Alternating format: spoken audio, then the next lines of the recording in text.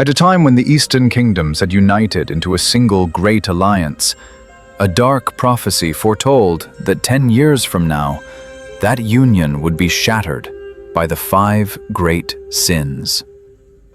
A tremendous explosion shook the entire royal plain, unleashing a terrifying wave of destruction. To prevent that catastrophe, the protagonist chose to stand with them. He never imagined that this decision would grow into something so immense. This is his story, the struggle to stop the devastation that would be wrought by the 5 great sins. Now, the scene shifts to a lavish room. The protagonist, once a corporate slave who worked 78 hours a week without rest, has awakened in the body of a noble in a fantasy world. At first, it feels like a stroke of luck, but the noble he inhabits turns out to be talentless, and in this world, he is even illiterate. Gathering information is difficult. Still, he enjoys the leisurely life of a young master who does nothing but eat and lays about every day, a life that feels like paradise to him. All except for one thing. He has no idea where he actually is.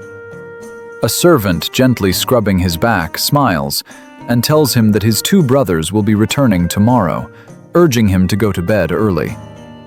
Only then does he realize that he has siblings. The servant mentions their names, Leo and Tonio, then lightly scolds him, thinking her master is joking for acting as if he doesn't know the Palatio family. Hearing those names, he fell silent. A strange sense of familiarity stirred within him. Then, at last, something clicked. His body stiffened, and in a panic, he clutched his head and plunged it into the water. Now he understood. This place was Psychedelia, a turn-based RPG he used to play during breaks from work. In that game, no matter which route the player chose, once the 5 great sins appeared, kingdoms, nobles, and cities were all doomed to destruction, including the family of Count Palatio, the very place he was in now. The head of the family had 2 sons. The eldest was Leo Palatio, known as the King of Wickedness. The second son, Tonio Palatio, was infamously nicknamed the King of Narco Boys. The Palatio family was notorious as a clan of immoral nobles, appearing in the game only as a side quest before the main story even began. The protagonist knew this place all too well. He never imagined that, out of all possible outcomes, his new life would begin in the Palatio family, the first to be wiped out by the 5 great sins. The character he now inhabited was Elon Palatio, the 3rd son of the family. Lying in bed, Elon couldn't close his eyes. He lay there clutching a blue moon flower to his chest, staring blankly at the ceiling. He felt that being a corporate slave working 78 hours a week would be better than enjoying a luxurious life destined to vanish 10 years from now. In fact, it felt even worse than hearing the news of a full month's salary being delayed. Sorrow weighed heavily on his mind as he realized he had become a character with no advantages whatsoever. Even though in the stories he'd read, transmigrators always received extraordinary bonuses. Still, he quickly snapped out of it. He had one remaining edge: his knowledge of the many events that would unfold over the next 10 years. That meant he only needed to eliminate the cause of the destruction ahead of time.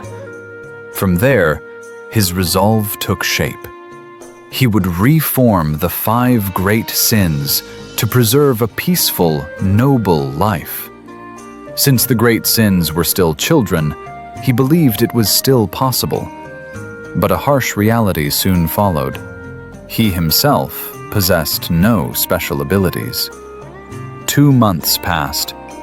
In the same room, Alon received a report from his guard, Evan, stating that he had rescued a group of orphans from what had once been a human experimentation laboratory. Among them, Evan had already entrusted the management of the newly established orphanage to a girl named Utia.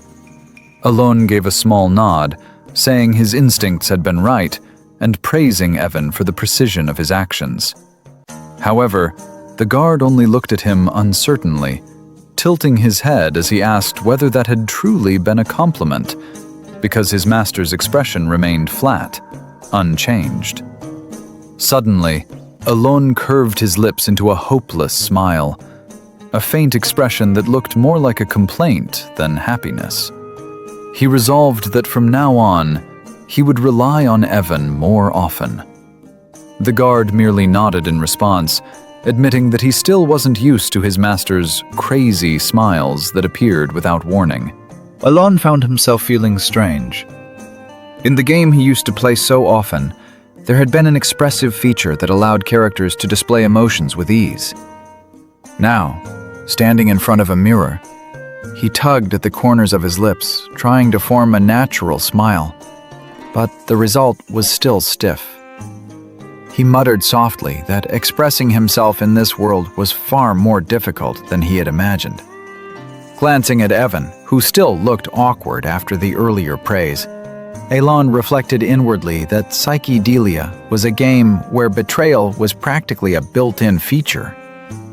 Evan, however, was a rare exception, one of the few supporting characters with extremely high loyalty, someone who could truly be trusted. Evan lifted his chin, now beginning to understand why Alon had saved Utia. As a seasonal mercenary, he knew the girl was exceptional. When he had first found her imprisoned, he couldn't understand how someone so strong could have allowed herself to be captured so easily. After explaining this, Evan asked why Alon hadn't brought her back to the estate. Alon merely murmured inwardly. It did look like he was neglecting Utia's potential, but leaving her behind was actually part of his own plan. Utia Bludia, a blood-born being who had formed a contract with a mysterious entity from another world, was destined to become one of the 5 great sins. Wrath, a monster responsible for the deaths of hundreds of thousands. But to Alon, if the girl could grow up without hatred, that calamity would never come to pass. A sense of relief washed over him, as if he had successfully disarmed a landmine. Even so, Alon did not reveal his true intentions to Evan. He simply replied calmly that this was not the right time to bring the girl to the estate. Evan fell silent, slightly taken aback by the explanation, then began to think it over on his own. Alon added that this matter was to be kept strictly confidential, and that Utia must be given proper support. After that, he handed Evan a letter to deliver to the girl. A letter he had written with great care, hoping it might ease at least a little of the emotional wounds she carried after the horrific experiments she had endured. Evan bowed respectfully, assuring him the letter would reach Utia, then quickly set off toward the orphanage. Leaning against the window, Alon gazed outside with tired eyes. He knew the word comfort wasn't quite right, but it still felt worth trying. In truth, hidden within that letter was a familiar greeting, a message he had seen dozens of times across hundreds of playthroughs. More precisely, it was a spell from the Archbishop, one that allowed the caster to form a bond with a blood-born being. The incantation read, "O sin of wrath, be at peace. Suffering of darkness, emptiness of light. Talent and one's sense of belonging. Let them merge into one." Those were the words that appeared in the Wrath-Sin storyline. In the original game, however, the spell was delivered too late to the sin, and that failure forced the characters to fight her instead. But now, because these events were unfolding 10 years earlier, Alon had a chance to stop her rampage before the catastrophe ever began. He slowly stretched his body, feeling his bones crack softly. Relief washed over him. One of the 5 flags of destruction had been successfully erased. Now, it was time to move on to the next plan. Alone let out a long breath. To him, befriending a monster with a single sentence sounded ridiculous. But that race worshipped entities from another world, so perhaps this method would work after all. He thought that those who lived in fanatic devotion always followed a logic that was difficult to predict. The scene shifts to the orphanage, where Yutia receives Alone's letter. Evan stands nearby, visibly uneasy as he watches the girl. The amount of mana flowing through her body is utterly absurd. Yet what is even more frightening is the emptiness in her eyes, completely devoid of emotion. Yutia stares at the letter and asks whether the sender is named Alone. When she receives confirmation, her anger explodes.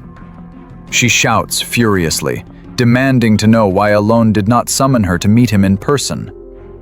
Cold sweat instantly breaks out on Evan's back. He can feel the surge of mana manifesting tangibly, something only true masters should be capable of. For a brief moment, Alone's face flashes through his mind. He quickly steadies himself and calmly says that now is not yet the time for them to meet. Hearing that, Yutia's emotions gradually settle. The spell woven into Alone's message has taken effect. She clutches the letter tightly, a strange sense of peace enveloping her. Only she and her master understand the meaning of that oath, and now she truly understands Alone's intent. Evan was already poised to draw his sword, standing guard in case the situation took a turn for the worse. Meanwhile, Yutia looked positively radiant, hugging the letter as if she had just received her very first love letter. Elsewhere, Alone lay comfortably on his bed. He felt satisfied, having successfully extended the luxurious life he was now enjoying. Even the moonlight outside the window seemed to cheer him on that night. The next day, chaos broke out. Alone was buried under a pile of books while searching for something in the library. He groaned in frustration when he still couldn't find the book he needed, muttering that looking for clues about the third boss was giving him a headache. Before long, Evan arrived with a report, saying he had rescued the second child Alone had mentioned. With a lump on his head, Alone quickly turned and asked whether Evan had made sure the child was being treated well. Evan nodded firmly, saying he had done his best. Suddenly, the library doors slammed open. A man strode in with rough steps, Tonio Palazzo, the second son of the family. He approached Alone with a scornful gaze, laughing as he mocked how an illiterate like Alone dared to touch books. When Alone remained silent, Tonio pressed him, demanding an answer. Inwardly, Alone muttered that his older brother was truly irritating, making him want to punch that smug face. Yet, instead of retaliating, Alone politely dropped to one knee and asked for permission to leave the library. Before he could get far, a knife suddenly shot through the air, slicing past Tonio's face before embedding itself in the wall with a sharp crack. Someone emerged from the doorway, Leo Palacio, the eldest son. In a flat voice, he remarked that his younger brothers were being too noisy. He warned them that he didn't want to see blood spilled in the morning. Tonio and Leo immediately grabbed at each other, trading insults as a tense, hostile aura filled the room. Meanwhile, Alone slowly crawled his way out, careful not to draw any attention. As he moved cautiously, he muttered to himself that the Palacio family disappeared quickly in the game, but their power was far greater than he had ever imagined. In short, those two bastard brothers were fighting over the position of head of the family. The first candidate, the king of prostitution. The second candidate, the king of narcotics. Alone knew that once those two were involved, he couldn't afford to provoke either of them. So he was more than happy to play it safe, acting as the weak, incompetent bastard son. Alone was soon back in his room. He looked exhausted, slumping weakly against the sofa with half-lidded eyes.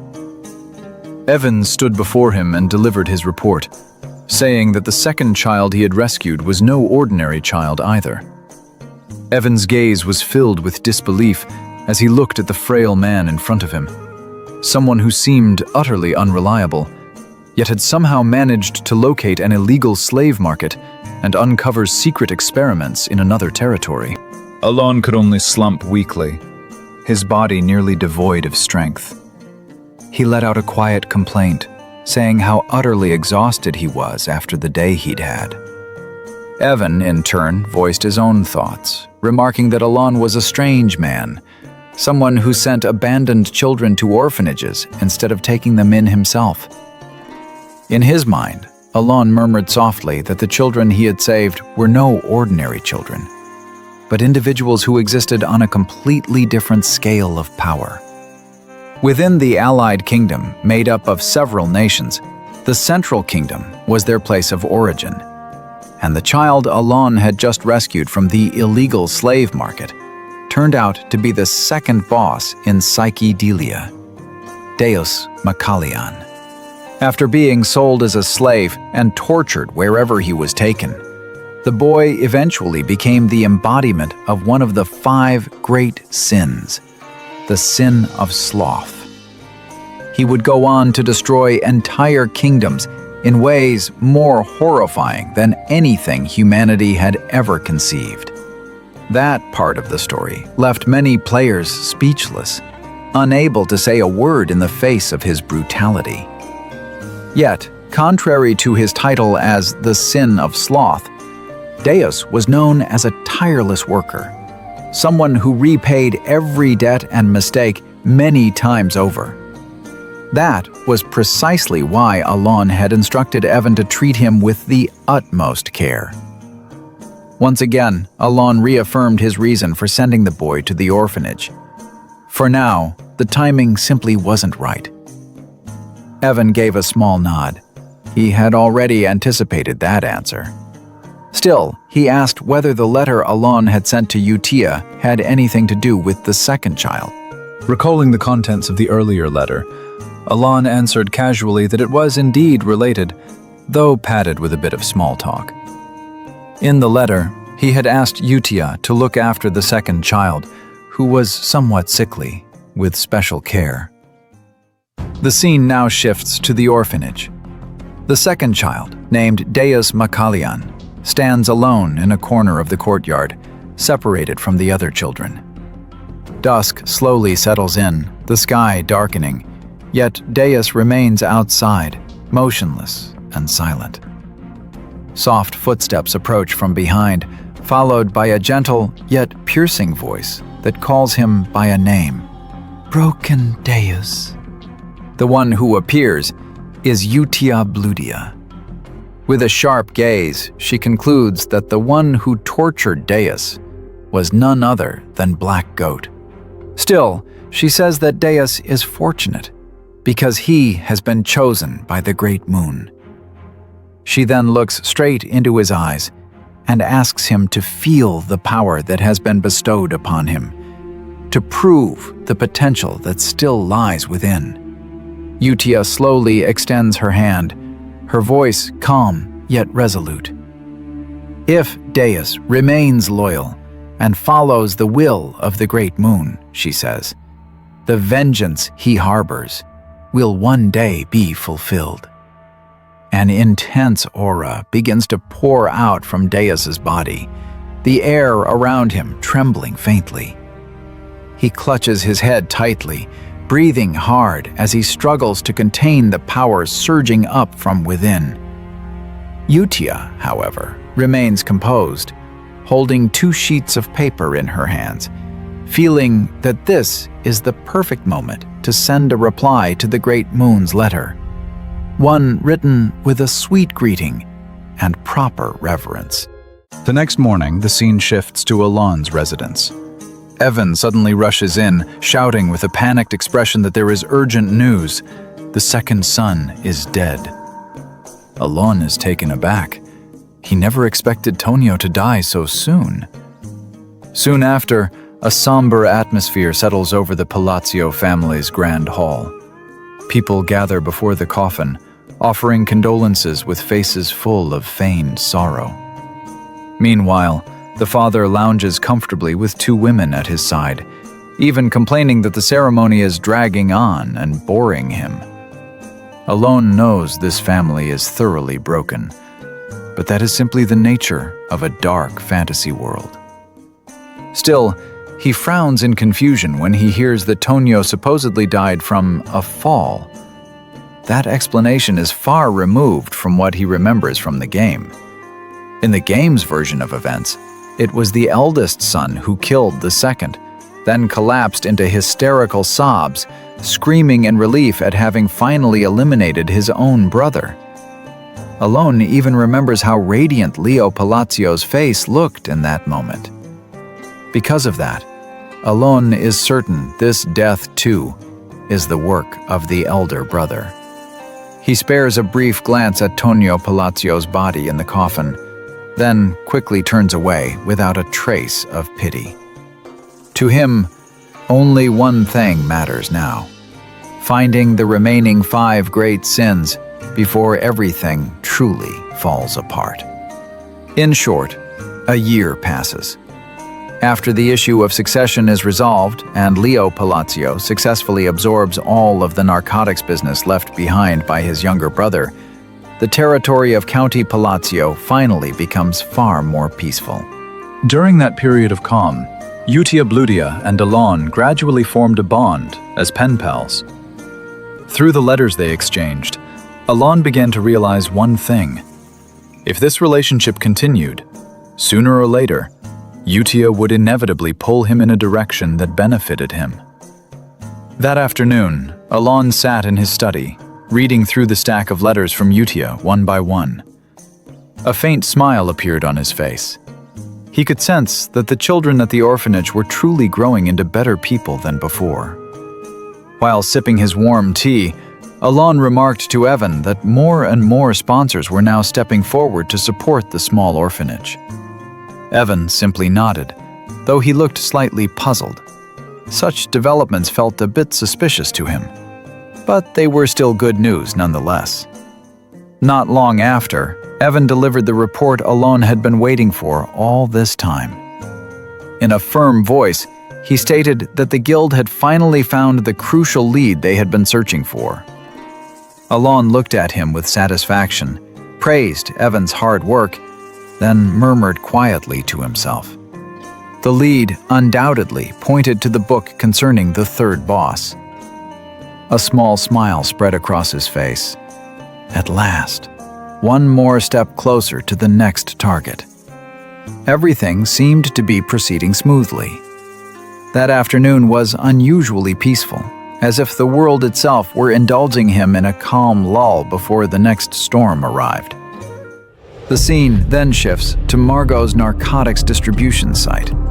2 ringleaders of a drug syndicate are in high spirits after the Palazzio family's eldest son pays them a generous reward, swelling their organization to hundreds of members. However, when they arrive at their headquarters, both men freeze in shock. Their entire force has been slaughtered to the last man. Several bodies lay strewn across the floor, while those still alive screamed and began stabbing themselves, as if controlled by something unseen. A man beside them raised his knife as well, driving the blade straight into his own throat. The sound of blood echoed throughout the room all at once. From a nearby dark alley, a hooded figure watched in complete silence. Then Yutia Bludia stepped forward, praising Deus's puppet show, calling it highly entertaining.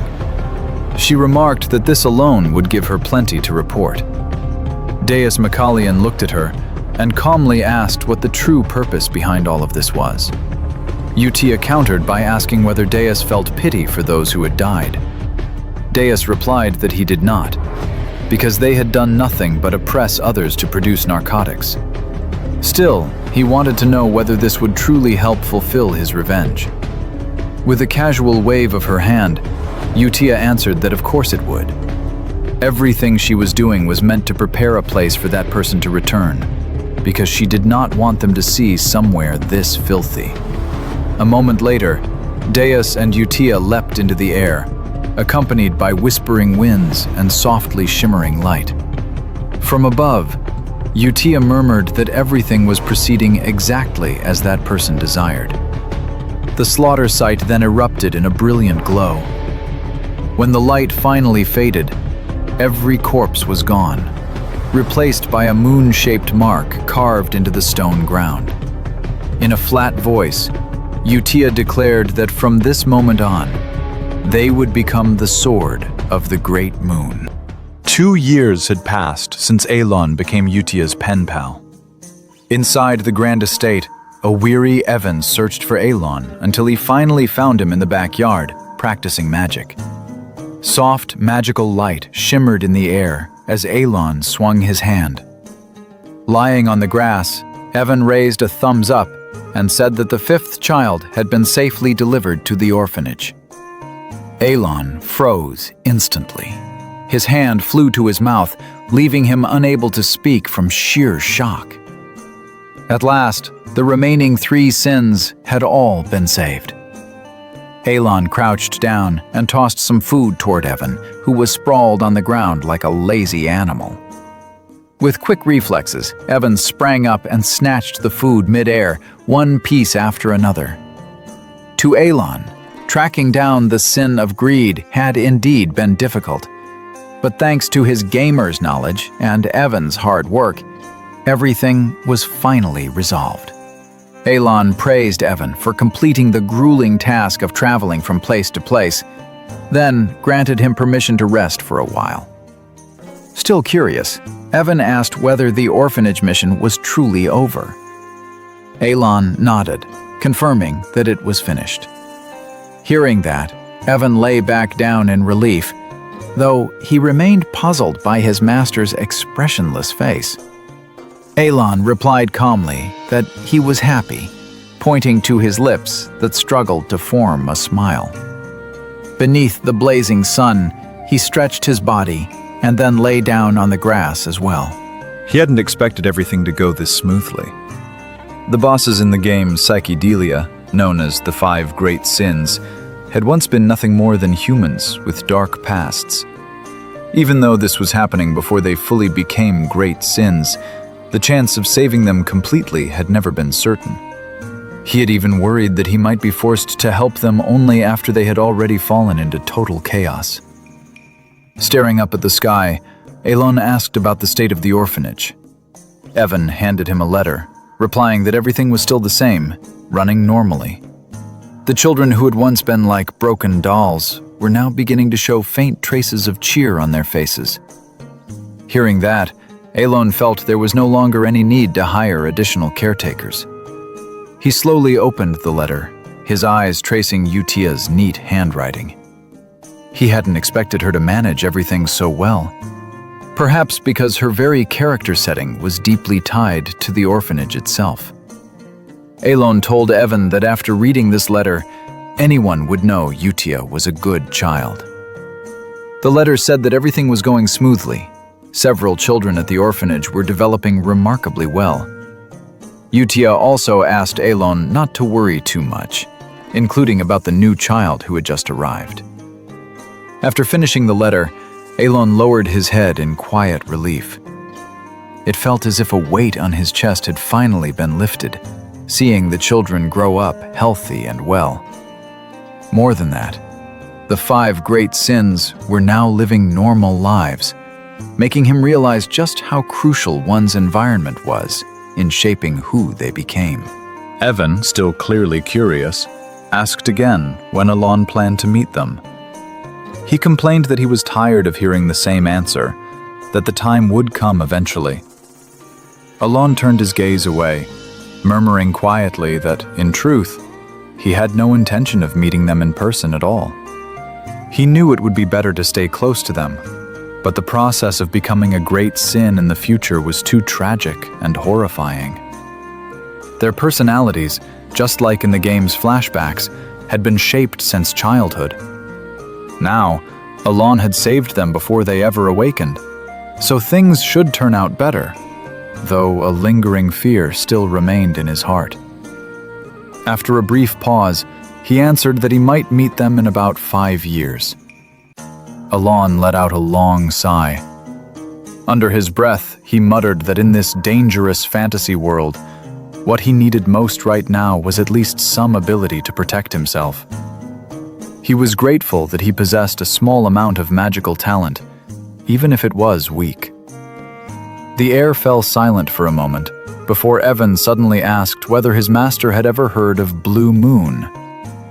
Alon shook his head slowly, admitting he had never heard of it. Evan then explained in a serious tone that Blue Moon was a group that had recently gained notoriety for hunting down criminal organizations across various regions. Alon wasn't surprised by the news.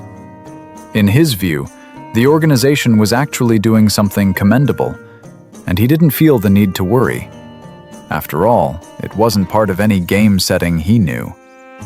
He assumed the group would probably fade away soon, just like many other insignificant events in the game. Evan's expression turned grim as he continued. He said that not long ago, that organization had even dared to kill a noble, which was why he felt compelled to report it to Alon. Hearing this, Alon stared ahead in silence before firmly stating that starting tonight, Evan would sleep in the room next to his to stand guard. Day soon gave way to night. The scene shifts to the orphanage, where Utia Bludia sits calmly, presiding over her group's weekly meeting. Her voice is gentle yet firm as she asks for reports from each member. First, from the northern sector, Seolong, the Sin of Pride, cheerfully reports that she has taken care of the slave trader ringleaders. She even hops in excitement, saying no one recognized her, proudly showing off the outfit designed by Rene that she adores. Next is Rene, the Sin of Greed, who calmly reports that all the bodies have been buried safely. Then, from the southern sector, Radan, the Sin of Purity, states that he has completely eradicated the illegal laboratories conducting human experiments, along with the disgusting group known as Avalon, leaving not a single trace behind. Utia nods in satisfaction, a faint smile on her lips as she praises their outstanding work. In the end, everything is unfolding exactly as she intended. She declares that they all live for the glory of the Great Moon, and that the organization formed by the 5 children is known as Blue Moon, the devotees of the Great Moon. In the midst of it all, Deus Makalian spoke up in a serious tone. He reported that there was a small problem. Utia Bludia's expression instantly hardened. She disliked that tone. In a cold voice, she demanded an explanation, because under her will, everything was supposed to proceed flawlessly. Deus raised a single sheet of paper. The leader of the Avalon organization was the eldest son of a count's family. During the Southern Purge operation, however, he had discovered a dangerous order that pointed to a looming threat. From its contents, it became clear that the Count's eldest son was now targeting the Great Moon. The news made Utia's face stiffen, her aura surging with fury until the air in the room felt heavy and oppressive. Everyone grew tense at once. Even Seolang, usually so arrogant, now trembled visibly. In her shaking hand, the letter bore a single chilling line. After Count Palacio dies peacefully, that person will be eliminated with poison. Reading those words, Utia's rage exploded. Her eyes flashed sharply, and with a snarl, she crushed the piece of paper in her palm until it was reduced to scraps. 2 more years passed. Count Palacio, Alon's father, had died. The official cause was listed as a heart attack, but Alon knew the truth. Drug abuse had claimed his father's life. At the Palacio family estate, one of Leo Palacio's subordinates arrived with a report saying that a sudden nighttime attack had been carried out by Blue Moon. Alon overheard the conversation and could sense it clearly. Leo and his men had finally begun to regard Blue Moon as a very real and serious threat. The funeral of his father was held swiftly and without grief, ending in a silence that felt almost suffocating. Amid the expressionless crowd, Leo Palacio cast a sharp glance toward Alon as he walked away from the burial grounds. Once back in his room, Evan asked about his young master's plans, knowing that the family title would be inherited by the first son. His curiosity soon turned into confusion when he saw Alon busy packing his belongings. Calmly, Alon told Evan to prepare his things as well. They would be leaving the house soon. Evan didn't have time to ask about the reason behind this sudden decision and immediately hurried to pack. Before they departed, Alon briefly explained that their destination lay to the south. Quick to grasp his intent, Evan guessed that they were headed for Rodmill. That very night, the two of them stepped out of the Palacio family estate. Dressed in simple clothes, suitcases in hand, they boarded a horse-drawn carriage that would take them to a small village in the southern region, Rodmill, where a new chapter of their lives would begin. From the balcony of the Palacio estate, Leo stood watching the carriage slowly disappear along the stone road. His gaze was dim and cold. In short, Alon and Evan soon arrived at their new residence. The atmosphere there was peaceful. Alon casually prepared his toasted bread, while Evan cheerfully walked around with sweet jam, ready to spread it on top. Yet that morning's calm did not last long. 3 days later, sudden news arrived, forcing them to return to the main estate to attend the funeral of the first son, Leo. Alon never expected to return to a place so steeped in the scent of blood and family intrigue. Yet a vague sense of foreboding, like a faint death flag, crept into his mind. He was genuinely confused by how suddenly the first son had died. The cause of death was said to be a sword piercing the heart, but the identity of the culprit remained a mystery. When Alon tried to ask one of the servants about it, the servant suddenly turned deathly pale and hurriedly apologized, their voice trembling. The reaction left Alon both puzzled and suspicious. Without pressing further, he decided to leave. However, before he could go far, Evan rushed over and called out to him. Seeing the seriousness on Evan's face, Alon quietly asked what was really going on. In a low, cautious whisper, Evan told him the horrifying rumor spreading through the estate. Everyone believed that Alon was the one who had eliminated Leo Palacio the night before. Time rewinds briefly to some time earlier, when Alon had been on his way to Rodmill. Inside the carriage, gently rocking along the stone road, Alon and Evan were engaged in a serious conversation. Seeing his master choose a rural life, Evan suggested that they should stay in the city instead, arguing that life there would be far easier and more comfortable. But in his heart, Alon flatly rejected the suggestion. From the very beginning, Rodmill had been the final destination of all his plans. He had saved the 5 great sins from their tragic fates, and, in doing so, prevented a future where the world would be destroyed. To Alon, Rodmill was not merely a remote place. It was a region completely detached from the original storyline. There even stood Villa Palazzo, a place he considered perfect for starting a new life as a noble, where he could finally savor a peaceful and sweet existence. Gazing out the window, Alon replied calmly that there was always a reason behind every decision. Evan, his lips slightly puffed out, responded with mild irritation, knowing his master always said the same thing whenever he didn't want to explain further. Meanwhile, from the balcony of the grand estate, Leo Palacio watched the carriage depart in the distance. A question crossed his mind. Should he eliminate Alon? To Leo, his younger brother had already become useless. He had even planned to poison him after their father's death. But now that Alon had quietly left for the borderlands, that plan had lost its purpose. Even so, the irritation he felt toward his brother's continued existence still lingered heavily in his chest. In a cold voice, Leo ordered Alaman, his personal guard, to follow Alon's carriage. Instead of immediately carrying out the command, Alaman looked at his master and asked in a flat tone, did he want him to execute Alon? Leo turned sharply, his face stiff with shock.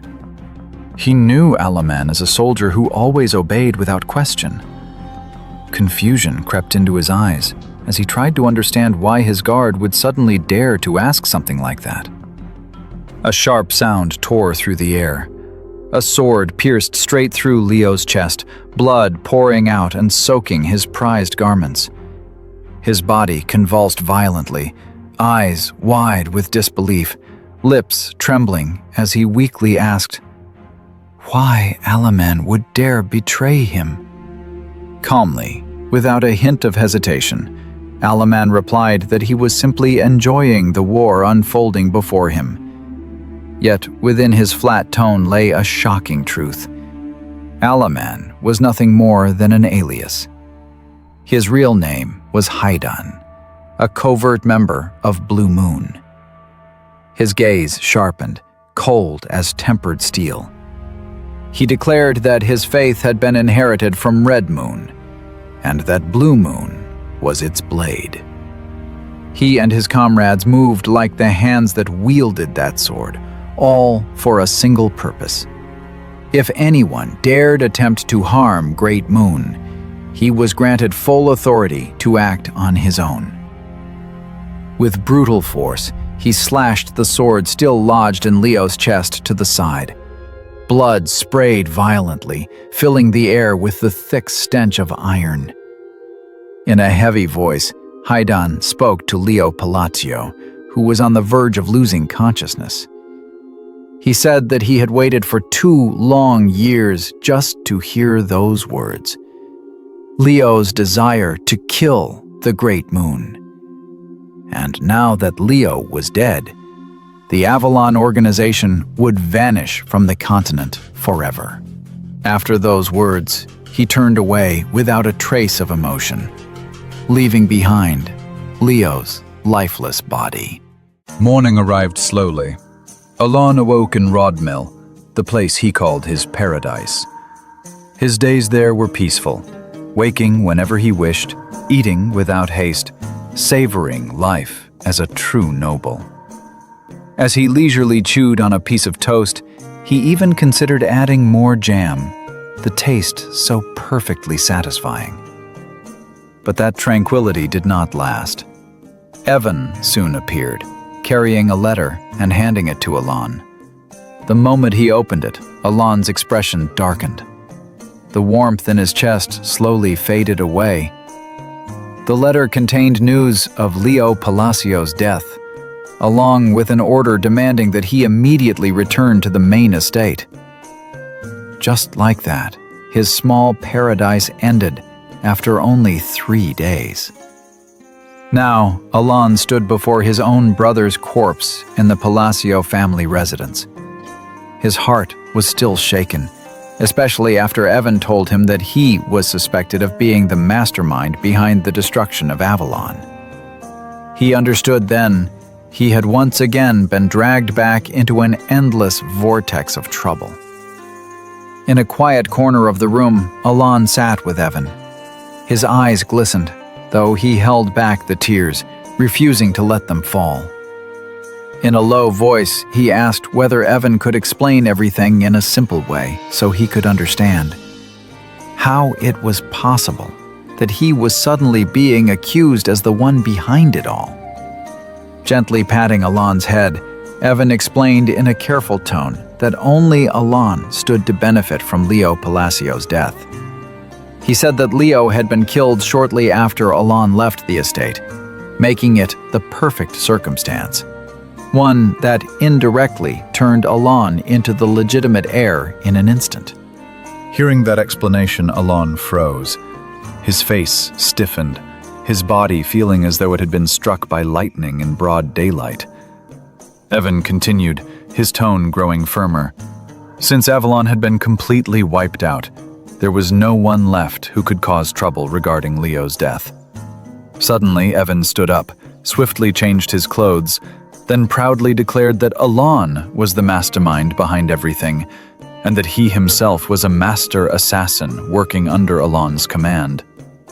Alon merely looked at him with a blank expression. He pressed his fingers against his temple, trying to calm the sudden headache pounding through his head. He was utterly confused, unsure where to even begin. To him, it made no sense that any organization could erase a group as large as Avalon in such a short time. In the tense silence, a thought crossed his mind. Alon turned toward Evan and slowly spoke the name Blue Moon, the mysterious group that had recently been hunting criminals.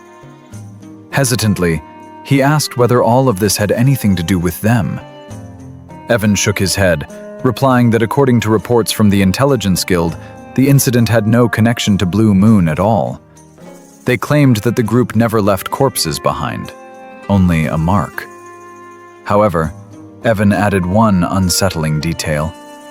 Every member of Avalon had been killed by a sword, and witnesses described the scene as resembling hell itself, torn open before their eyes.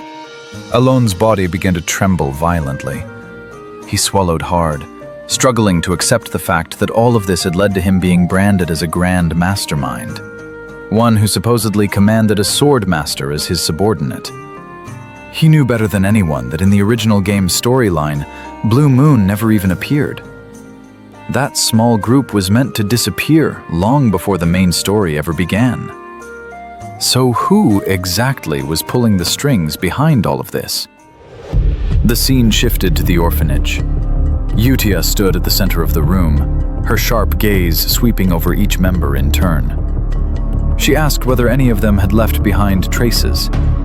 Ryan answered calmly that there were none. Silong echoed the same, only adding, almost casually, that the number of corpses had been overwhelming. Deus then reported that Avalon's forces had been reduced to just 486 people. Meanwhile, Radan chimed in with a faint smile, remarking that just as the boss had said before, they had split everything cleanly in two. Yutia smiled softly, rubbing her face as she praised their work, her voice gentle yet brimming with satisfaction. The narrator spoke in a heavy tone. Avalon, the massive organization that once ruled the kingdom of Asteria, had vanished in a mere 5 days, its entire might reduced to ashes. Radan then stepped forward, approaching Yutia with a set of documents in hand. Calmly, he reported that the purge was not yet complete. At that, Yutia frowned slightly, looking at him with curiosity as she asked what he meant. Radan explained that he had uncovered the names of other nobles directly tied to Avalon, and that the region of Altia appeared to be deeply entangled in that network. A powerful aura slowly seeped out from Yutia's body. With a sharp gaze, she declared that her companions surely already knew what she wanted next. In an instant, tension gripped the room. The members of Blue Moon responded with burning fervor. Badan even wore a faint smile as he calmly suggested that they deal with all of them thoroughly, yet quietly. Yutia let out a long breath, forcing herself to settle down. Her smile gradually returned as she asked in a softer tone whether the Intelligence Guild was also secure. Ryan replied that everything was under control. They harbored not the slightest suspicion toward Blue Moon. Deus added that every guild was spreading the same story. They believed the incident was nothing more than a hellscape created by a single swordmaster. Ryan then suggested tightening surveillance. Yutia nodded slowly and emphasized that this matter must never reach the ears of Great Moon. Hearing that, Deus spoke quietly. In his view, all of this had happened because a relative of that person had tried to kill Great Moon first, so their eradication had been inevitable. However, Yutia did not seem fully convinced. She looked at them coldly and stated firmly that this time, the action had not been ordered by that person. Her voice rose slightly as she said that Blue Moon was a sword, and a sword should never think for itself. She ordered them to remember that well, because that person knew everything, and they must never disappoint them. Those words left Dea silent for a long time. In his mind, he could not understand why someone as powerful as Yutia could appear so restless and uneasy, merely out of fear of being discovered. Yet after a moment of reflection, he answered firmly that he would act exactly as ordered. Everything he did, he said, was for the sake of Great Moon. Before long, the day changed. Alon could be seen slumped over his desk, asleep amid scattered books and loose sheets of paper. Slowly, he lifted his head. Tears slid down his cheeks as he muttered weakly that he could not endure it anymore. Since the funeral, he had been relentlessly busy for an entire month. All he had ever wanted was to relax and enjoy life the way a noble was supposed to. Yet despite the resentment directed at him, Leo's death was something that should not have happened for another 6 years. Now, the flow of the game's world had been completely thrown off. With no one else left, all the family's responsibilities had fallen squarely onto his shoulders as the sole heir. The servants entered the office carrying stacks of books. Alon lowered his head wearily, puzzled by how hard they were working. Back when Count Batalio was still alive, those same servants often lazed around and cut corners. Now, everything was different. The reason was obvious. They were working themselves to the bone out of fear. None of them wanted to offend Alon, the cold-blooded heir rumored to have disposed of his own brother.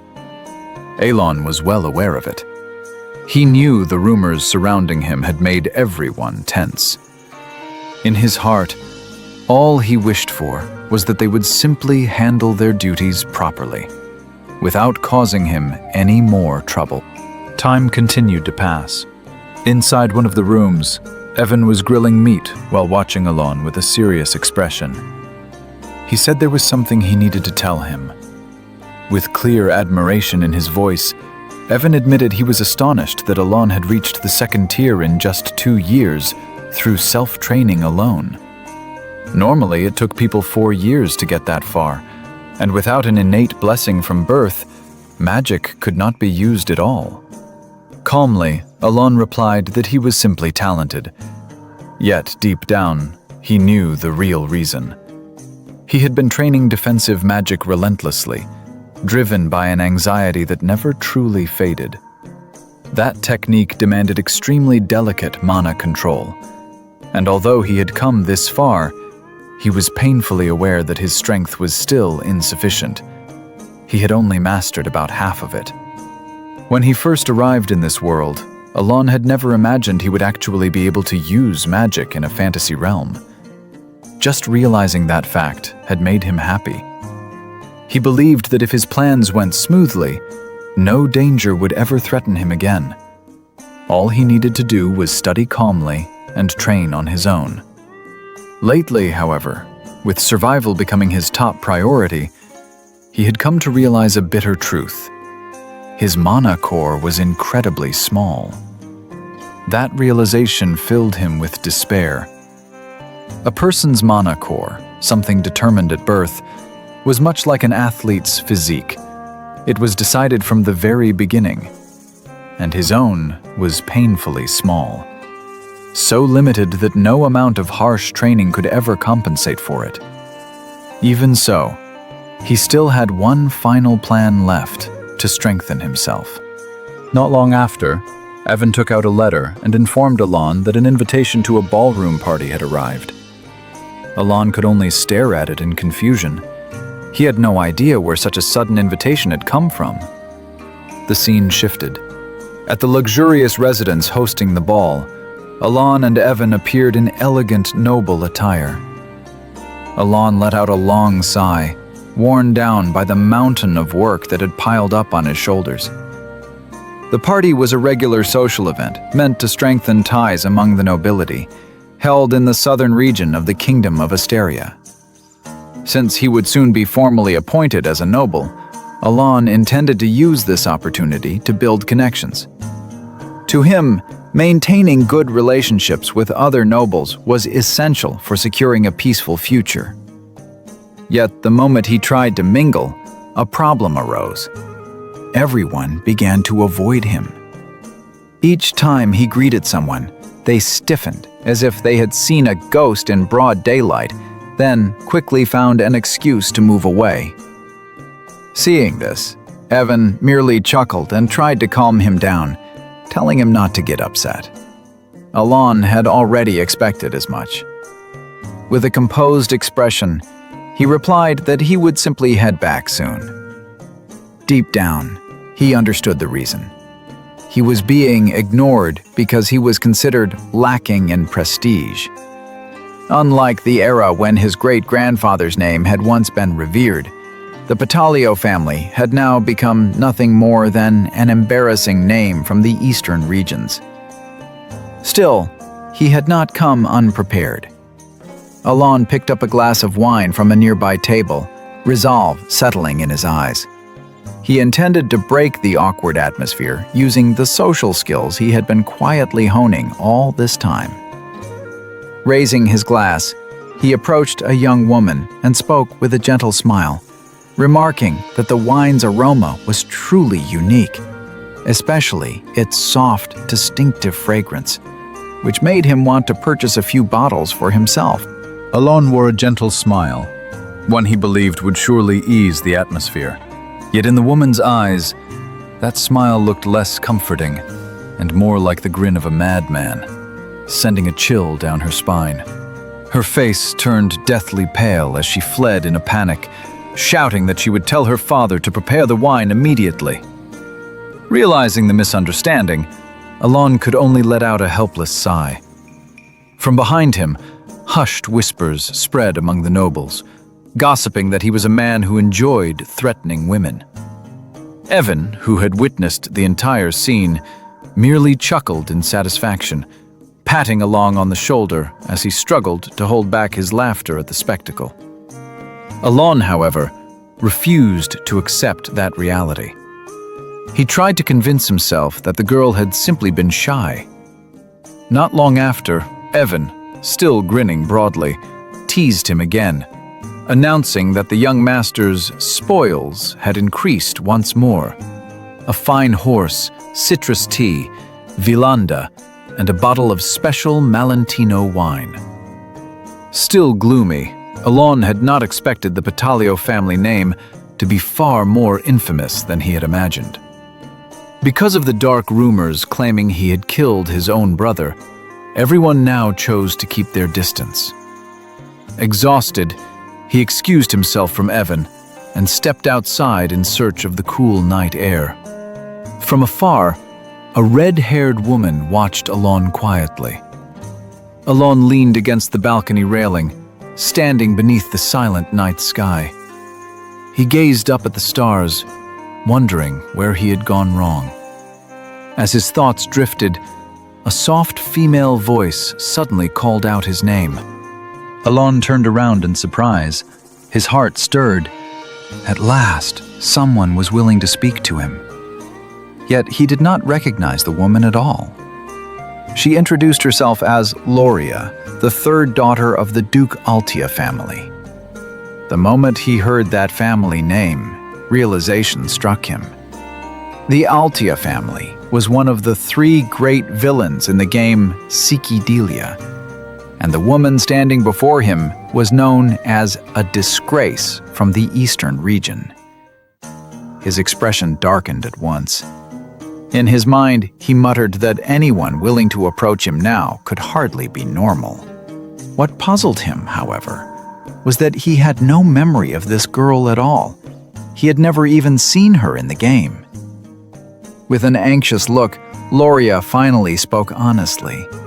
She begged Alon to lend her his strength, because in the near future, she would be killed.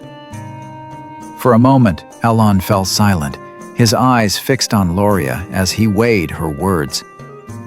What he knew was that Loria had always lived under the protection of her father, Duke Altia. But now, the Duke was suffering from a chronic illness that was steadily consuming him, leaving the girl without her shield and turning her into a target for her ruthless siblings. Only then did Alon realize why he had never encountered her before. Because in the game's original storyline, Loria had died even before the main story began. After considering this, Alon slowly shook his head and refused her request for help. At his rejection, panic flashed across Loria's face. She hurriedly spoke again, her voice trembling, insisting that she was not asking for free. If Alon was willing to help her, she would give him half of the Altia family's fortune. Alon walked away calmly, asking Loria to stop pleading. In his heart, he muttered that no matter how pitiful her situation was, he himself was already struggling just to survive. He had no intention of being dragged into new trouble, especially when he lacked any real power to help anyone. Contrary to the rumors painting him as dangerous, he was, at his core, nothing more than an ordinary man with almost no ability to speak of. A moment later, Alon glanced back. Loria stood there with her head lowered, frustration weighing down her slender frame. He let out a long breath, stretched his stiff neck, and spoke briefly, saying that something good would surely come her way. Then, without waiting for a reply, he returned to the ballroom, hoping she would truly find a trustworthy ally. Meanwhile, on the balcony overlooking the hall, two members of Blue Moon watched Alon's movements from afar. Deus looked down and remarked to his companion that someone from the Altia family had approached Great Moon. He added that perhaps Red Moon should be informed. After all, it seemed that something good was about to happen to Loria. Rhine, however, refused calmly. There was no need, she said. If their information was correct, Loria was the only member of the Altia family with no direct ties to Avalon, which meant she was not one of Raidan's targets. To Deus, that fact only made things easier. The rest of the Altia family would soon become Blue Moon's prey anyway. Rhine nodded in agreement. By Red Moon's order, their focus remained unchanged, to sever every line of information, ensuring that the Avalon incident would never, under any circumstances, reach Great Moon. Alon trudged through the center of the hall, his steps heavy. The nobles around him deliberately kept their distance, some even refusing to meet his eyes. Then, from one side of the room, a woman's gentle voice called his name. For an instant, Alon's heart stirred. A small hope bloomed. Perhaps, at last, he had found someone willing to speak to him among the nobility. That hope faded the moment he turned around.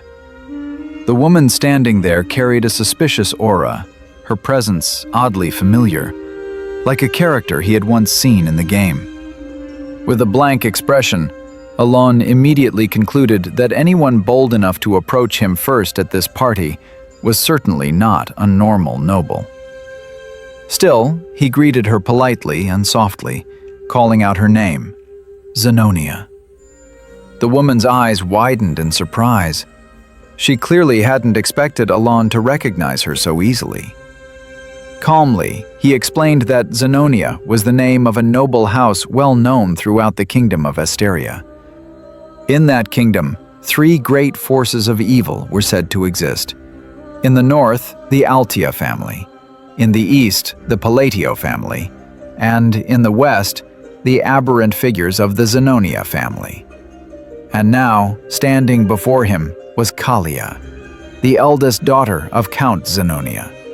If the Palatio family was known as a gang, then the Zenonias were more like a corporate-style syndicate, organized, calculating, and treacherous.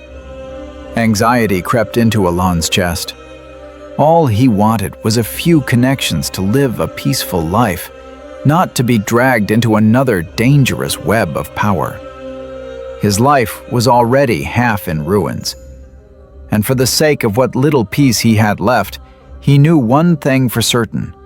He could not afford to get involved with people like them. Alon bowed with practiced elegance, offering a refined noble's compliment on Kalia's beauty. She responded with a sweet smile laced with cunning, then asked if he would speak with her privately for a moment. Maintaining his courtesy, Alon agreed in principle, but declined for now, calmly explaining that there were too many eyes watching them. Hearing his cool response, Kalia's lips curved into a faint smile. She remarked that Alon truly was exactly as the rumors described, then turned away and left, abandoning him with a lingering sense of confusion over her words. From a distance, Rhine continued to watch Alon with sharp, unblinking eyes. She reported that all information related to the Avalon incident had been completely contained. Deus, standing beside her, replied in a heavy tone. There was now something new they needed to worry about. Beyond the hall's windows, someone was watching Alon relentlessly, their gaze never leaving him. Rhine and Deus moved at once. In a flat voice, Rhine stated that there were still no direct orders from Red Moon, so for now, the best course of action was to monitor the stalker from afar, and if necessary, eliminate them without hesitation. Deus gave a brief nod, signaling his readiness. Several days passed. The scene shifted to a quiet, mysterious valley, shrouded in thin mist that coiled between towering cliffs. Alon and Evan arrived at its edge, their steps halting before a dark abyss that seemed to swallow even the daylight itself. Unease was clearly written across Evan's face. He swallowed hard and asked softly whether this place was truly the location Alon had been searching for all along. According to him, even with the sun still high overhead, the valley felt like a starless night. Deep, suffocating, and utterly lightless.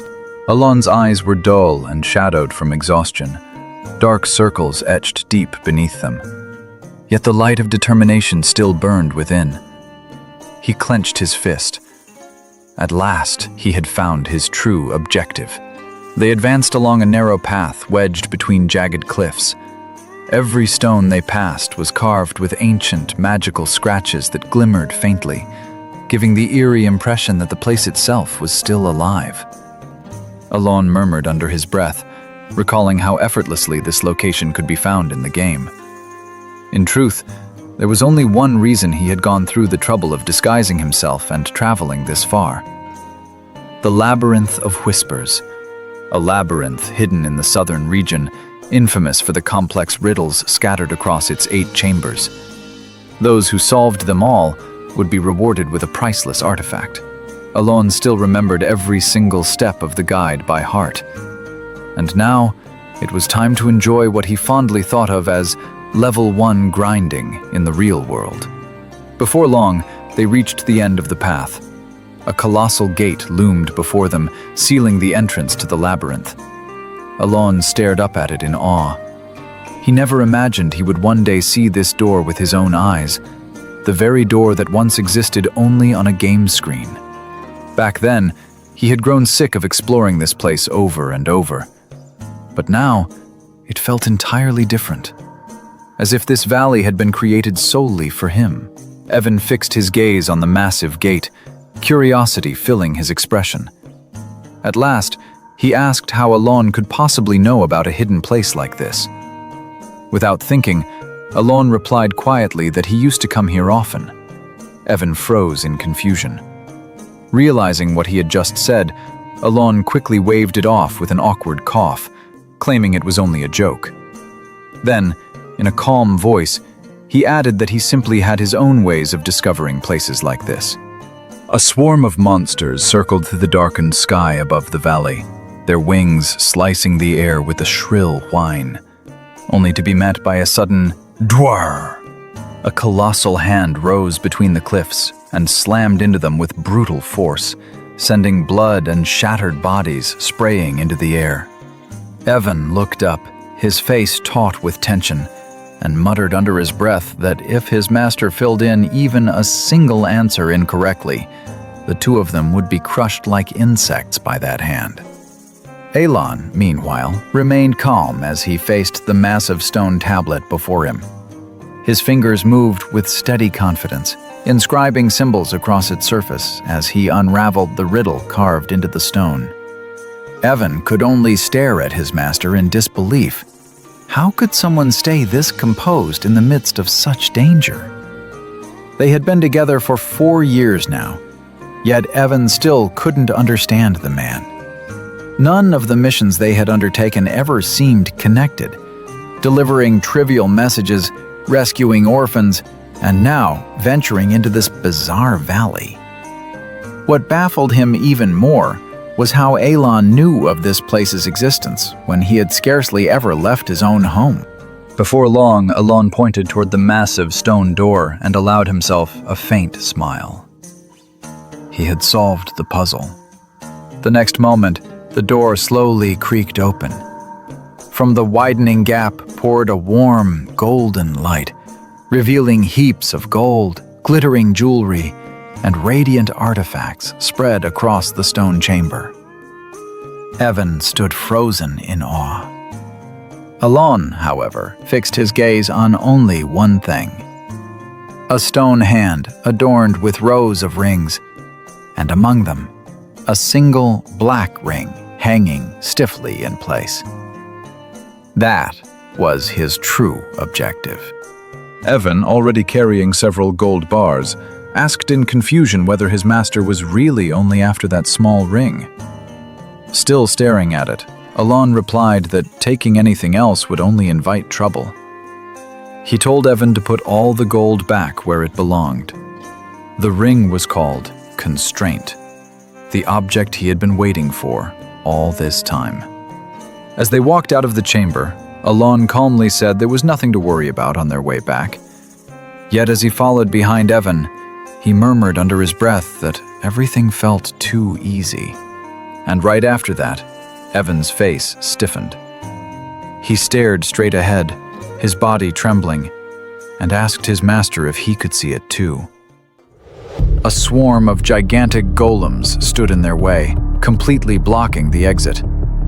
Evan hurriedly drew his sword, his entire body tensed. He knew the enemy could attack at any moment, and his thoughts narrowed to a single concern: how to get Elon out of this cursed place alive. But amid the tension, Elon stepped forward instead, utterly calm. He looked straight ahead and told Evan to leave everything to him. Before them stood a line of massive golem knights, their towering forms clad in stone armor that emitted a faint glow from the magic runes embedded within. The golems began to draw their enormous weapons. The heavy scrape of metal and stone grinding against each other echoed through the air. Evan shouted in panic, warning that second-tier magic would never be enough to deal with monsters of that caliber. But Elon did not flinch. He slowly raised his right hand, and black light shimmered from the ring on his finger. Constraint. In an instant, the air around them trembled, and the world itself seemed to stop moving. In an instant, Elon's consciousness was torn from his body. He found himself drifting within a strange space, endless darkness, as though he were floating among the stars beyond the void of the universe.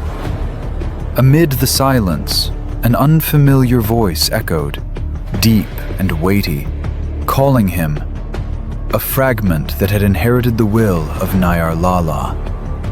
The voice then demanded that he declare 2 constraints, 2 limitations he wished to impose. A chill ran down Elon's spine. In the game, this moment should have appeared as nothing more than a selection window.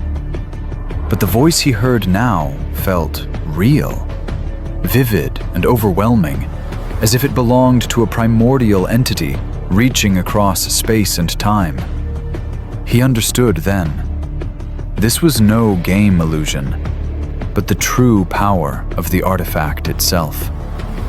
Constraint was an absorption-type artifact, capable of granting immense power in exchange for the user's freedom, bound by limitations of their own choosing. The alien voice resonated again, calm yet absolute, demanding his answer. Alon drew a long breath and declared his first restriction. In all magic, the Babylonia hand seals must be used without exception. The mysterious presence asked what power he desired in return.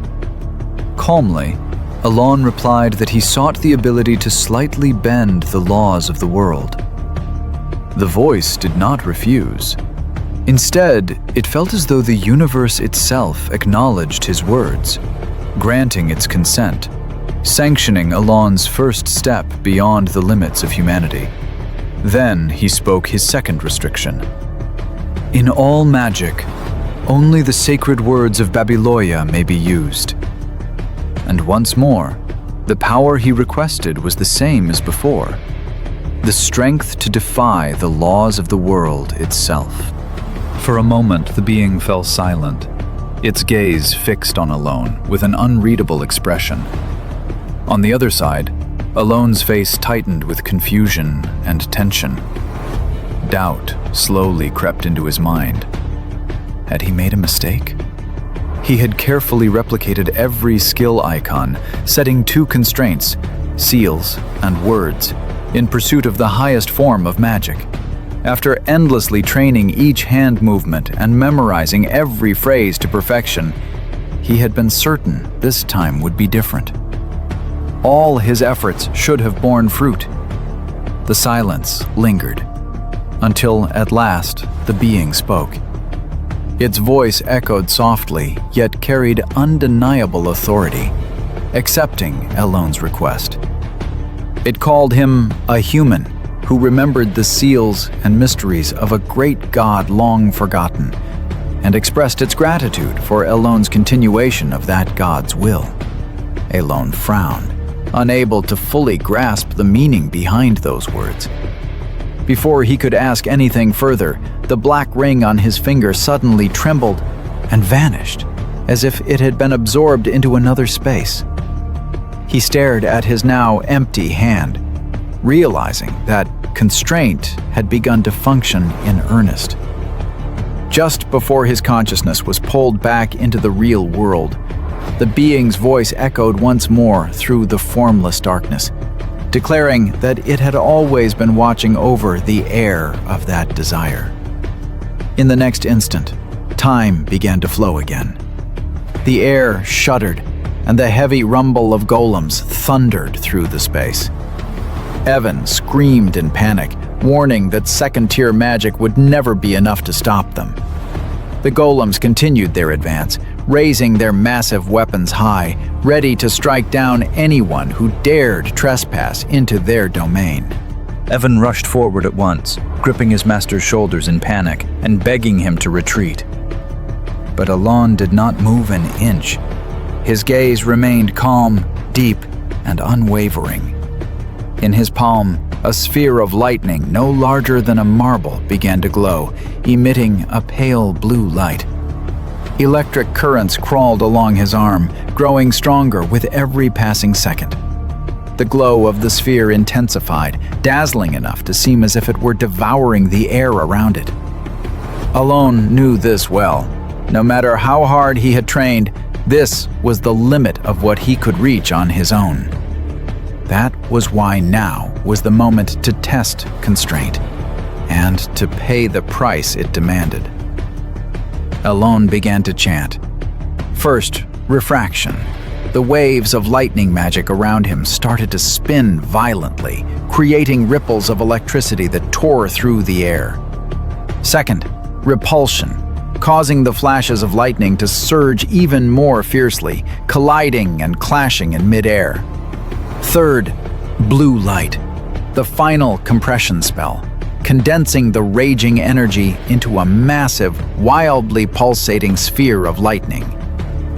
The fourth spell, line of diffraction, left his lips as he formed a precise hand seal, forcing the magic to overflow beyond its natural limits. Elon raised his hand and fired the lightning sphere straight at the golems before him. A deafening explosion shook the entire valley, sending tremors through the ground as chunks of rock were blasted into the air. Evan staggered, barely able to believe the overwhelming power he had just witnessed. The lightning surged forth like a blue dragon, crashing into the golems' bodies and freezing them in a storm of rampant electricity. For a brief moment, silence fell. Stray arcs of lightning drifted faintly through the air. Then, in an instant, the golems' bodies detonated, torn apart as the electric current burrowed straight into the cores of their stone forms. When it was over, nothing remained but scattered dust and rubble spread across the ground. Evan stared at his master with eyes wide open. Unable to wrap his head around what he had just witnessed, he asked if Elon had been hiding his true strength all along. Elon answered calmly that he had not. That only left Evan even more baffled. In 15 years as a mercenary, he had never seen anything like that. Hesitantly, he asked again, "Was that really just second-tier magic?" Elon nodded. Yet inside, Elon himself was confused. This was clearly different from the system in Psychedelia. In the turn-based battle system of the game, spells could be strengthened each turn through hand seals and incantations. This time, he had reinforced Chain Lightning with 4 incantations and 5 consecutive hand seals, something that should have produced nothing more than a large-scale lightning spell. But because of the constraints he had imposed, all of his magic was now required to use both seals and chants. He suspected that his power had multiplied several times over, without him even realizing it. Even so, Elon had never imagined that the limitations he chose would elevate second-tier magic to such an extent, so much so that even he himself was taken by surprise. By then, Elon and Evan had already made it out of the valley. Evan looked utterly drained, as if the journey itself had been more exhausting than a fight to the death. He grumbled under his breath, wondering just what kind of lunatic had created such an infuriating place in the first place. Elon fell silent for a moment, his thoughts drifting. He recalled that the Labyrinth of Whispers actually went by another name. In the map outplays and strategy guides that once circulated across the game's community sites, the dungeon had been known as the Labyrinth of Palon. Having reached that conclusion, Elon told Evan that the creator of the valley was a man named Palon. Without further explanation, Elon lifted Evan, who was barely able to walk on his own, and said that they would be returning to the east. There was something he needed to do there. That night, darkness swallowed the land as a cold wind swept through the valley. Elon continued to support Evan's limp body as they made their way back. In his mind, he began analyzing the outcome of the battle. If he chose hand seals that matched the attributes of his magic, its power could increase several-fold. If the incantations were precise, the very properties of the spell would change drastically. By the logic of Psychedelia, the mechanism should have been simple. The visuals would remain the same, only the numerical values would rise. But reality was different now. He could clearly see tangible transformations in the form and behavior of his magic each time a chant was spoken. Although his mana pool was still small and severely limited, Elon suspected that his exceptionally fine mana control allowed him to perceive those changes directly. Once his mana had fully recovered, he planned to test it again, quietly grateful that, for now, everything had gone smoothly. Unbeknownst to them, someone was watching from the shadows of the hills. That figure was Rhine. After confirming that Elon and Evan had left the area, she quietly descended into the valley. Her steps were light yet cautious until she came to a stop atop an ancient stone artifact rising through the mist. Rhine scanned her surroundings and murmured that this place was a relic from the age of the long-forgotten Outer Gods, its stones carved with ancient symbols of the Alanef Empire. As she lowered her hood, her gaze settled on a faint inscription etched into one of the massive stones. "For my friend, left behind alone by Palone the coward." Rhine stepped closer and brushed her fingers across the cold surface. She knew the truth well. The one who halted the Black Thing's invasion and emerged victorious against Ala Kulika, the heart-devouring abomination, was the brilliant emperor Palone the Great. She possessed that knowledge because she had been born with the ancient library, a rare blessing granted to her when she was chosen for a grand mission. Earlier, she had overheard Elon telling Evan that the creator of the valley was Palone.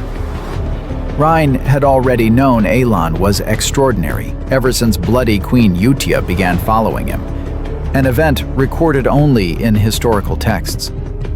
Even so, she had never imagined that Great Moon was a friend of Palone. Elon's casual remark had not appeared in any record within the ancient library, and that realization stirred her curiosity. Just who, exactly, was the Great Moon? Rhine fell silent for a moment. Her cheeks flushed as embarrassment welled up. She realized how blindly she had followed orders until now. But before she could sink any deeper into thought, she sensed another presence. Instinctively, she turned and found Deus standing nearby.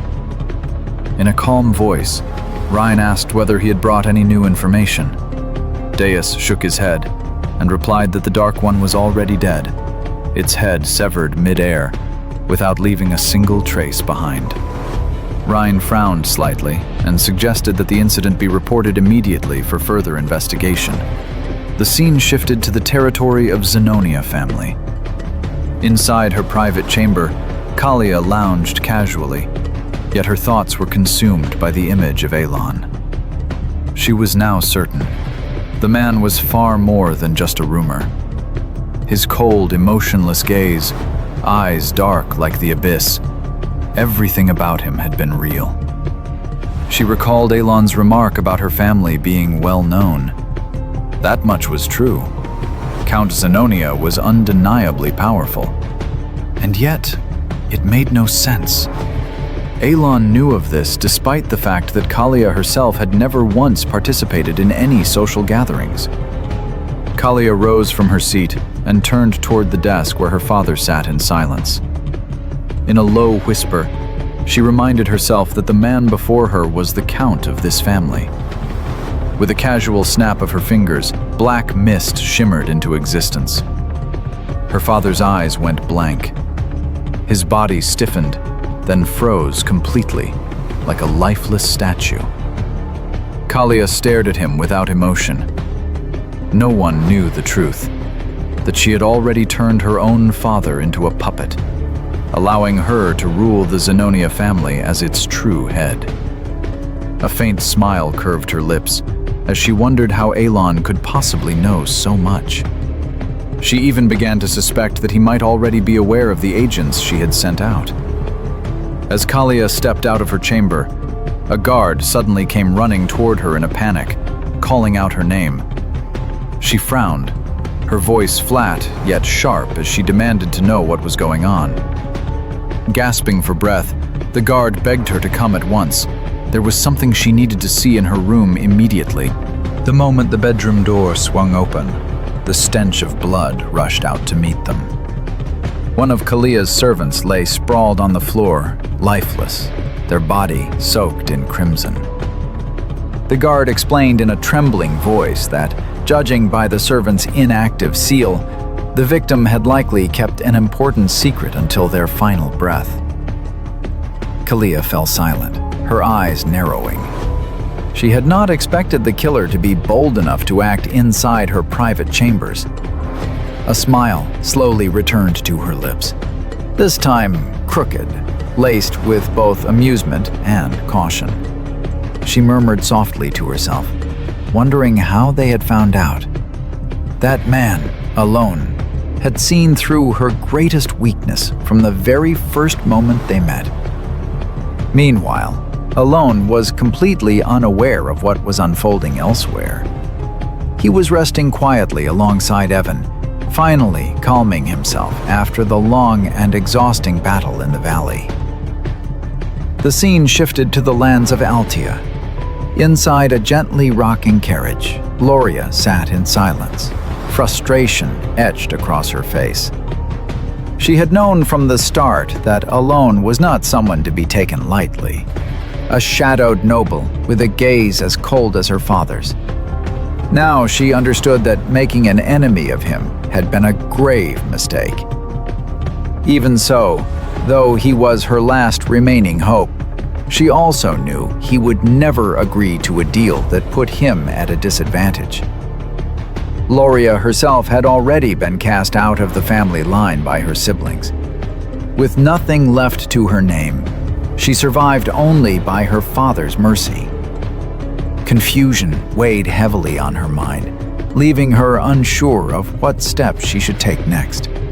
The moment she stepped into the mansion, a servant's panicked scream stopped her cold. The servant came running, shouting frantically, "Lady Philene and Lord Kig! They've committed suicide!" Loria's face drained of color. Shock coursed through her veins. Those who had been ready to betray their own family had instead chosen to end their lives, something that made no sense to her at all. With a trembling voice, she urgently asked about her other siblings, Timalian and Maria. Suddenly, a shrill scream echoed from one of the rooms deeper inside the residence. Loria broke into a run, heading straight toward the sound. When she arrived, a horrifying scene unfolded before her eyes. Timalian and Marianne were stabbing each other. Their blood splattered across the floor. Loria froze, her breathing ragged. She could not comprehend what was happening. Meanwhile, atop the Altia estate, a shadow streaked swiftly through the darkness of the night. It was Radan. The man in black robes wore a faint smile as he completed his task, leaving the estate without a sound. When Loria tried to question the servants, they were already fleeing in terror, their faces pale, footsteps frantic and uncoordinated. Amid the chaos, Elon's words suddenly resurfaced in her mind, that good fortune would come her way. Only now did she understand. That man was no ordinary human. He was someone who hid his fangs, patiently waiting for the right moment to strike. A figure standing behind the shadows of the Count's family, whose true power was never openly revealed. As the meaning of Elon's words fully sank in, Loria's body began to tremble uncontrollably. That night marked the beginning of the end. She was now the sole surviving heir of the Altia territory. Standing by the window, bathed in the pale glow of moonlight, Loria stared into the distance with empty eyes, silently wondering what kind of terrifying devil she had crossed paths with. She knew there was no turning back. Anyone who dared to betray Elon always met the same fate, erased without a trace. All she could do now was move forward and bear the consequences of her own choices. 2 months later, an envoy from Altia arrived to meet Elon. With deep respect, he announced that he had come under the orders of Duke Altia. The servant presented an intricately carved box. Standing beside Elon, Evan's eyes widened in awe the moment he saw what lay inside. a bottle of Cernak's wine, a legendary wine worth thousands of gold. Elon was momentarily stunned. He had never imagined he would see such an item with his own eyes. He unfolded the letter enclosed within the box.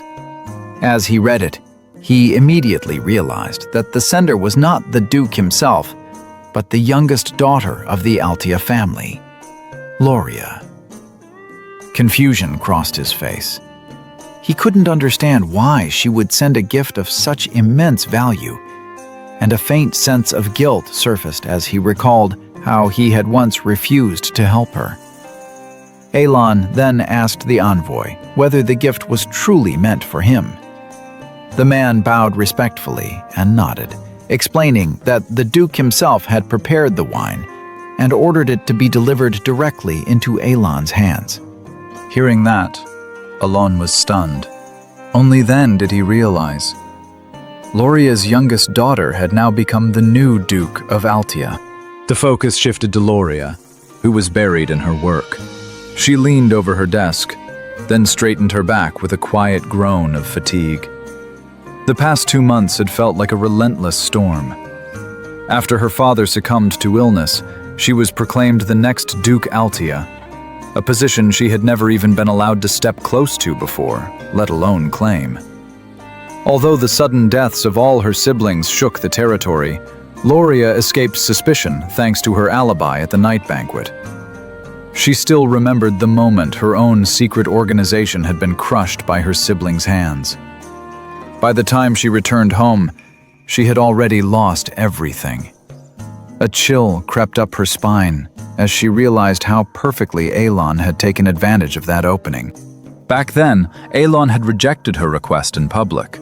And yet, after that, everything was resolved with unsettling precision, as if it had all been planned from the start. Loria couldn't help but wonder how far that man's reach truly extended. She hadn't even informed him of her father's death, yet Elon had already moved ahead of her. From that moment on, she understood. Elon needed Altia for his own designs. Even after consolidating every underground organization within Altia, her power still fell short of that mysterious man's influence, which meant Elon wasn't seeking strength. What he wanted was something else entirely. The reputation of Altia, the great name that ruled the political world from the shadows. Loria lifted her gaze to the portrait of her father hanging on the wall and drew a deep breath. She resolved to focus on her new responsibilities, convinced that her savior would contact her again soon. Quietly, she hoped the gift she had sent would be enough to please him. The focus shifted to Elon's room, where the envoy from Altia had just taken his leave. While Loria regarded Elon as her savior, the man himself was anything but at ease. The woman who had once lived under constant threat had suddenly become Duke Altia. To Elon, something about the entire situation felt deeply wrong. Time passed in a blink. Several months slipped by, placing them 5 years before the beginning of the original story.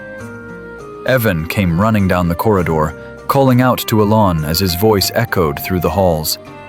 He wanted to confirm whether his master had officially become a count yet. Elon turned to him casually and replied that not yet, but starting next year, he would be able to use the title legitimately. In his thoughts, Elon muttered that becoming a count sounded like more trouble than it was worth. Still, there was nothing to be done. Even so, he felt cautiously optimistic. Once he got used to it, things would probably become easier.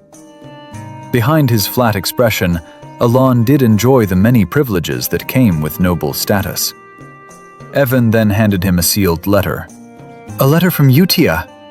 Elon accepted it and, with quiet curiosity, asked whether Evan had found any information about Leo's killer. Evan shook his head. Not yet. However, he added that the Intelligence Guild had begun their investigation. If all went well, Elon would soon receive their latest report. As soon as they reached the library, Evan finally gathered the courage to ask whether Elon's true goal was to find Leo's killer and take revenge. Elon fell silent for a moment, his thoughts drifting. He felt that the drastic differences he was sensing now might be the result of his own interference with the flow of this game.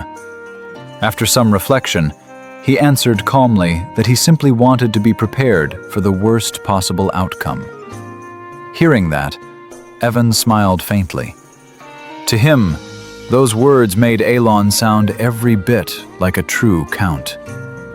Letting out a long breath, Elon opened the letter from Utia, his curiosity undeniable. In it, Utia asked how he had been and reassured him that everyone at the orphanage was doing well, just as always. Deus had become skilled at handling puppets. Xialong often played with friends. Rene remained quiet, but diligently worked on crafting things. And Radan had recently taken a liking to gardening. After finishing the letter, Elon stared at it for a long time. He realized that these monthly letters from the orphanage had become a warm routine for him. Even though he couldn't meet them in person, reading about the children's growth brought a gentle smile to his face, as if he truly had become their father.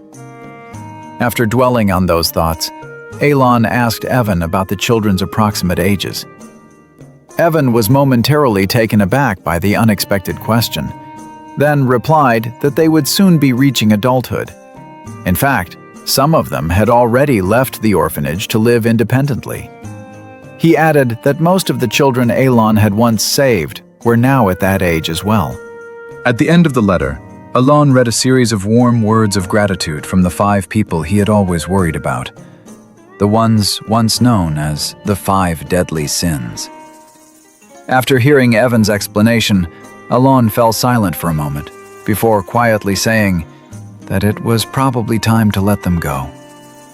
Evan looked at him in surprise and asked softly whether he was truly sure.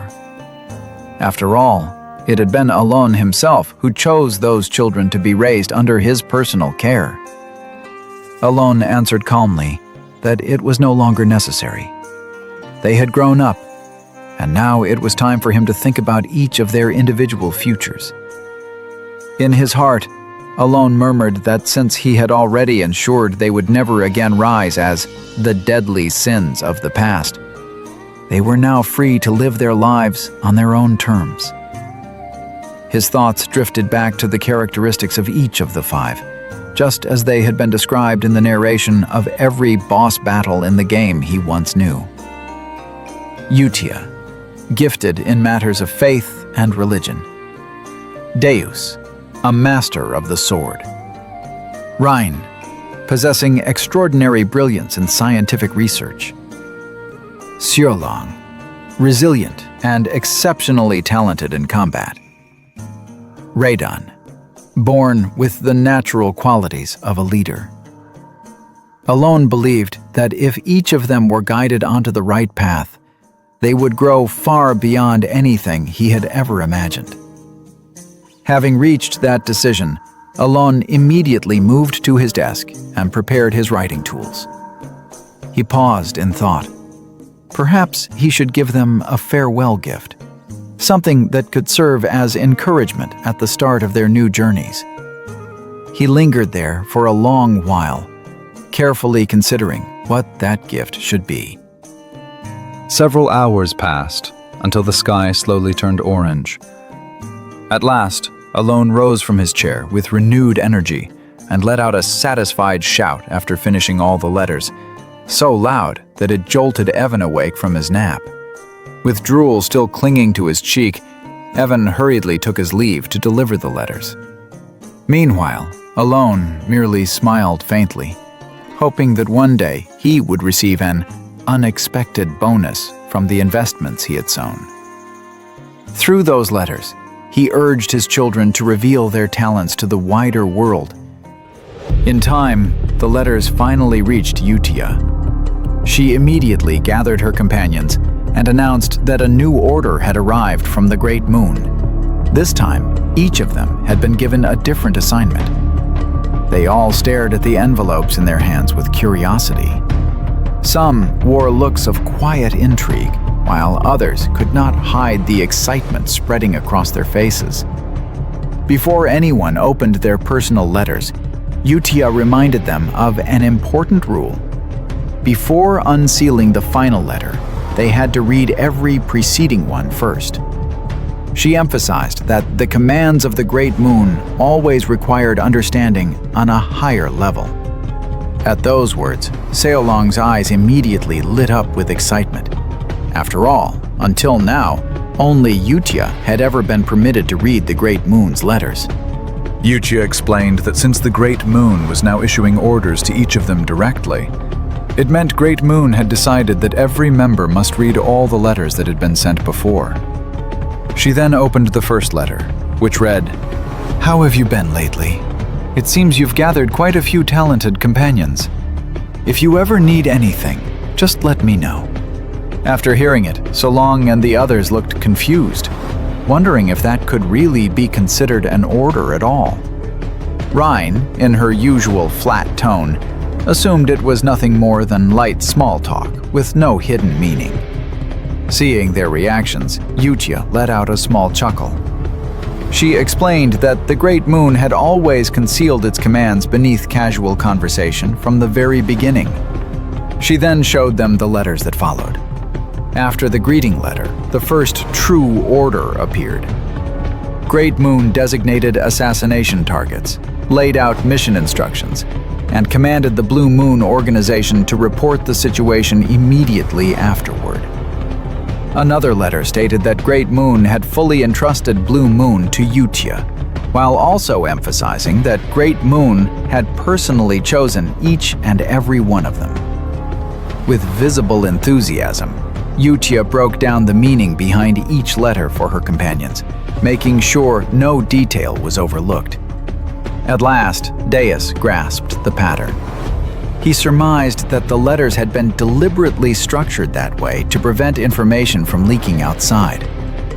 Yutia nodded in agreement, adding that for this very reason, they had to understand every order precisely and carry out their missions without a single mistake. Deus suggested that they should meet the Great Moon in person, or at the very least, use communication magic. Raiden agreed, arguing that if their greatest fear was information leakage, then relying on letters was far more dangerous. Hearing their suggestions, Yutia's gaze abruptly turned flat and razor-sharp. In a calm yet unwavering voice, she reminded them that regardless of personal opinions, they were all required to follow the Great Moon's orders, without exception. Faced with the icy resolve in her expression, Deus shuddered slightly, captivated by the unshakable conviction radiating from their leader. Just as Deus was about to speak again, Seolong suddenly exclaimed cheerfully, urging everyone to open their individual letters. At once, they broke the seals and read their contents carefully. Deus discovered that he had been ordered to head to Caliburn, the land of knights. Seolong, on the other hand, slumped dejectedly upon seeing the word colony written in his letter, openly admitting that he hated deserts. Raiden received orders to go to Raxus, while Rhine was directed to Larthania, the infamous city of labyrinths. As for Yutia, the bloody queen herself, her destination was the Holy Kingdom of Rosario. Wearing a gentle yet commanding smile, she ordered her companions to carry out the missions assigned in their respective letters. Deus admitted he couldn't understand why the Great Moon was sending him to become a knight. Seolong added that the Great Moon had instructed them not to worry, assuring them that support would still be provided. Rhine mentioned that the Great Moon had even informed them of the locations of their rewards. Radan concluded calmly that whatever awaited them, everything would become clear once they arrived at their designated destinations. Seeing her companions begin to grasp the meaning behind the orders, Yutia reinforced the final message. Unless the Great Moon personally permitted it, the name Blue Moon was never to be spoken. Anywhere. Beneath the blazing sun hanging high above the orphanage, the 5 great sins quietly departed the place they once called home, stepping toward new lives shaped by the great moon's will. 3 months passed. The scene shifted to Elon's study, where he sat absorbed in a book. He was researching magic, carefully studying spells and incantations. After a while, he lifted his gaze toward Evan, who stood nearby, and asked about the progress of the investigation into Leo's killer. Evan replied that the Intelligence Guild had yet to uncover anything. Elon fell silent in thought. He realized that the butterfly effect he had triggered was no longer something he could control. It had all begun with his impulsive decision to save the 5 great sins. Even Loria, who was supposed to die in the original story, had instead become the Duke of Altia, expanding her power and influence in the underworld at an absurd pace. After weighing the situation, Elon finally instructed Evan to halt the investigation into Leo's murderer. In his mind, this was clearly a case where ignorance was safer than knowing too much. In the game, no one could escape the Intelligence Guild's web. But this was reality. The deeper he dug into matters he was never meant to touch, the worse the outcome might ultimately be. A sense of unease crept over Elon. If his preventive measures against unforeseen events were instead leading others to their deaths, then all of his efforts would amount to nothing. He also understood one thing clearly. An organization of that scale would not harm him as long as he did not interfere in their affairs. For now, they had no reason whatsoever to target him, unless he himself stepped too close. Having settled his decision, Elon explained to Evan that continuing the investigation would only waste energy. Hearing the order, Evan bowed respectfully and said he would contact the Intelligence Guild immediately to halt it. Suddenly, Evan recalled something else. He informed Elon that there was important news. Deus had just been appointed as a knight in Caliburn. Elon showed no sign of surprise at all. He merely offered a quiet word of thanks, his tone flat, as if he had anticipated this outcome from the very beginning. Another 3 months passed. Once again, Evan arrived with fresh news. This time, far more shocking. He reported that Deus had formed his own Knight Order. Elon could not conceal his surprise. If that information was true, it meant Deus had reached at least the expert level, or perhaps gone beyond it. He found it astonishing. Not long ago, Deus had only just been knighted, yet his growth had already become this drastic. Evan added that people everywhere had begun talking about the achievement. Some were saying that the world might witness the rise of a 5th Master Knight in less than 10 years. Elon pictured Deus in his mind and muttered that if Deus had truly become a Master Knight, then what Evan meant must be the title Sword of Caliburn. Evan replied with open admiration, admitting that Deus truly possessed extraordinary talent. Another 6 months passed, marking 1 full year since the 5 great sins had left the orphanage. While Elon was buried in his duties as a count, Evan arrived with new information. His expression was grave as he reported that Deus had officially become the Sword of Caliburn, a position that also made him the 5th Master Knight. Elon froze in shock. He immediately asked how it was even possible for Deus to reach the rank of Master Knight, considering that only sword masters were supposed to surpass that threshold. After all, Psychedelia, a sword master, was a superhuman who had broken through the limits of blade aura and awakened a unique ability known as derivation. Evan went on to explain that Deus was indeed walking the path toward becoming a swordmaster, but he had yet to create his own derivation. Even so, the nation of Caliburn had granted him the title of Master Knight. Not only had Deus won a duel against the fourth Master Knight, but Caliburn had also lost one of its Master Knights in battles against the northern barbarians. That explanation made sense to Alon. After all, the war against the barbarians had dragged on for more than 10 years, claiming countless lives along the way. Even so, Evan still sounded skeptical. In his view, sensing mana and learning to wield it properly took around 15 years, while forging one's own derivation usually required several decades. Even the first Master Knight, Reinhardt, had only reached that title at the age of 32, earning him the distinction of being the youngest Master Knight in history. At the mention of Reinhardt's name, the image of a very familiar game character surfaced vividly in Alon's mind. He was the legendary powerhouse, portrayed as someone who had been swinging a sword since the age of 5, constantly urging the player to place their faith in the strongest swordmaster of all time. Inwardly, Alon agreed. Reinhardt truly was exceptional. Even with his overwhelming talent, it had taken him 20 years to reach that level. Because of that, the idea of a boy with no formal sword training becoming a Master Knight felt utterly irrational. Still, Alon quickly brushed aside his doubts. If Deus simply waited for his derivation to awaken, then in the end, he might even surpass Reinhardt as a true swordmaster. Alon lingered on that possibility for a moment, before remarking that perhaps he could make use of Deus sooner than he had originally anticipated.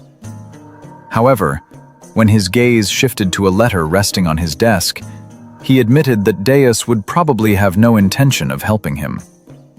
Evan agreed at once, saying that it was obvious Deus would never consent. For an entire year, Alon had received letters only from Utia. In those regular letters sent from the Holy Kingdom, she always wrote about the growth and progress of the 5 great sins who had been raised together under her care. Reading each line, Alon felt as though they were still connected. Although the 5 children had never once seen his face, at the very least, they were able to express their gratitude for the gifts he had sent them. Still, the fact that he had never received even a single return gift left Alon feeling faintly disappointed. Plaque. He slapped his own cheek, snapping himself out of it. He should be grateful. After all, the 5 great sins had not gone on to destroy kingdoms after reaching their full potential. Letting out a slow breath, Alon muttered that as long as they were safe and well, that alone was enough to make him happy. The scene then shifted to the capital of Caliburn, the heart of the Kritham region, where high-ranking nobles resided. Within a vast mansion belonging to the renowned Solar Eclipse Knights, soldiers could still be seen training even as the afternoon wore on. Inside one of the rooms, a man stood quietly by the window, gazing outside. It was Deus, now the captain of the Solar Eclipse Knights and the youngest Master Knight in history. From where he stood, Deus watched a young girl walking alongside her escort. She looked up, beamed brightly, and cheerfully called out to him as her older brother. The man, who was usually known for his cold demeanor, let a gentle smile slip through before hastily clearing his throat, a faint blush creeping onto his cheeks. In his heart, Deus murmured to himself, recalling that a full year had already passed since he left the orphanage. Even now, those memories made his face burn with shame. Back then, he had lost everything to Black Goat, leaving him with nothing but uncontrollable rage and a hatred so deep it consumed him. The fact that Great Moon had saved his life was still not reason enough for him to swear loyalty. Yet, when Great Moon promised him the chance to take revenge with his own hands, Deus accepted the order, under the name of Blue Moon. From that day on, he lived as part of Blue Moon, carrying out dangerous missions and enduring training so brutal that he eventually stopped caring about the state of his own body. For years, he kept moving forward, amassing strength and forging it into the foundation of his vengeance against Black Goat. And when the time was finally deemed right, he received his very first personal order. When he read the letter, there was only a single short line written within it. A small hotel south of Caliburn. I've left a gift there. The word gift did not excite him in the slightest, but his curiosity was sharply piqued. He made his way to the small hotel, slowly pushed open the door, and was met with something he had never once expected. Behind that door, the gift left by Great Moon was not gold or power, but family. Those he had believed lost forever, something far more precious to him than his own life. His younger sister, whom he had believed to be dead all this time, was alive. With a trembling voice, Deus called out her name, Silly, and asked what had happened to her after he disappeared. For a moment, Silly looked at him with eyes brimming with emotion. Then they moved to a small room, sitting across from each other with cups of tea resting on a wooden table between them. Silly began to tell him everything. She said they had taken her to a dark place, where all she could do was waiting for her turn, in a stretch of time that felt endlessly long and suffocating. When the moment came for her to be killed, someone suddenly appeared, and she managed to escape amid a burst of light that tore through the darkness. Several years later, just as she was about to be sold to a slave trader, someone cut down the monsters who had captured her. That person was a mercenary named Evan, her savior, who carried her away from that living hell. After that, she was given precious medicine from a benefactor she didn't even know. Silly then took out a single letter and showed it to Deus. Written inside were the words, I will continue to send medicine and my support. You are safe under the name Palatio, so you don't need to worry about your sibling. Beneath those words was a single name, Alon Palatio. With a bright, heartfelt smile, Silly said that she was truly grateful for everything Alon had done for her. Of course, Deus was stunned when he realized that the letter had come from Alon Palatio. Countless questions began to whirl through his mind. How could Great Moon possibly know all of this? He had never told anyone about his family, not even once. Even Utia only knew that he had been attacked by Black Goat, nothing more. Then, like a blade flashing through his thoughts, Utia's sharp warning from the past resurfaced. The words she had spoken with absolute conviction, that Great Moon knew everything. At the same time, Deus flinched as well, recalling that same warning. In a fraction of a second, every doubt within Deus linked together like scattered pieces of a puzzle, finally snapping into place and vanishing. Back then, he had never truly understood Utia's unease, nor her insistence that a sword could not think for itself. Now, however, he realized just how foolish he had been. When Great Moon once told Loria that good fortune would come to her, Deus had felt nothing but skepticism. Yet, as he reflected on everything that had happened, he finally understood. Those words had not been idle reassurance, but a subtle hint. Proof that their leader had known the truth from the very beginning and had quietly guided the children he would one day leave behind so that they could survive on their own. Xia Li, who stood before him, grew anxious when she noticed how long her brother had fallen silent. She softly called his name. Deus responded with a gentle smile, reaching out to pat her head. Inside his mind, regret weighed heavily on him as he reflected on his past actions. A sword that acts on its own without considering the consequences, truly deserves punishment. Yet he, the great moon, had chosen to show mercy and generosity instead. While Deus had been endlessly chewing on hatred and nurturing his desire for revenge against Black Goat, the safety of his family had been granted to him as a blessing far more precious than vengeance itself. Only now did he truly understand why Utia had chosen to devote herself to Alon Palladio. She was not merely a fanatic, nor did she follow him blindly. From the very beginning, she had understood that Great Moon was no ordinary being. Within Deus, a new resolve took shape. He would repay the Great One's kindness. With the power he now possessed, his mission was clear: to rise to the very summit of Caliburn as a master knight, and to build his own order of knights, composed of the finest swordsmen. And so, time began to flow back toward the main course of events. One of Deus's subordinates approached and delivered a report with a deep bow. Deus stepped forward and made his way outside toward the courtyard, where his troops were already assembled, waiting for their commander's arrival. In his mind, Deus reaffirmed his resolve. The expedition he was about to lead would become the first stepping stone for the solar eclipse knights. He did not care what kind of obstacles awaited him on the battlefield. He would confront them one by one, patiently waiting for the day he could offer his gratitude, along with what he deemed appropriate compensation, to the Great One. Beneath the light of the moon, he swore to prove himself.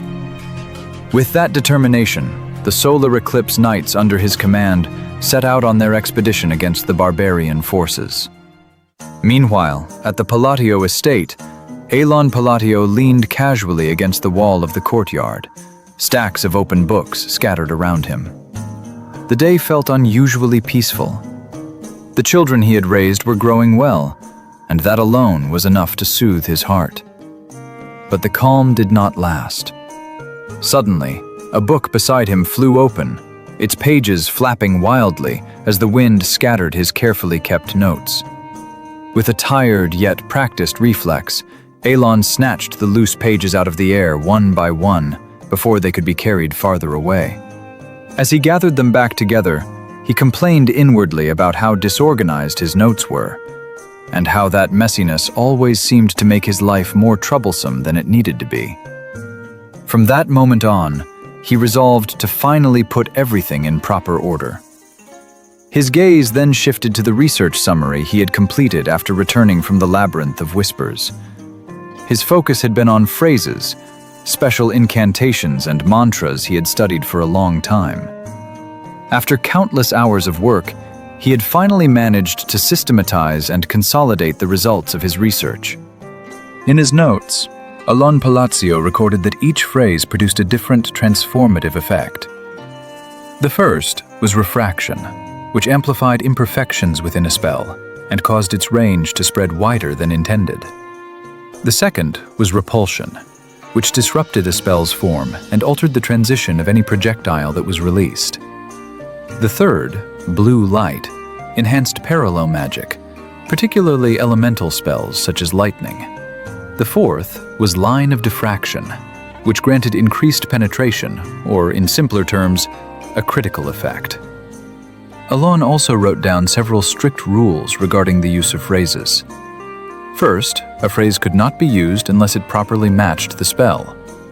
Second, phrases could not be repeated. Third, the total number of phrases was limited to 4. If even one of these conditions was violated, the spell would fail instantly. With the small mana core he currently possessed, Alon realized he could only cast a single spell per day. Because of that limitation, it had taken him a long time to fully grasp each rule that constrained his abilities. During his research, he uncovered another crucial fact. According to the world's setting, Babylonia hand signs and sacred phrases had long since been lost. No one alive understood them anymore. Not a single magic tome even mentioned them in detail, forcing Alon to piece everything together on his own.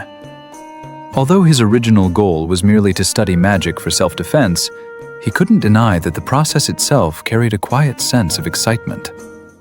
At last, Alon prepared to release his first spell. It was time to see the results of 2 months of experimentation. He formed the first hand seal, erasing the focal point of the manosphere. The balance collapsed, and faint sparks of lightning flickered into existence. The moment those sparks appeared, Alon Palacio realized that the magic which had once been weak, borderline useless, was finally beginning to take shape. It now had direction. He began chanting his first phrase, fixation. The lightning sphere spun in midair, dancing wildly as arcs of electricity coiled around it. The second phrase followed, compression. The lightning condensed inward, surging upward as if drawn toward the sky itself. The third was breakdown. A violently intense flash tore through the air, as though all the accumulated energy had been forced into a single point. Then came the fourth phrase, fleeting bloom. The gathered lightning began to blossom outward, and Alon swung his arm, guiding the overwhelming power with the phrases he had refined over months of study. From the heavens, a colossal bolt of lightning crashed down, striking the ground and obliterating the tree before him with a deafening roar. As he watched the aftermath, Alon fully grasped just how critical the order of magical phrases truly was.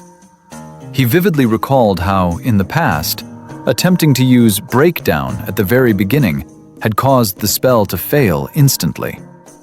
While he was still lost in thought, a sharp gasp sounded behind him. Alon turned swiftly. Standing there was Kalia, accompanied by a man who had witnessed the entire demonstration. Both of them stared wide-eyed, their breath caught in their throats as the same 2 words escaped their lips. Origin magic. Alon froze, utterly confused by Kalia's sudden appearance in his residence.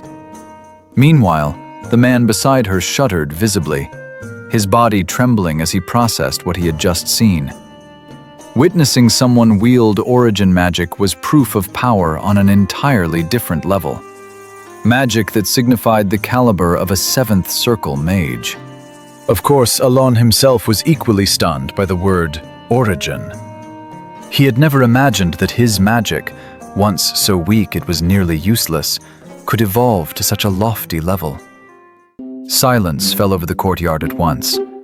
Confusion lingered in the air, leaving the 3 of them simply staring at one another, unable to speak.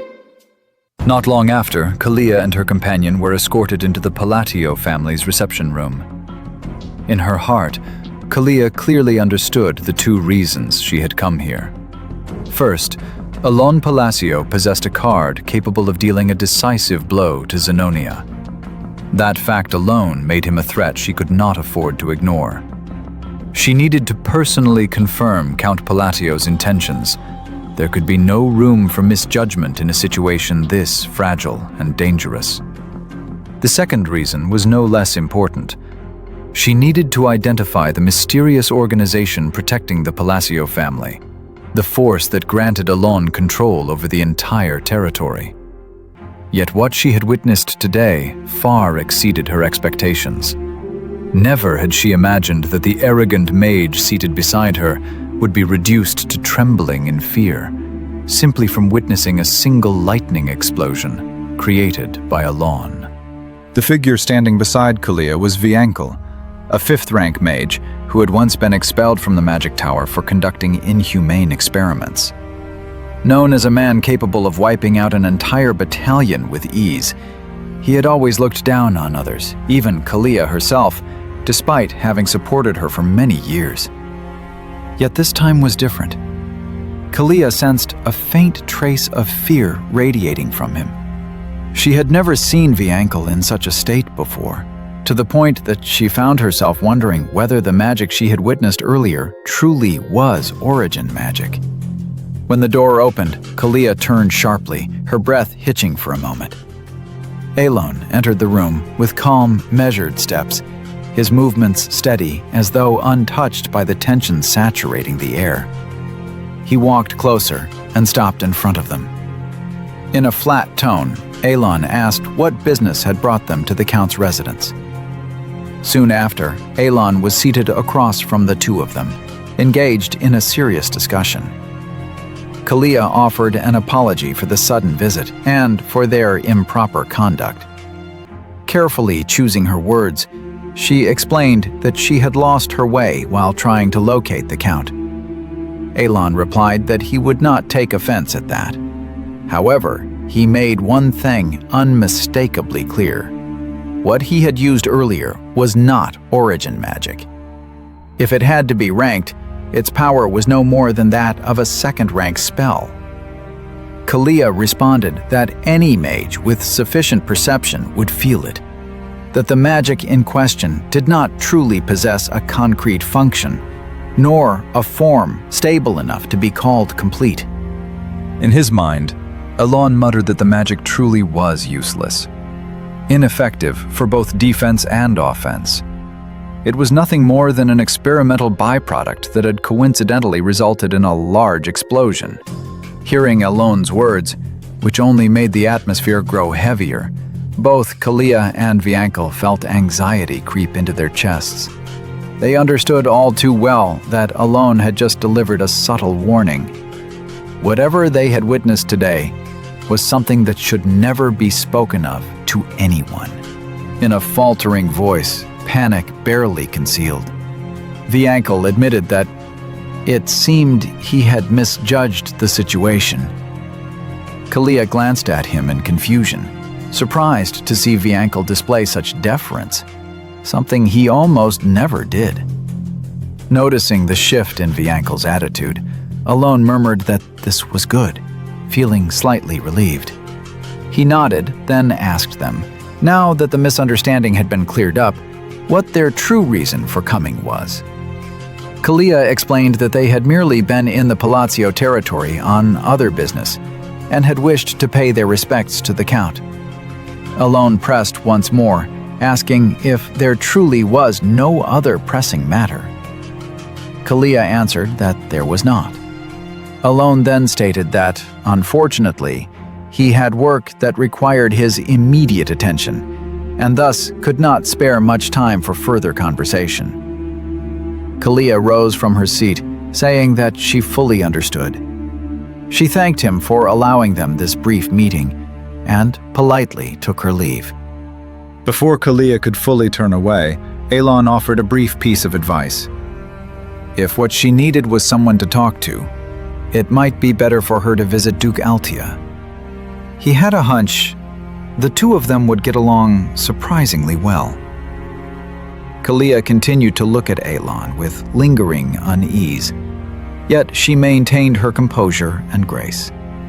After a short pause, she replied that, having heard his suggestion, she might indeed pay the Duke a visit. Elon and Evan then escorted Kalia and her entourage to the front gates, where the Zenonia family's carriage slowly departed from the Palazzo estate. With a tone of genuine confusion, Evan asked why the Zenonia family, a Western house whose reputation had already been ruined, would choose to come all the way to Palazzo.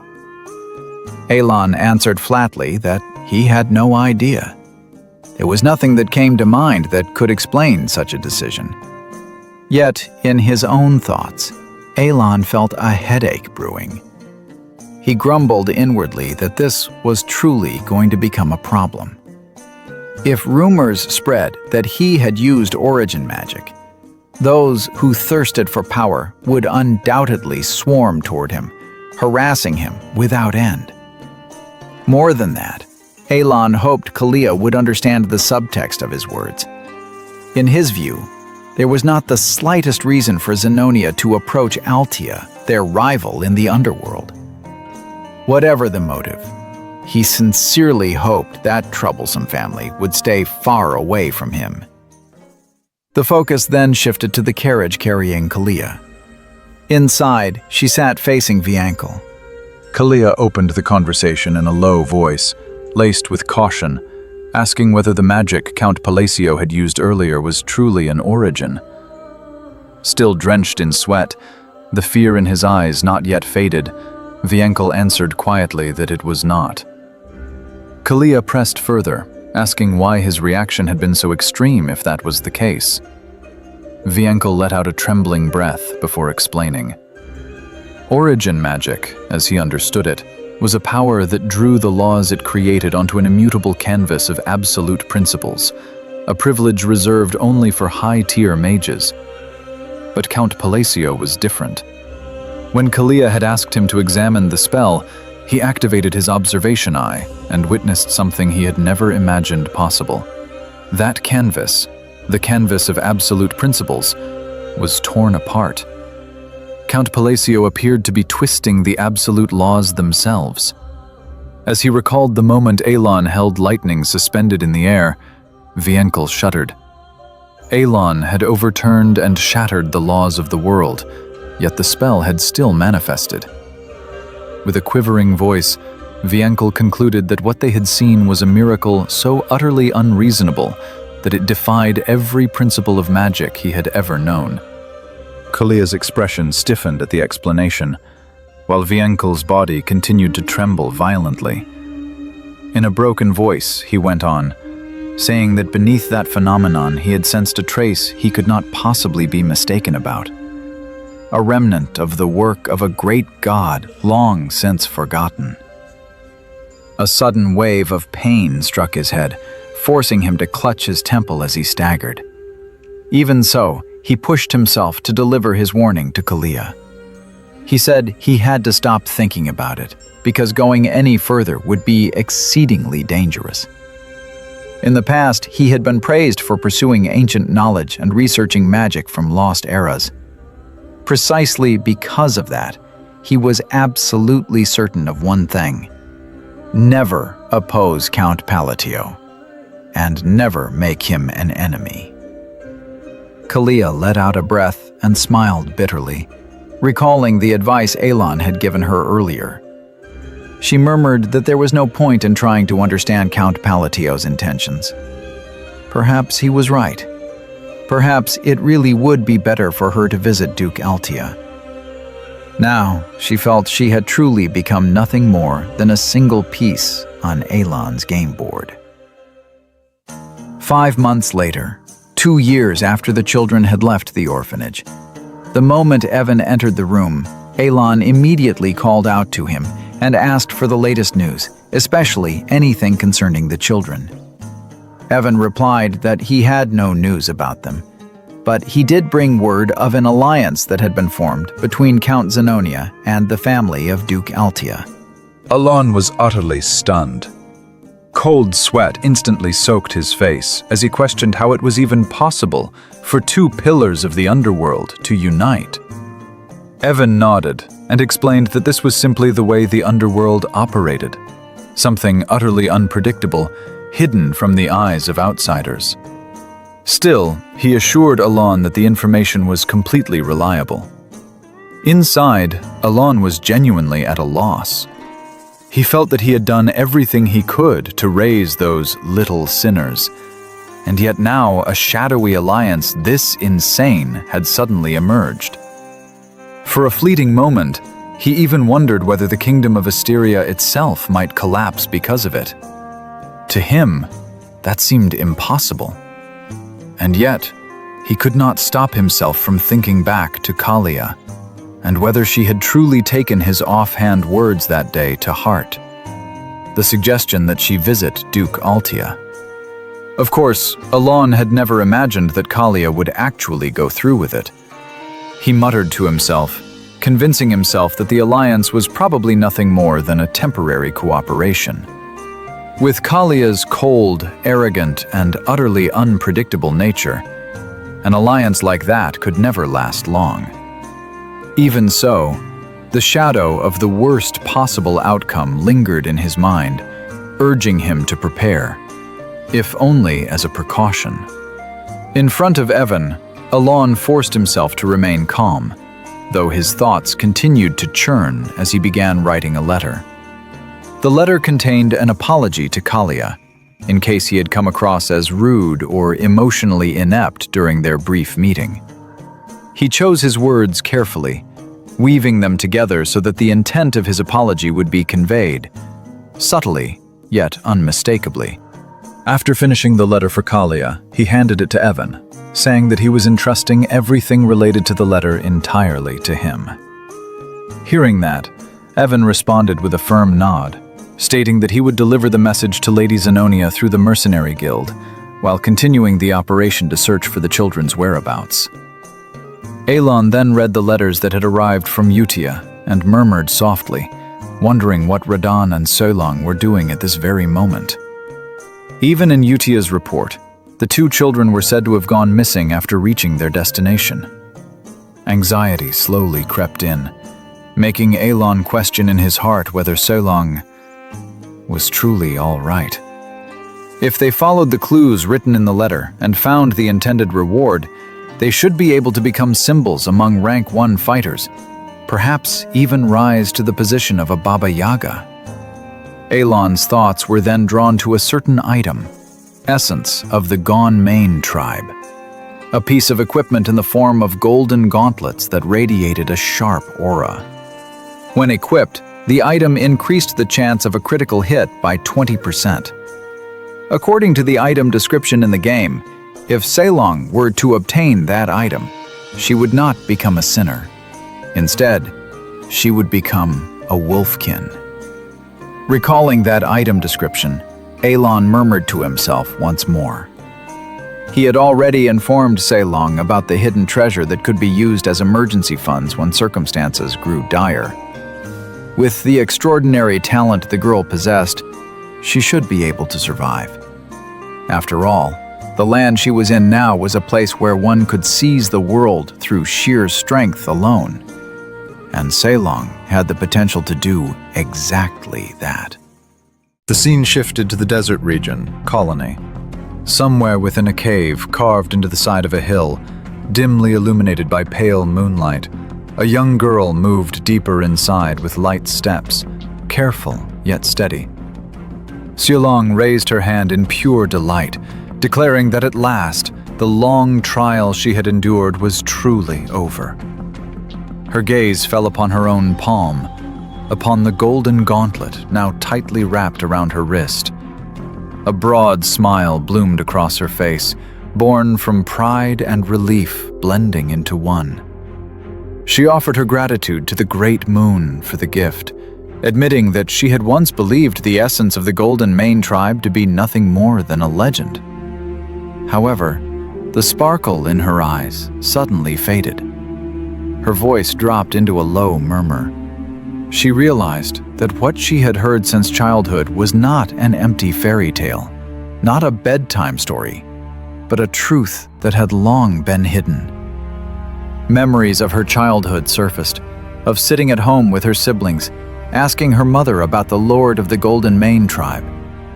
Her mother had gently stroked Solong's head, as she explained that the Wolfkin tribes were descendants of the Golden Mane tribe, the great king of all beastkin. The essence of the Golden Mane tribe was a legendary heirloom passed down for hundreds of years, a sacred artifact that not only granted overwhelming power, but also carried divine authority, recognized by every clan. Solong now understood everything.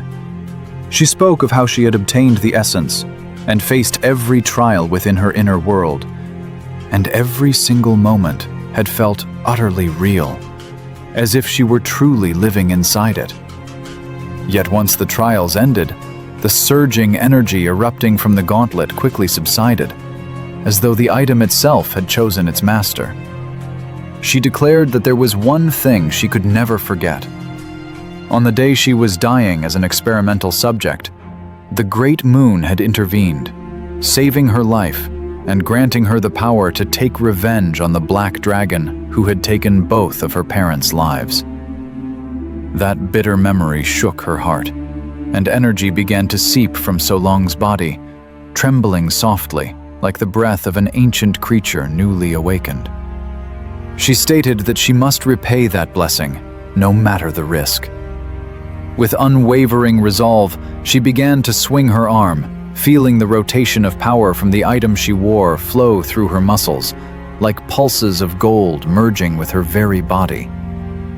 Solong believed that the true meaning of that gift was not to turn her into an ordinary gladiator. She had to become the strongest gladiator who had ever lived, to gather the Golden Mane tribe that had been scattered for centuries, restore their lost glory, and ultimately use that power to kill the black dragon that had long loomed as the dark shadow over her life. With a single blow, Solong shattered the cave wall. Dust and fragments of stone exploded outward as she stepped through the newly opened hole, her body bathed in the cold glow of moonlight. Once outside, she lifted her gaze to the sky, staring into the night wrapped in moonlight that seemed to be calling her name. Solong declared that everything she was doing was for her savior. She affirmed that this was only the beginning. The Golden Mane tribe, the greatest among all beastkin, kings among their race, would rise again under the blue moon after 500 years. As that resolve echoed within her, even the desert wind seemed to stir, drawn by the weight of her ambition. The narrative then shifted to a room where Alon and Evan were in conversation. Evan suddenly recalled something and mentioned that the Intelligence Guild had obtained new information regarding the children. He had intended to inform Alon earlier at the training grounds, but it had slipped his mind. Hearing this, Alon responded calmly, asking what the information was. Evan then explained that Solong had shown outstanding performance in Colony, earning herself the nickname Golden Flash. Alon scratched his cheek and murmured, feeling as though he had heard that nickname somewhere before. After thinking it over for a moment, he replied with clear relief, saying that he was glad to hear Solong was doing well. Evan nodded in agreement, adding that in that land, one could become anything, as long as they possessed strength. Alon then asked about Raydan, noting that he had not heard any news since the boy said he was learning to work in Raxus. Evan explained that there was indeed some information regarding Raydan, but all of it was still in the verification stage. Alon merely murmured softly, accepting the explanation, then asked again whether Evan was not supposed to be busy at the moment. The question made Evan tense up instantly. He replied nervously, asking why Alon was suddenly looking at him like that, and insisted that he had already carried out everything he had been instructed to do. However, Alon's next words made Evan jolt. Alon reminded him that he needed to prepare, as the journey to the magic tower would take at least 1 month. Startled, Evan responded reflexively, admitting that he had never heard anything about such a magic tower. Alon touched his chin, looking puzzled as he said that he might have forgotten to tell Evan. Evan simply let out a sigh, as if already accustomed to dealing with things like this. Still, he could not believe the length of the journey. According to him, traveling to the Green Magic Tower would only take 1 week. Alon then explained that their destination was the Blue Magic Tower, not the green one. Upon hearing that, Evan immediately understood, since the Blue Magic Tower was located near the Labyrinth City, and the distance truly was far. After the conversation ended, Evan left the room, stating that he would begin making preparations at once. Once Evan left, Alon immediately lay back on the sofa and let out a long sigh. In the near future, he would have to remain inside a carriage for an entire month, and just thinking about it already made his body feel weary. But he had no choice. The item that could help repair his small mana hole existed only in that place. Alon lay there, propping up his head. A faint sense of nostalgia surfaced as he recalled the Labyrinth City he was about to visit. Back when he was still inside the game, he had spent an enormous amount of time grinding in that city. The Labyrinth sat at the very center of the city, marked on the map as the primary level grinding area in the game Psychedelia. players could obtain high-quality items by leveling up and pushing through its deepest layers. Yet, despite countless players entering and leaving the labyrinth every single day, not one of them had ever reached its very end. Someone once claimed to have broken through to the 150th floor using cheats. Even so, other players continued to complain to the developers because the deeper one went, the number of floors kept increasing and the labyrinth grew more and more insane. So much so that it was impossible to imagine what the labyrinth on the 150th floor even looked like. Just like in the game, relics and artifacts could always be found there. Because of that, the job of official magic appraiser had become extremely popular and was considered a profession that guaranteed a comfortable life. Rhine herself had once mentioned that she would soon take the exam to become an official appraiser. With the natural talent she possessed, Alon was confident that Rhine would pass the test without any real difficulty. Even so, Alon still felt that the gift he had given to Rhine was too little compared to what he had given the others. All he had provided was equipment for item appraisal. A thought crossed his mind that he should send additional support later on if the gift proved to be insufficient. The focus then shifted to Larthania, a city ruled by no one. It was a hub for explorers and mercenaries, its southern district packed with endless rows of buildings and shops. Among those countless stores, one could find a secret appraisal shop known as Merd. The shop had quietly gained fame through its unique services, catering mostly to nobles and A-rank explorers, some of whom were even the lords of Larthania themselves. Now, we step inside the shop called Merd. A man could be seen arriving with an item, waiting as the appraisal process was carried out. A masked shop attendant appeared and announced that the appraisal was complete. He then explained that the item was capable of igniting flames using mana. The attendant added that it was a relic that could be imprinted, and with only a small amount of mana, the flame produced by the item could be sustained for at least 1 hour. Upon hearing the explanation, the man smiled in satisfaction. He judged that the item's efficiency was now far better than before. With a polite word of thanks to the shop attendant, he then left Merd with light steps. The focus now shifted to the shop attendant inside his private room.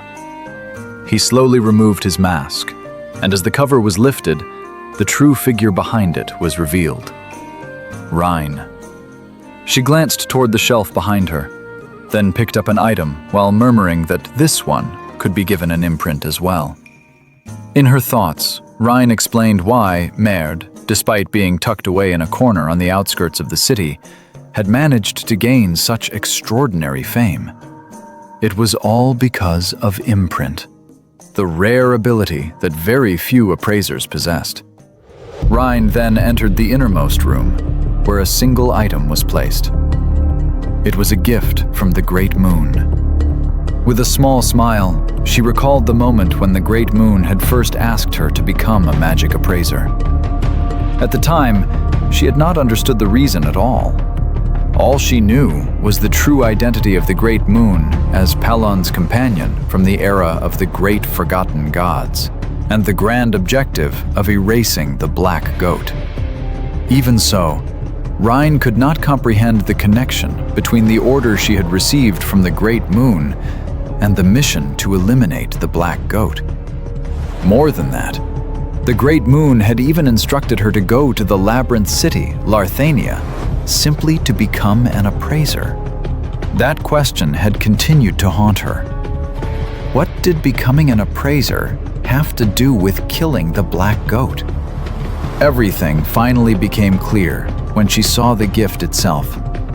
An item called Eye of the Stalker, an artifact capable of appraising items instantly within a certain mana limit, as though it had been created specifically to strengthen the act of appraisal itself.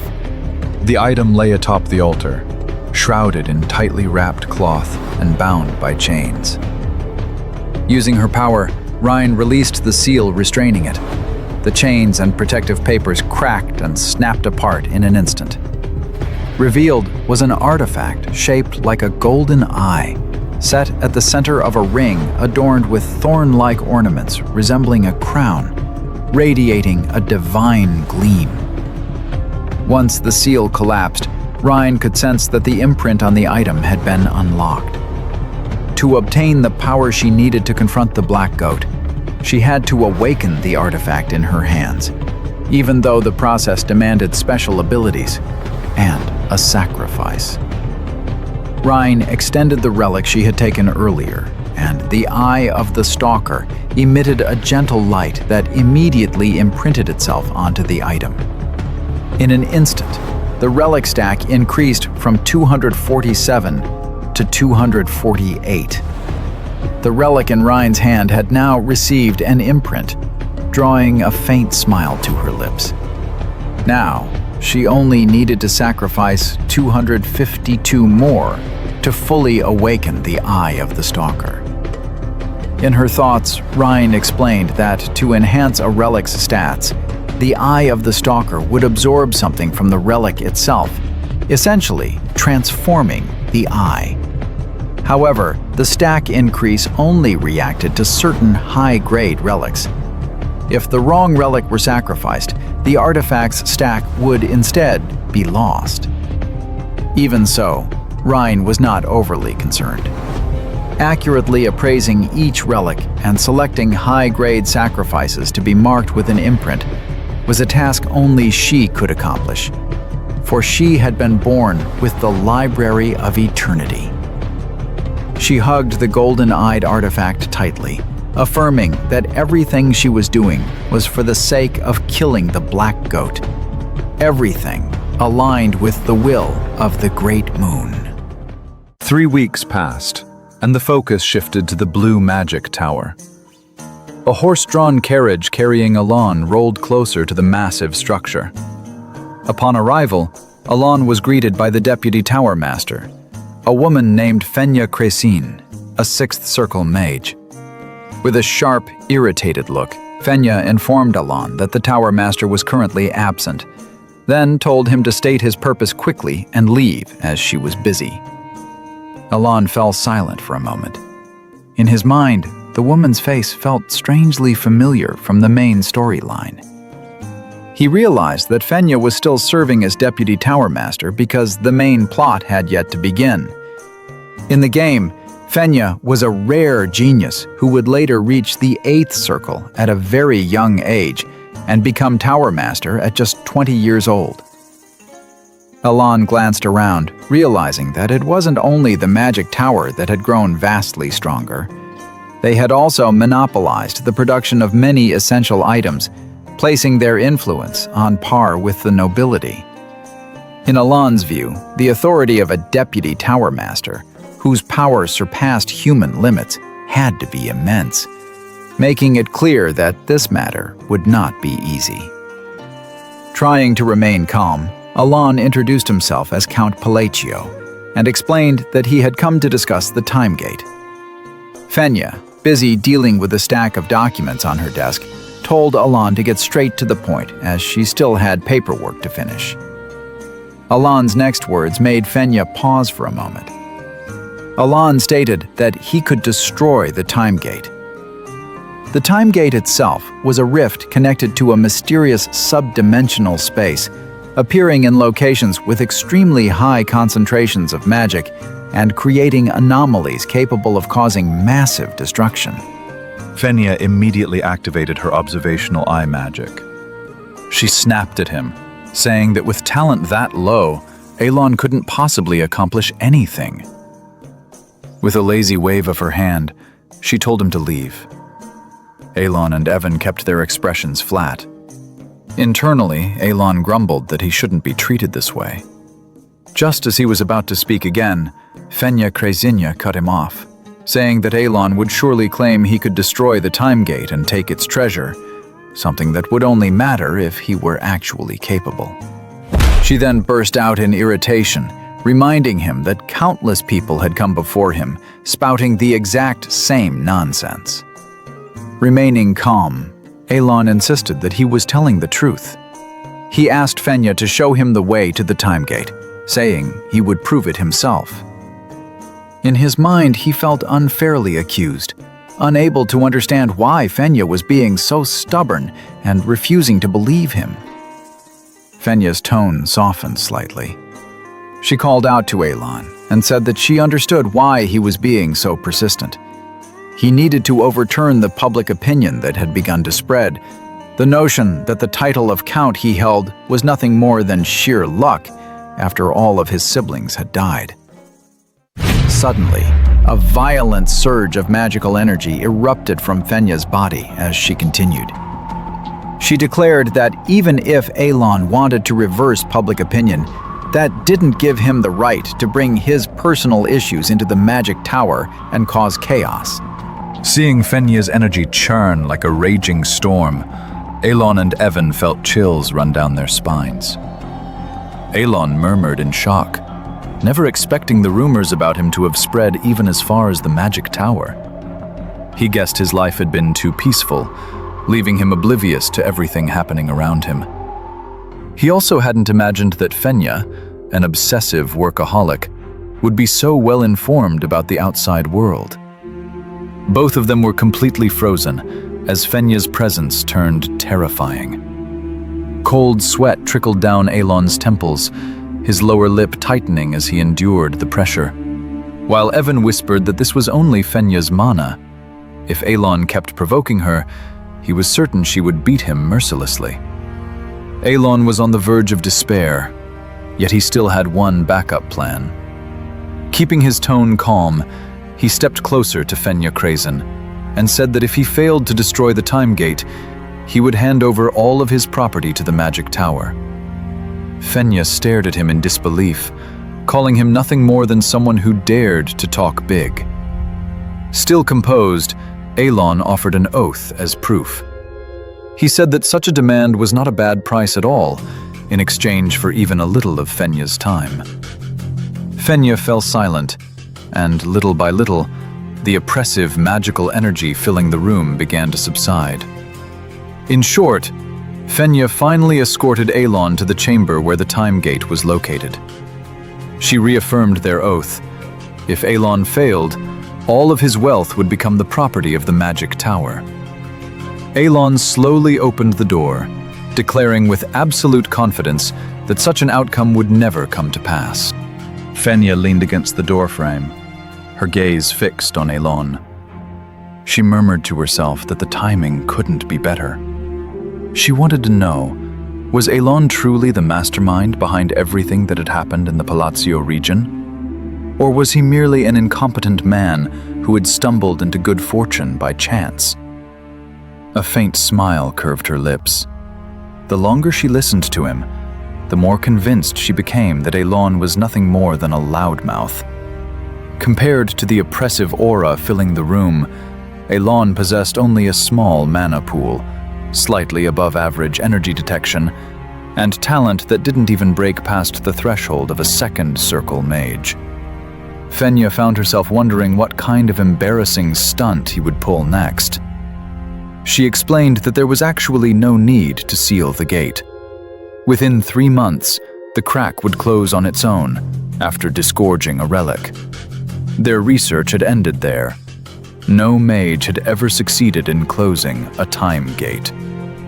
In reality, the time gate within the Blue Magic Tower had been the source of chaos for the past 2 years.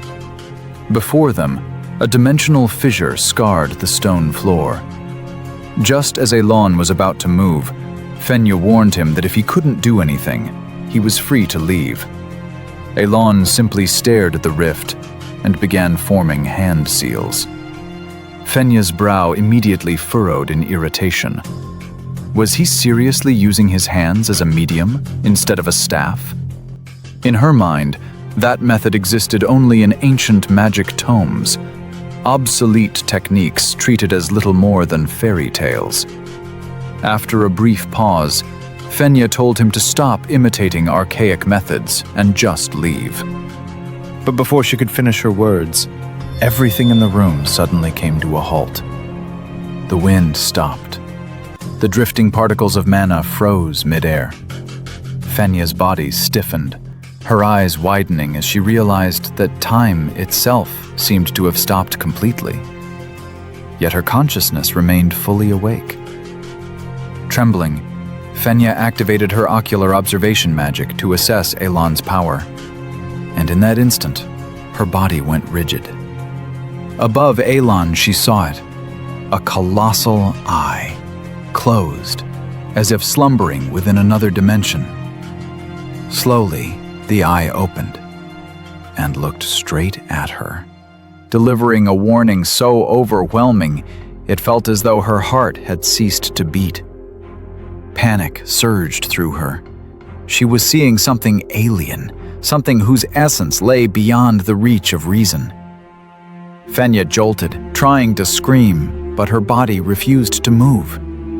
Her mind instinctively forced itself to stop thinking altogether, because whatever stood before her was clearly something that should never be understood, like a poisoned chalice fated to bring nothing but ruin. The gaze of the gigantic eye did not waver. Instead, a colossal hand emerged, stretching toward her, amplifying the terror coursing through her body several-fold. Fenya remained frozen, as if truly sealed within stopped time. Then, an unfamiliar voice echoed directly inside her ears, delivering an absolute command she could not resist.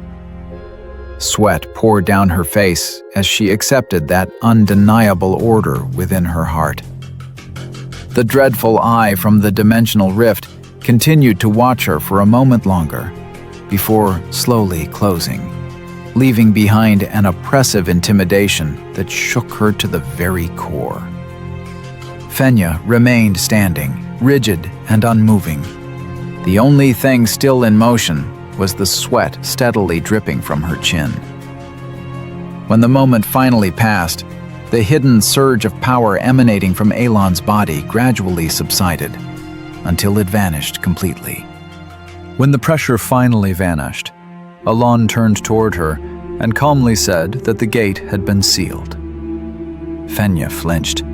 The sudden sound of his voice shattered the silence of a room that had only just begun to move again. In Elan's hand, a newly obtained relic was now firmly grasped.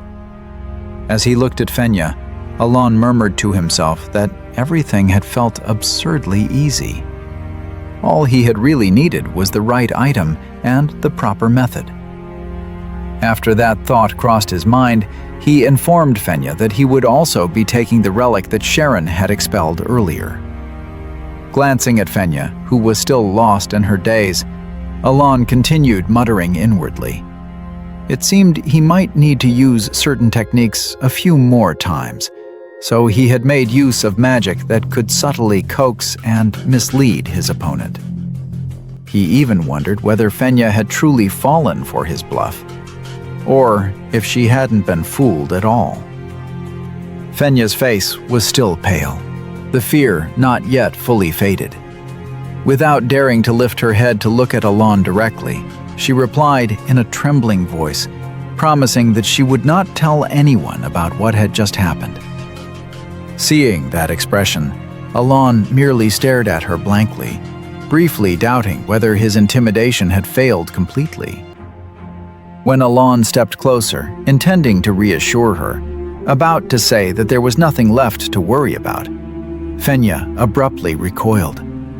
She cut him off in panic, insisting that she would stay absolutely silent and would not tell a single soul. The fear on her face deepened as she added that she was exceptionally good at keeping secrets. Her reaction only left Elan more confused, wondering why Fenya's attitude had changed so drastically all of a sudden. They eventually returned to the waiting room, and Elan immediately called out to Evan, telling him to get ready to head back. But before he could take a single step away, Fenya called out to him in a trembling voice, still trapped in her fear. Her face slick with sweat, she thrust a small box toward him, a gift containing several potions. She explained that they were mana recovery potions she had brewed herself. Elon stared at the bottles in surprise, quickly realizing that these were creations of the Tower Master's deputy, potions of unmistakably top-tier quality. Fenya, still gripped by anxiety, asked whether he liked them. Elon could only look at the potions in confusion, muttering to himself that just 2 bottles like these were worth many times more than low-grade potions. He nearly choked when the true value sank in. In his mind, he couldn't help wondering if Fenya really felt that grateful simply because he had managed to close the time gate. Fenya pressed a hand to her throbbing head, trying to steady herself after the terrifying pressure she had just endured. Her body still trembled as she organized her thoughts, forcing herself to believe that everything she had done was merely in response to the Count's request, and that she would truly keep silent. Yet her fear only continued to spiral. Her eyes darted restlessly, her voice rose, and her panic surged until, all at once, the thought struck her. She should bind herself with a mana oath. That sudden outburst left both Elon and Evan utterly confused. In his mind, Elon couldn't understand why something as simple as closing a time gate would require an oath. To him, Fenya's reaction clearly stemmed from a misunderstanding he couldn't grasp, especially given the excessive fear she was showing.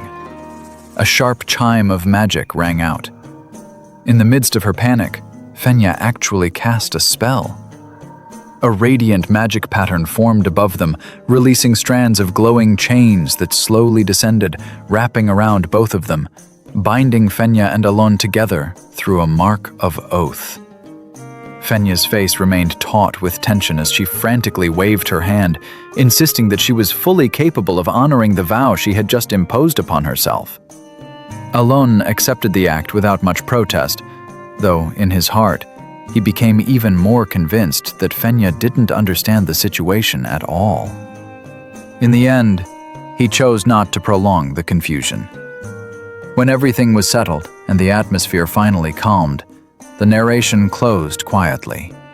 On that day, within the Blue Magic Tower, Elon obtained the relic he had sought, 5 bottles of potion, and an oath he had never asked for. Soon after, Count Palatio's carriage departed from the Blue Magic Tower, carrying Elon and Evan away from the spire. Along the road, Evan couldn't suppress his curiosity as he kept glancing at the bracelet now fastened around Elon's arm. He asked whether that really was the relic that had emerged from the gate. By Evan's estimation, such relics were usually difficult to acquire. Yet, judging by its appearance, it looked far more primitive than he had expected. Because of that, he asked again, his tone doubtful. Was the relic's performance truly as impressive as it was supposed to be? Elon kept his eyes on the relic encircling his wrist before answering that, regardless of its appearance, it was something he truly needed. Inside, he let out a small smile. The relic was called Seal of the Unholy One, and he considered himself fortunate to have obtained it. The gem embedded in the bracelet could absorb and store mana from the air. Its capacity wasn't large, but for his tiny mana pool, that function alone was more than enough. His spirits dimmed soon after. Leaning back, Elon stared out the window, reminded once again of his own body, one whose mana was even lower than that of certain support items. Still, he didn't dwell on it for long. His goal was never combat, but magical research and self-preservation. For him, that was sufficient. Evan glanced at his master in confusion, especially when Elon suddenly started nodding to himself. Even so, Elon's mind remained filled with questions. What exactly had Fenya misunderstood? Her sudden, excessive politeness felt deeply strange. She had even escorted him all the way to the exit, bowing respectfully the entire time. Being treated with such deference by the Tower Master's deputy made Elon uncomfortable, and he told her that he was merely a second circle mage. Fenya had simply given him a thumbs up with a stiff smile, firmly stating that he indeed looked exactly like a second circle mage. Hearing that, Elon couldn't help but feel as though he was being mocked. The scene reminded him of a similar experience, like Kalia's behavior when she had visited his residence before. To be honest, Elon found these abrupt shifts in attitude unsettling. In the end, he chose not to dwell on it. After all, he wouldn't be dealing with any of them again anytime soon. The carriage continued rolling toward its next destination, carrying Elon and Evan along beneath clear, pleasant skies. The focus then shifted to the domain of Duke Altia. There, Loria was in the midst of receiving a guest, offering a warm greeting after a long absence and expressing her hope that the visitor would be able to relax and feel at ease during her stay. Kalia returned Loria's welcome with equal warmth, thanking her for the gracious hospitality. She remarked that Loria hadn't changed at all, and that she was glad to meet the Duke again. Loria responded calmly, saying it was a relief to speak without having to concern themselves with rank or authority between them. Kalia nodded with a smile, then went on to praise Count Palladio's perspective, once again finding herself impressed. Her thoughts drifted back to Elon's advice some time ago, when he had suggested that she pay a visit to Duke Altia. According to Kalia, the moment she followed that advice, she immediately understood the Count's intentions. As long as she spoke with Duke Altia, both she and the Duke would soon realize just how low their positions truly were compared to Palladio. Regardless of Elon's personal motivations, Kalia interpreted this visit as an alliance forged by the Count's will. To her, struggles for power were nothing more than futile gestures in the presence of a single, absolute figure. In her eyes, Elon had clearly judged that Zenonia and Altia were far better off as allies than as enemies. Loria then asked about the purpose of Kalia's visit today, considering that the conference wouldn't begin until the following month. Kalia explained that the Count had sent a letter, using the timing of her visit as a convenient pretext. Curious, Loria immediately opened the letter and began to read. Within it, Elon extended his greetings to Kalia regarding her recent visit. In a polite tone, he explained his circumstances, that many nobles were not compatible with him, and asked for her understanding regarding his attitude at the time. When Loria finished reading, Kalia stated that while the letter appeared to be nothing more than a simple apology, there was clearly something hidden beneath its surface. Loria quickly agreed, saying that such a plain letter surely concealed a plan within it.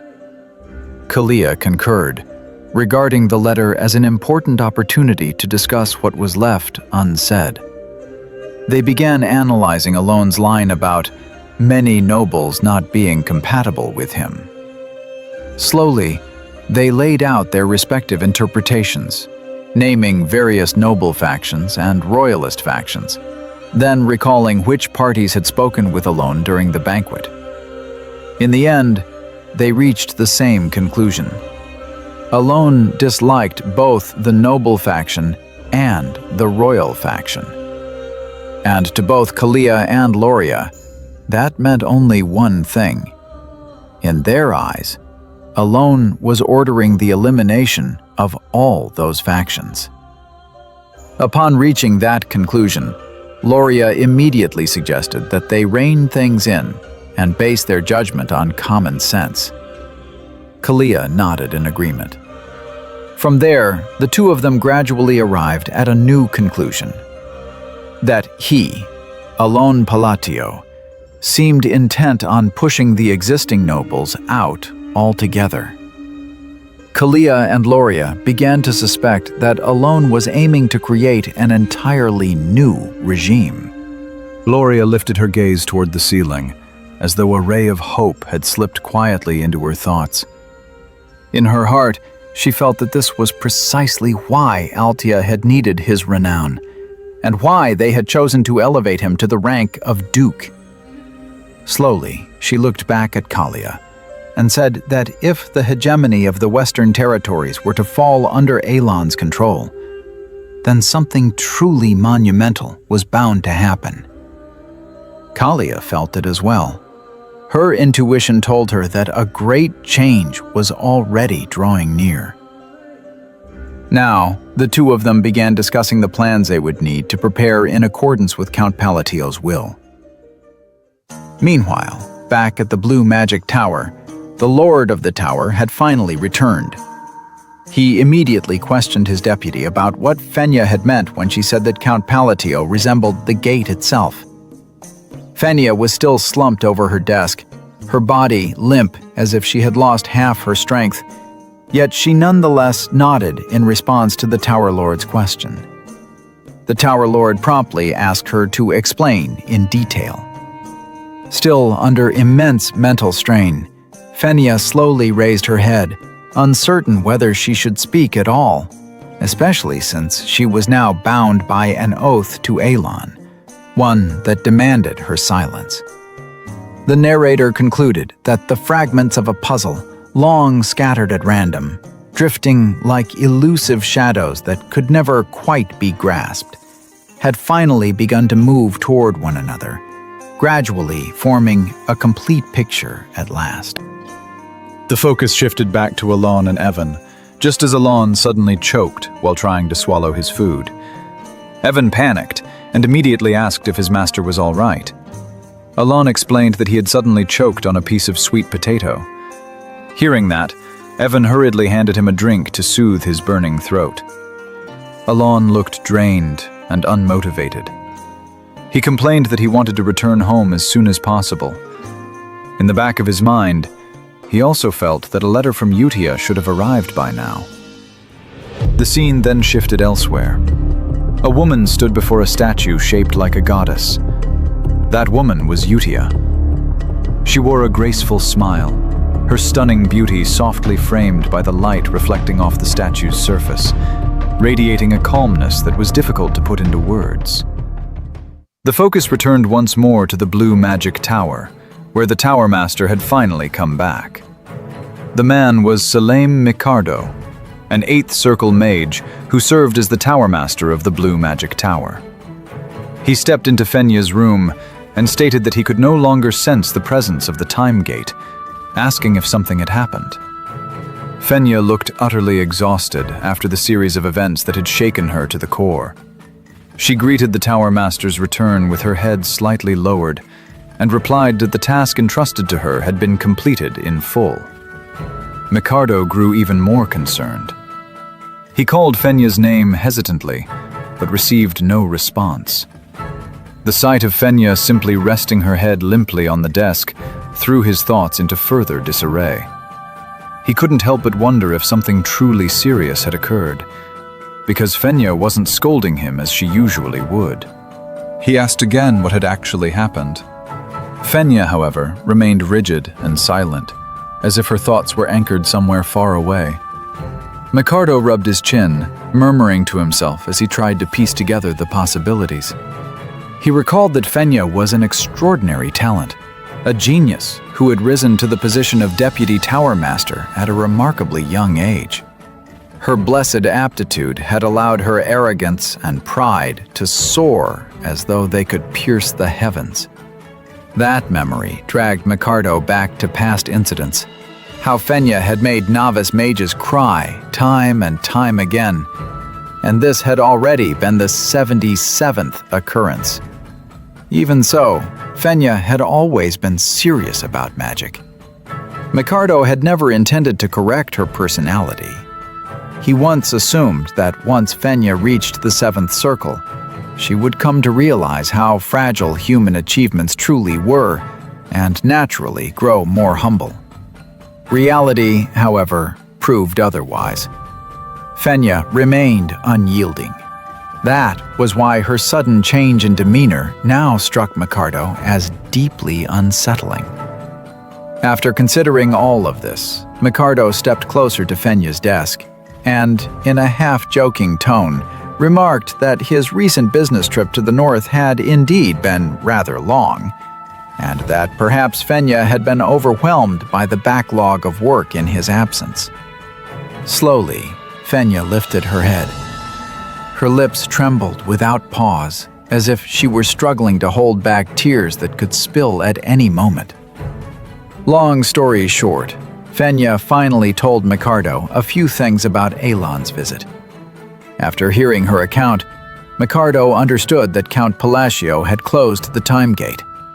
However, Fenya was unable to explain the details of how it was done, as she was bound by an absolute oath. Fenya fell silent for a moment. With her head still lowered, she stated that there was no need for further explanation, because that was all she was able to say. Micardo smiled in satisfaction at Fenya's demeanor. He casually ruffled her hair, a gesture that Fenya would normally have slapped away without hesitation. This time, however, she showed no reaction at all. In his heart, Micardo felt both puzzled and impressed. The force that had reduced Fenya to this state was magic he himself couldn't even begin to comprehend. A possibility crossed his mind. The magic Fenya had witnessed might have originated from something known as an origin. Stranger still, Fenya seemed so utterly shaken that she allowed even his touch to pass without resistance. Glancing at her, Micardo smiled with clear intrigue. Under his breath, he murmured the name of Count Palacio of the Kingdom of Asteria, regarding him as a truly fascinating individual, someone who, without even realizing it, had managed to shatter the convictions of a genius. 1 month passed after Alon's return from the Blue Magic Tower. The scene shifted to Count Palacio's residence, where smoke could be seen rising high into the air. Within the courtyard, Alon was practicing magic.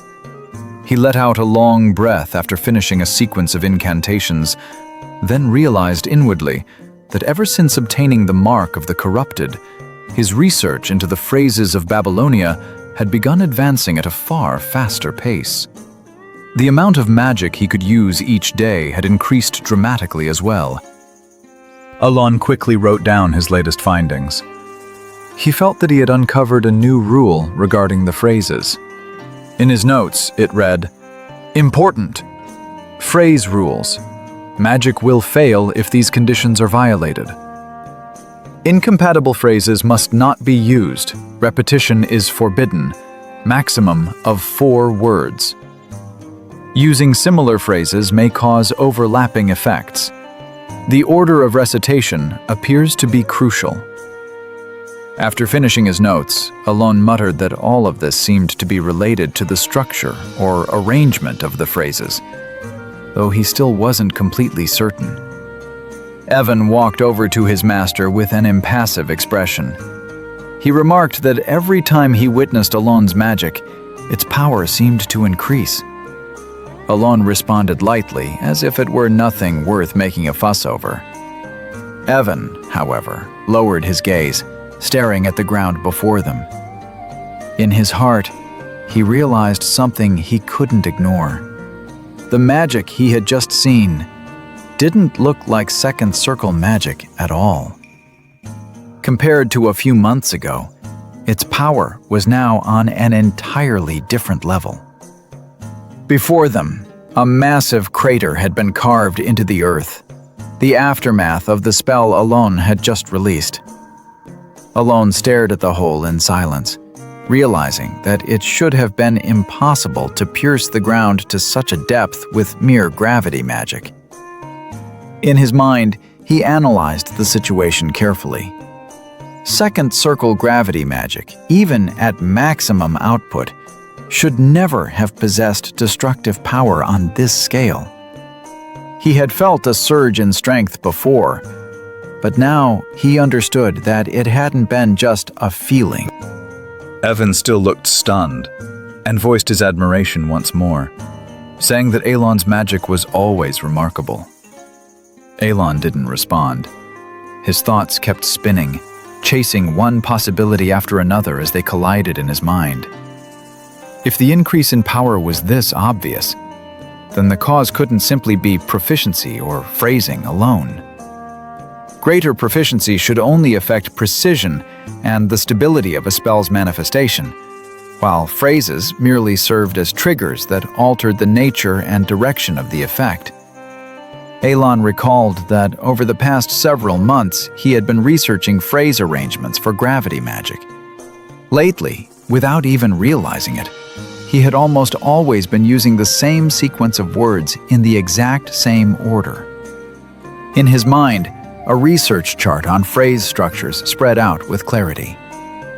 In the end, Alon concluded that magical power could indeed increase little by little once the most optimal arrangement was discovered, though such growth should still have a limit. After weighing all those possibilities, Alon turned to Evan and said that perhaps everything he was feeling was nothing more than an illusion or a temporary effect. There was no logical reason for his magic to suddenly surge in power, and maybe his physical condition had simply been especially good lately. Evan merely nodded, then produced a letter. He explained that a message from Utia had arrived, which was why he had come to deliver it personally. Alon thanked him and said that he would return to his room to read the letter. They then began to leave the courtyard. Evan looked slightly surprised when Alon decided to return earlier than expected. Alon briefly explained that he had already used up his 3 allotted spells for the day. As he walked, Alon slipped the letter into his book. His steps remained calm, yet his mind sank once more into contemplation. Something capable of suddenly increasing magical power. Could it be some kind of reward born from a curse? Curses were rituals from the East that involved sacrifice. They could be placed upon oneself or others, requiring the bearer to shoulder a certain loss as the price in exchange for a commensurate reward. Alon quickly dismissed the idea. No one around him was from the East, and he himself had never performed such a ritual. Another possibility crossed his mind: receiving something akin to belief, or having others place their faith in him. But as a mere count of a small kingdom, one nearly ignored by the underworld at large, it felt impossible for him to gain something on that scale. That line of thought only made his chest feel tight. Alon began to sense that this increase might not be a good sign at all, but the beginning of something ominous. After weighing everything, Alon's spirits gradually dimmed. He murmured inwardly that sometimes one had to choose to look away and not burden oneself too much with things that could not yet be understood. The scene then shifted to the capital of the Holy Kingdom of Rosario, specifically the city of Lionel, a sacred white city, the center of worship for Sironia, the goddess of the moon and peace. The focus settled on a prayer hall in the eastern part of the city. There, a woman could be seen praying devoutly before the statue of a goddess. A man clad in armor slowly approached and greeted her with respect. The woman was Utia. She smiled gently, turning toward the man as she returned his greeting and asked how he had been. The man's name was Locke. As he looked at Utia, a thought crossed his mind. She was merely a nun, lacking even the faintest trace of divine blessing, her rank lower than that of a paladin. Yet, for some reason, his instincts urged him to treat her with respect. Locke lowered his head and reported that this time he had managed to save 8 children and 25 lives in a small village to the southeast. He emphasized that it had all been possible because of Utia. Utia responded with humility. In her view, Locke was the one who had carried out the good deeds, and it was he who had guided someone as insignificant as herself. Hearing this, Locke expressed his gratitude, an unending sense of thanks that never seemed to fade. his thoughts drifted back to the past, to a time when he had been shrouded in profound despair. In his mind, he saw himself years ago, on the day he had nearly given up entirely, unable to feel even the slightest trace of holy power, as though he had been utterly rejected by divine light. That day, his sword slipped from his grasp. The heavy metal blade struck the floor of the training barracks with a dull thud. Locke collapsed to the ground, his breathing ragged and uneven. And it was in the depths of that despair that Yutia approached him.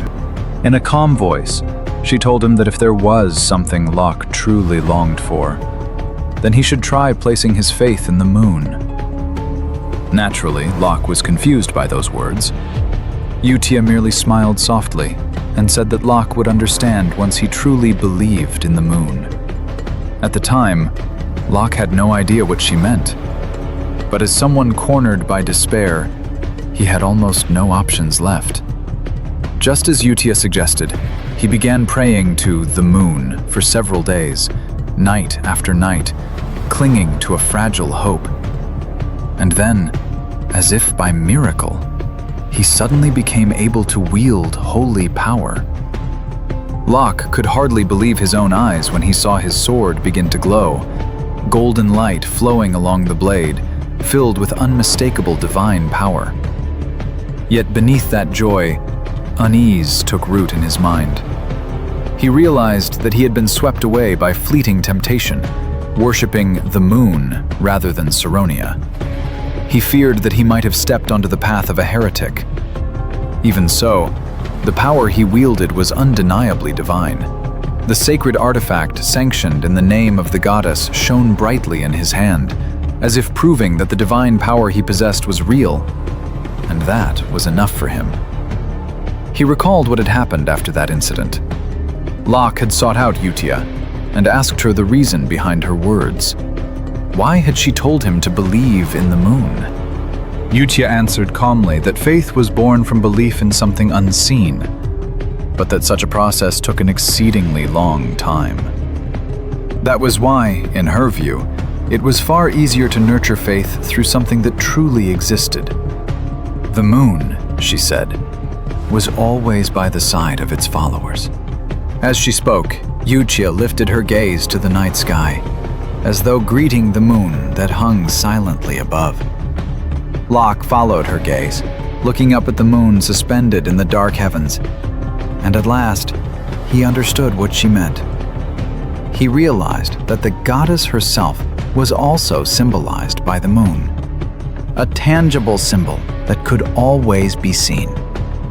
It was a way for humans, burdened by doubt, to believe just a little more firmly, without forcing themselves to comprehend what lay beyond their reach. With a voice filled with sincerity, Locke bowed and expressed his gratitude to Yutia. In that moment, for the first time, Locke bowed his head in respect to Yutia, not as a paladin to a nun, but as one human to another who had guided him toward the light. The story then returned to the present, as Locke once again visited Yutia at the Eastern Prayer Hall. Yutia smiled gently and said that if Locke wished to show his gratitude, he could pray together with her. Her words sounded like a quiet invitation, carrying not the slightest hint of coercion. Locke returned her smile, placed his left hand over his chest, and declared that he would do so, again and again. Yutia then mentioned that it happened to be the time of prayer and that many people had already gathered. She led Locke into a vast hall where dozens of worshippers filled the space. With slow, silent steps, Yutia walked toward the altar at the far end.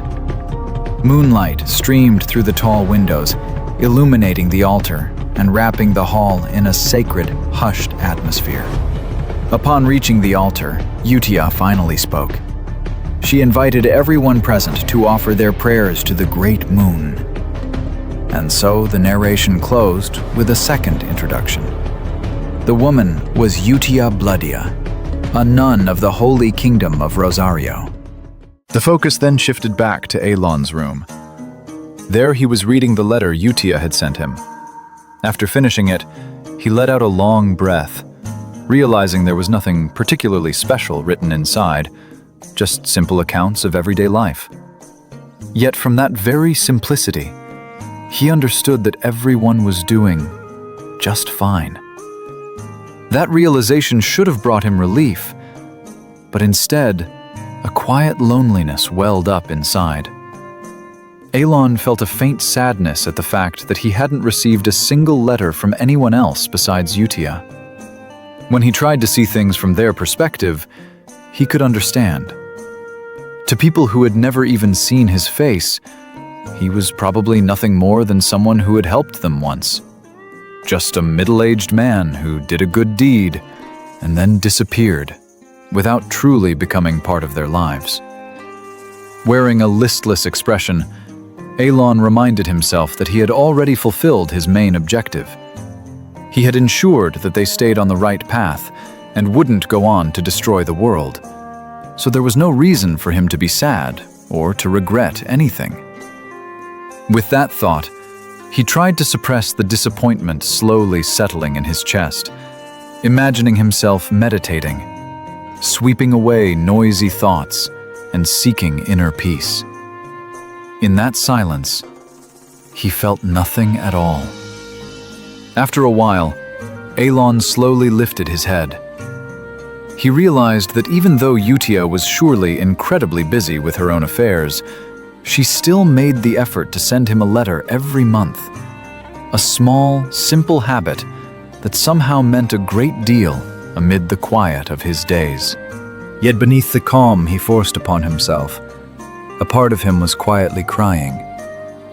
After raising 5 children, he realized that, in the end, only the eldest truly appreciated his efforts. Even so, he reassured himself once more that he was fine. While he was drowning in his thoughts, Elon was suddenly startled by Evan calling out to him. The call came without warning, making Elon's body jolt reflexively as his breath hitched for a moment. A few seconds later, Elon cleared his throat softly, trying to compose himself and put his usual calm expression back in place. He then realized that Evan was still there. Evan quickly explained that he had new information about the children, news that had just arrived from the Intelligence Guild. Hearing that, Elon's attention sharpened at once. Evan stepped up to the desk, a slip of paper in his hand. He explained that the information concerned Raydan, the child Elon had previously asked about. After decoding the report, they had finally uncovered his situation. Raydan had become a pirate. Elon's expression immediately stiffened. Anxiety clearly surfaced on his face. He asked Evan to relay every piece of information in detail, leaving out nothing from beginning to end. In his mind, the image of Raydan appeared vividly. A young man wearing a straw hat, smiling carelessly as he casually announced that he had become a pirate. Elon and Evan then sat facing each other calmly as Evan began to explain the information he had obtained, slowly and in an orderly manner. He started by saying that the 2 names currently causing the greatest uproar across various regions were Xiaolong and Deus. He reported that Xiaolong had already achieved 32 consecutive victories out of the 100 required to earn the infamous title of Baba Yaga. The news shocked Elon. 32 wins in a row was not a feat to be taken lightly, especially in an arena filled with ruthless, merciless fighters. But Evan quickly added that the current record for the longest winning streak was still held by the combatant known as the Lion King, with 41 consecutive victories yet to be broken.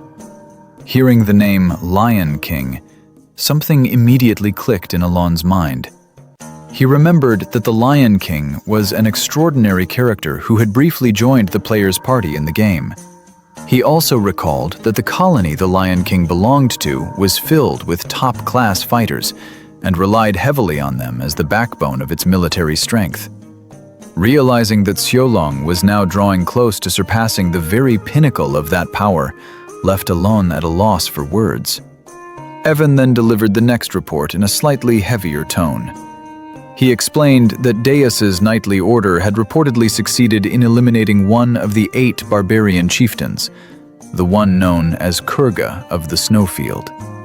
Those barbarian chieftains were monsters who had transcended the limits of ordinary humans through certain rituals, reaching the level of beings that could only be called superhuman.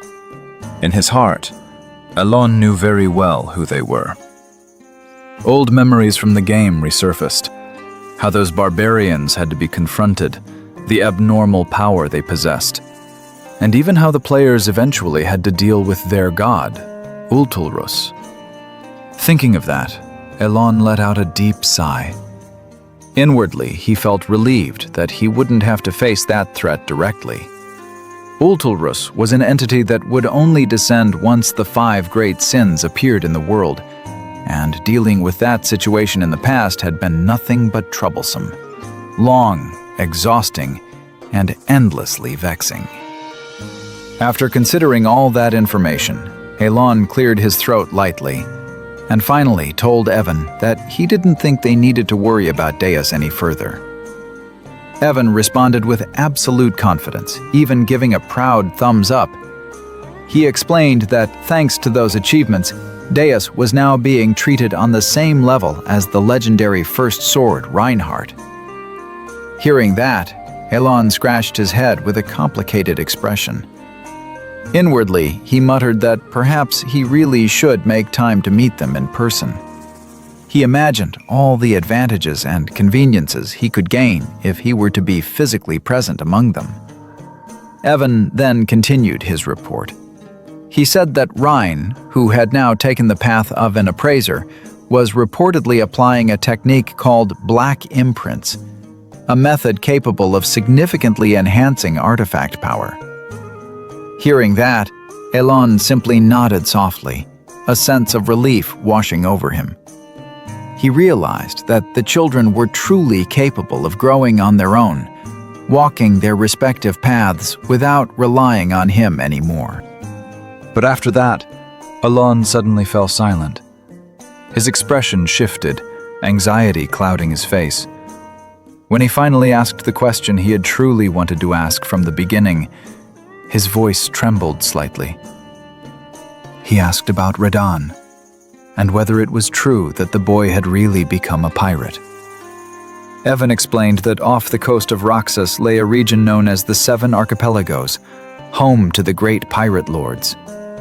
Among those 7 islands, Radon had reportedly become the captain who ruled over the largest one, the first archipelago, a position that signified overwhelming power and influence. The moment he heard that, Alon's heart rebelled. Anxiety and rejection tangled together inside him. It felt impossible. For years, he had sponsored that child with a single, simple wish: that Radon would grow up happy and live a normal life with pride. Yet now, faced with reality, the boy he had hoped would live ordinarily was standing as a great pirate. Alon clutched his head, suddenly feeling its weight. Without realizing it, tears slowly traced down his cheeks. In a barely audible whisper, he murmured his regret and confusion, realizing that this was the last outcome he had ever wanted when he sent Radon to Raxus.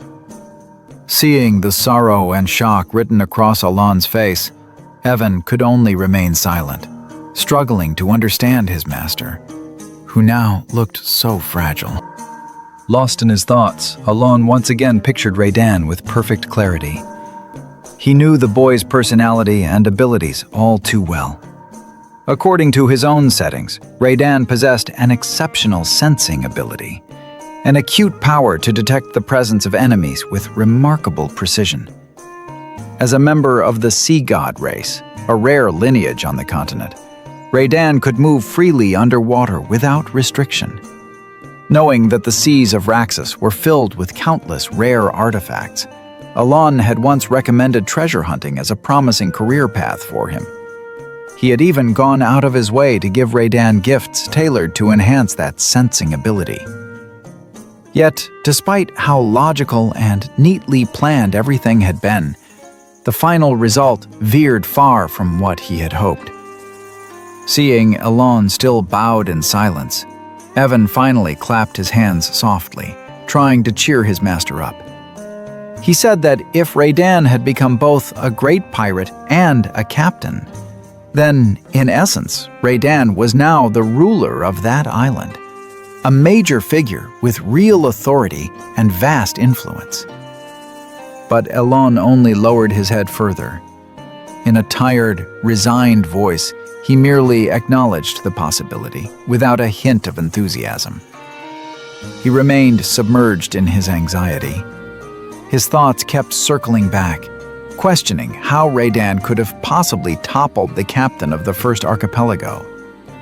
He knew very well that the captains of the 7 archipelagos were all superhuman, and that the pirates of that region were infamous for being nearly unbeatable in naval combat.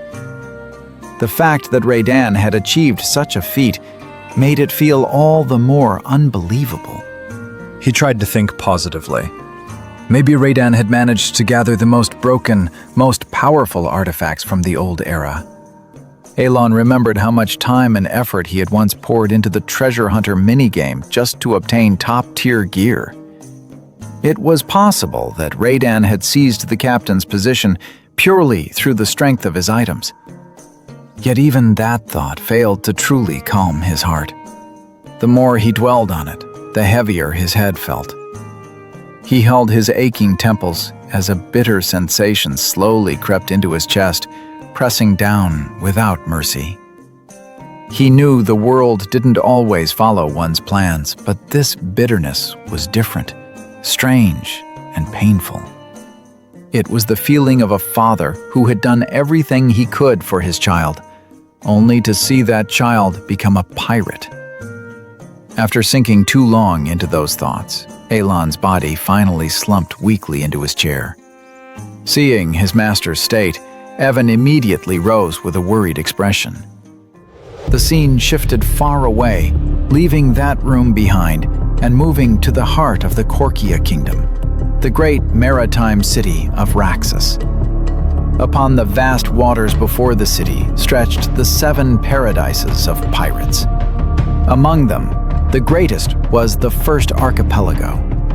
It had once been ruled by a legendary captain, the great pirate known as Red Slayer Alcarade, a man who enjoyed the Heavenly King's protection through wealth and power.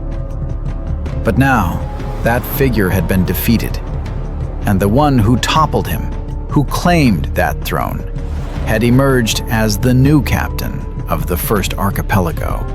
At the top of a tall building, Raydan stood, taking in the vast stretch of sea before him.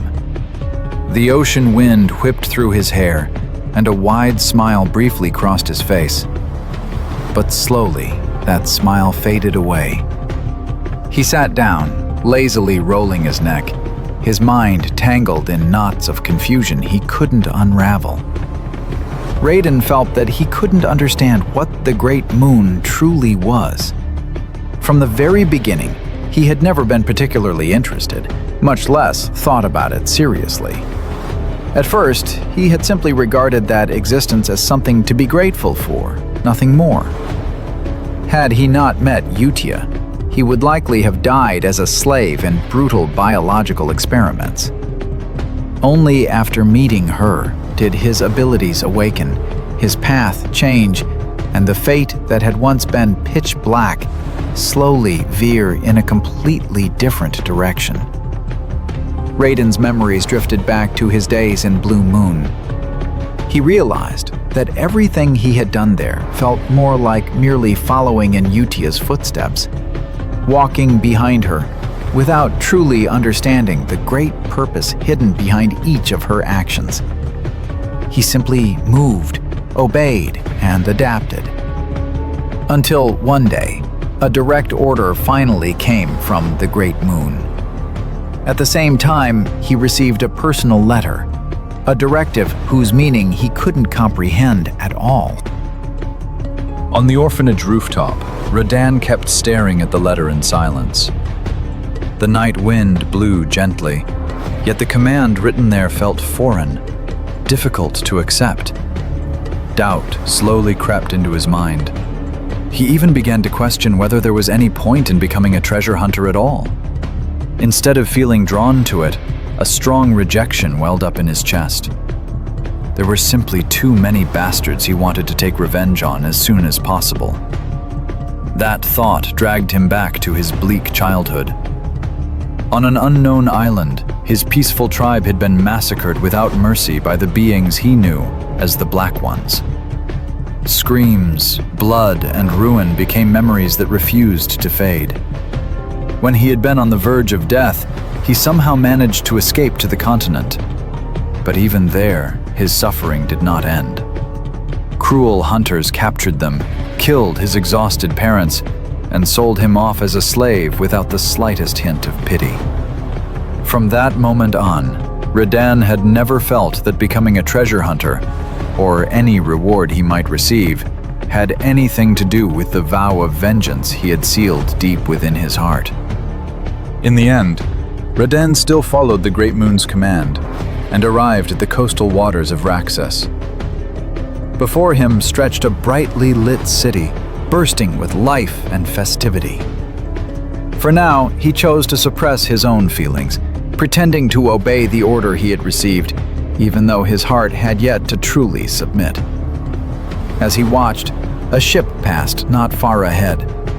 Fireworks blossomed in the sky around it, but Radan's attention was quickly seized by the figures aboard the vessel.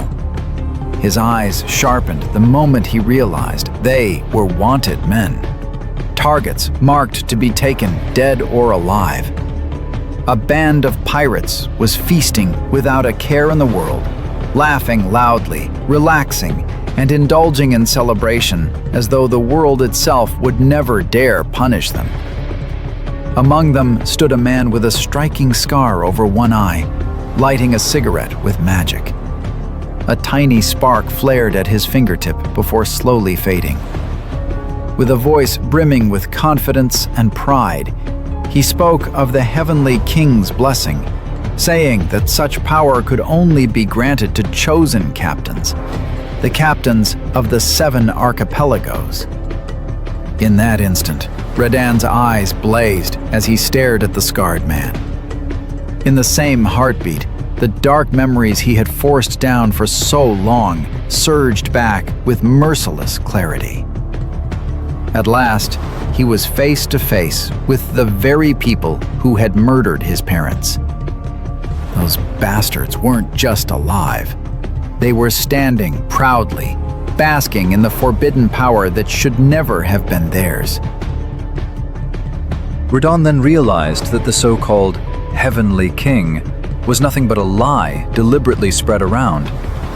That power could in truth only be bestowed by the sea god, Clyad, through a sacred ritual that used parts of the sea god race as sacrificial media. The fact that every captain of the 7 archipelagos wielded the same power led to one inescapable conclusion. Those cursed hunters had torn apart the remains of his parents' bodies to obtain that strength. His gaze burned, filled with a hatred both cold and deep, as he realized that the bastards before him were the very ones who had split his parents' bodies into 7 pieces. Yet beneath that roaring hatred, one thought kept gnawing at him. He had never told anyone about his past. So how could the Great Moon possibly know? The feeling left him with the unsettling impression that this chance for revenge, now, right before his eyes, had been arranged by the Great Moon in order to fulfill some promise. Radan's hands clenched tightly as he stared at his enemies, who continued their carefree revelry without a trace of guilt. Even so, he knew he could not move yet. They were superhumans who commanded the power of the sea god, enemies who could only be brought down through careful calculation, not mere rage. Little by little, the storm raging inside Radon began to calm. His breathing steadied. He slipped a hand into his pocket and drew out an item, a necklace with a gleaming golden pendant. Radon stared at it for a long while, feeling the weight of its meaning. If everything that had happened truly had been set in motion from the very beginning, then this gift from the Great Moon was no simple ornament. He was certain the Great Moon had arranged everything with meticulous precision, leaving no room for coincidence. With a composed motion, Radon put on the necklace. Slowly, its effect seeped into his body, blending seamlessly with the flow of his power. Beneath the moonlight, he tightened his grip around the pendant. He was sure of it. The Great Moon had already laid the groundwork and the framework for his vengeance. The next day came. At noon, standing shirtless atop a hill overlooking the coastline, Radon jumped without hesitation. The sea exploded around him as he hit the water, and he immediately dove deeper. The item on his body reacted, releasing a faint glow. Gradually, the surrounding water formed something like spectacles that slipped over his eyes, merging with him as naturally as breathing. The gift from the Great Moon was called the Spectacles of Amrita. In an instant, Radon's vision turned crystal clear and razor sharp, as if locking onto every treasure around him. The artifact allowed him to perceive and track relics hidden far below the ocean floor with ease. Deep beneath the ocean floor, inside sunken chests, Raiden truly found treasure. Ancient artifacts brimming with overwhelming power. Some of the relics he unearthed filled in the gaps in his strength, patching the weaknesses he had always been painfully aware of. By the time he finished hunting, afternoon had already melted into night. Raiden returned to shore with steady steps. Artifacts wrapped around his legs, several chests were slung along with him, and his body was now adorned with relics he had claimed from the depths. The Great Moon had kept its promise. Not only had it pushed his targets of vengeance right before his eyes, it had also granted him the strength to carry it out. At last, Raiden fully understood the true intention behind the order written in that letter. He was being guided to exact his revenge and seize control of the 7 archipelagos. A faint smile tugged at his lips as he looked up at the moon hanging silently in the night sky. Suddenly, Utia's words slipped into his mind. Back then, she had said, "Everything is for the Great Moon." The memory struck him, and his hand reflexively went to his head. Words that once stirred nothing inside him slowly engraved themselves upon his heart, turning into a quiet yet absolute light of conviction. Everything is for the Great Moon.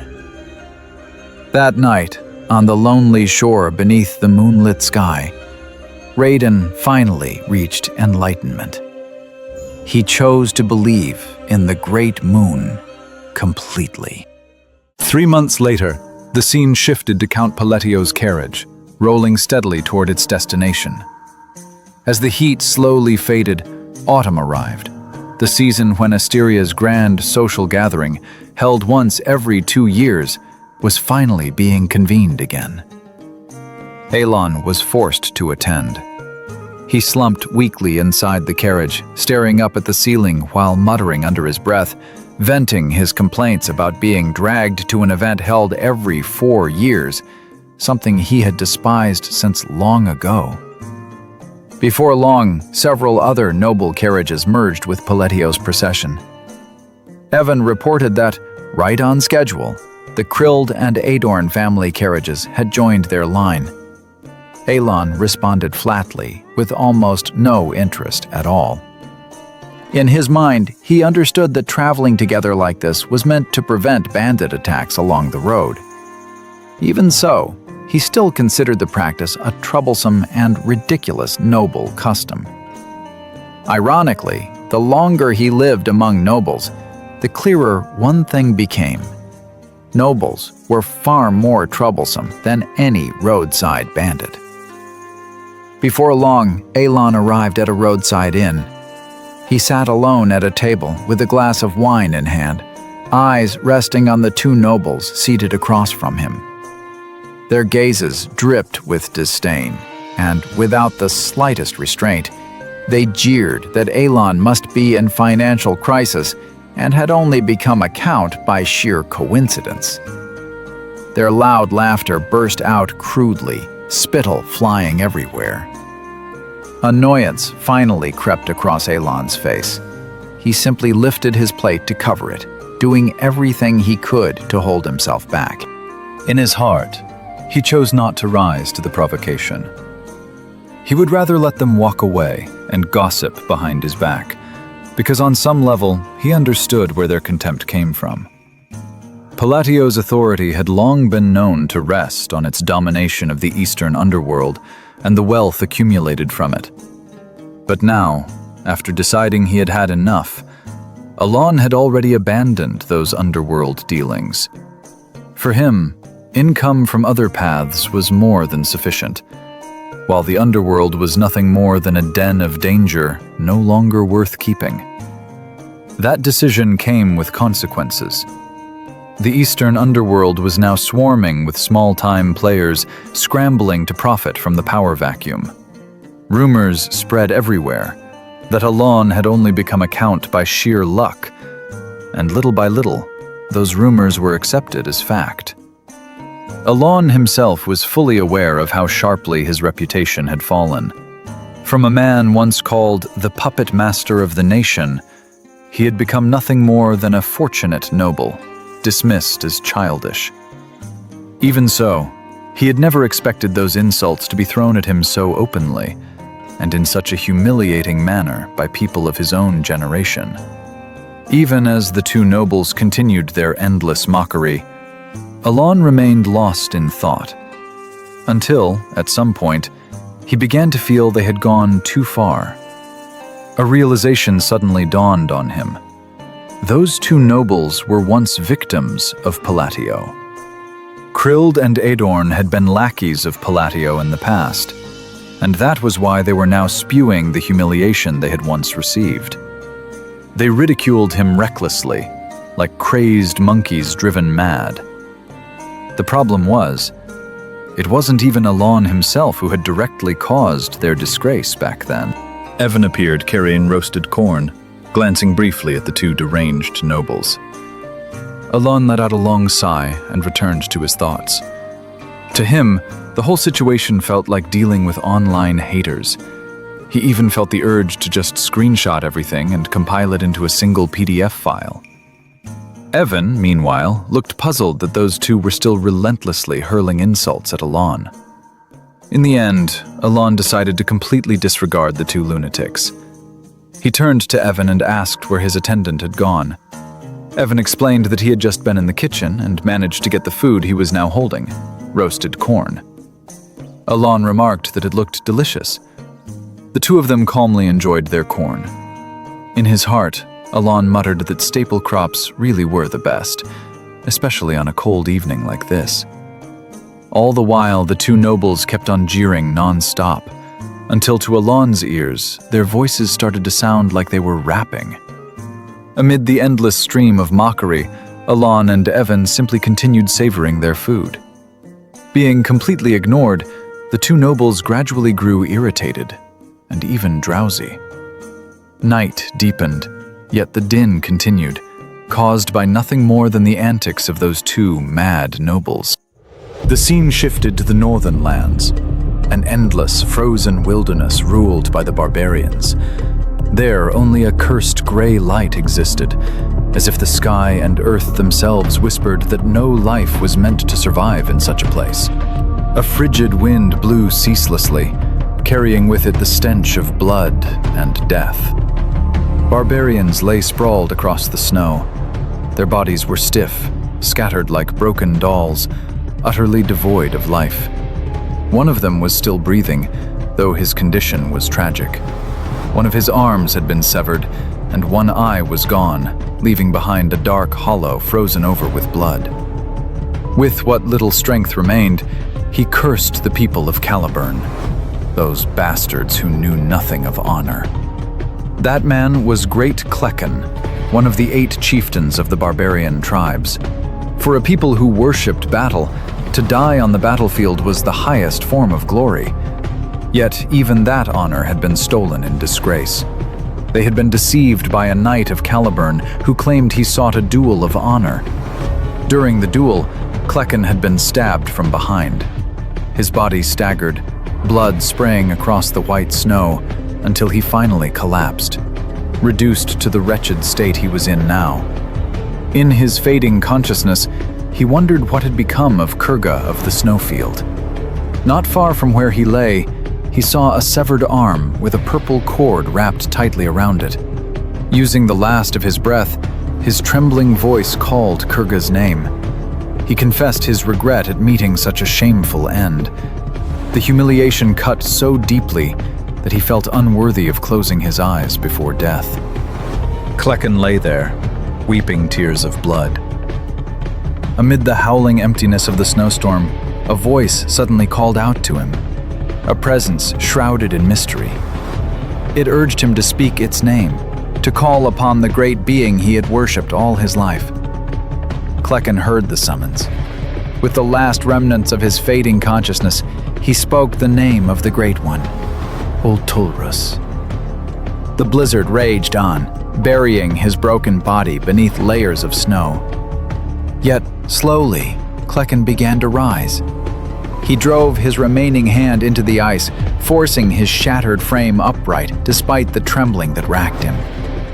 Facing the endless expanse before him, he cried out with all the strength he had left, calling upon the great god Ultulrus. He raised his gaze toward the unseen divinity and declared that he had dared to speak his name. Ultulrus answered. With a deep, immovable voice that seemed to resonate through the very world itself, he proclaimed that the call had been heard and that the wish would be granted. The focus then shifted back to Alon and his entourage. The following day, the procession of nobles resumed their journey. Along the road to the social gathering, the discomfort never truly faded. Even as other noble families joined along the way, the mockery from Krield and Edorn did not stop, their taunts relentlessly directed at Alon. Alon, however, calmly chose to ignore them. Not rising to provocation was a basic principle he had long since mastered, something that felt as natural to him as a gamer enduring insults without batting an eye. While Alon remained the target of constant verbal abuse, Evan was instead busy fishing in the river, his expression utterly relaxed. The afternoon slipped by unnoticed, giving way to a night lit by starlight. At their modest campsite, Alon and Evan calmly enjoyed their grilled fish, thin trails of smoke drifting through the air, while Krield and Edorn grew increasingly irritated at how thoroughly they were being ignored. Feeling dismissed, the two nobles began whispering among themselves. They discussed the number of additional escort troops, then used an observation artifact to confirm that Alon was traveling with only a single rogue knight as his guard. That conclusion only deepened their contempt. To them, it was repulsive that someone like Alon would dare sit on equal footing with true nobles. Meanwhile, Alon and Evan remained utterly at ease. Alon even frowned slightly when he burned his mouth on the hot grilled fish, paying not the slightest attention to the disdainful gazes directed his way. Seeing how calm and unbothered Alon remained, Krield and Edorn began discussing a plan in hushed, indirect tones. To them, the rumors circulating until now had proven true. They decided that the time had come to step back into the underworld. The period of restraint, of quietly gauging Palatio's intentions, was over. In their minds, Visions of immense wealth and overwhelming power from the underworld danced vividly before their eyes. Once they reclaimed control, they planned to give Alon a small gift, a bitter lesson in how the world truly worked for those deemed too weak. Their laughter spilled out low and satisfied, filled with fantasies of luxury soon to be theirs. However, in the midst of their satisfied laughter, an unfamiliar, unnatural sound of footsteps suddenly rustled from the bushes behind them. Kryold and Edorn snapped their heads around, confusion and wariness flashing across their faces. Before they could react any further, piercing screams burst from their throats. The shrieks rang sharply through the night, reaching the ears of the noble guards stationed around the camp. From the depths of the dark forest, figures began to emerge, one after another. Monsters with glowing red eyes, their feral gazes reflecting the light of the night. Kryold and Edorn immediately fled, while the guards surged forward, forming ranks to confront the threat. A mage raised his staff high, mana gathering rapidly at its tip. The light spread outward, cutting through the forest's darkness, sweeping away the shadows of the trees until the surrounding area was fully illuminated. With their vision laid bare, the monsters' forms became clear. Green-skinned figures standing densely among the trees. The soldiers quickly recognized them as goblins, and a few even let out sighs of relief. The narrator explains that goblins are known as weak monsters, commonly found in forests and usually easy prey for trained troops. Yet that sense of calm did not last long. As their numbers came fully into view, the feeling of safety collapsed in an instant. There were far too many of them, far beyond any reasonable expectation. Worse still, among the horde were several goblins far larger than normal. Unease crept across the soldiers' faces. Some had already fallen, their bodies sprawled on the ground, soaked in blood before the advancing goblins. That was when they realized something far more horrifying. Every guard who had been stationed outside the camp had already been killed in silence. The soldiers admitted they had never seen goblins like these before. Purple, crystal-like growths were embedded across the monsters' bodies. They were larger and far more muscular, and every movement they made carried a clearly perceptible flow of mana, dense and oppressive, as if these creatures had become something entirely different from ordinary goblins. Slowly, the goblins advanced, closing in on the soldiers' formation with feral, unblinking stares. Then, in a single, savage motion, their bodies suddenly burst forward, leaping high into the air. Massive swords, clubs, and axes were raised overhead before swinging down in a frenzy, crashing toward the soldiers with unrestrained madness. Yet, just before the attack could reach its targets, the ground in front of the soldiers shook violently. From within the earth, massive chunks of rock surged upward, forming a towering wall of living stone that abruptly cut off the goblins' charge. Several of them were slammed hard into the ground, blood spraying in all directions, while others crashed straight into the earthen wall and slid down helplessly. For a brief moment, the goblins froze, as if struggling to comprehend what had just happened. The towering wall of earth now stood firm, separating the soldiers from the monsters. At the same time, a transparent barrier took shape, sealing several goblins inside it. The mages among the soldiers exchanged stunned looks, realizing that a Tier 3 auxiliary wall spell and a Tier 2 barrier spell had been activated, without a single incantation spoken by any of them. Alon began reciting his phrases in a calm, measured voice. The first phrase formed clearly: "Enhancement." The soldiers immediately turned their gazes toward him. In the distance, Elon stood relaxed yet unshakable. He clenched his fist, then released the next phrase with cold precision. Compression! The ground beneath the goblins trapped inside the barrier shattered instantly. Chunks of earth tore free and rose into the air, carrying the imprisoned goblins along with them. The remaining goblins could only stare in shock as their comrades were slowly lifted into the night sky. From below, the soldiers watched a moon-shaped barrier float above them, tightly enclosing part of the enemy force. Elon then stepped forward, passing through the silent ranks of soldiers until he reached the very front, standing face to face with the monsters that remained.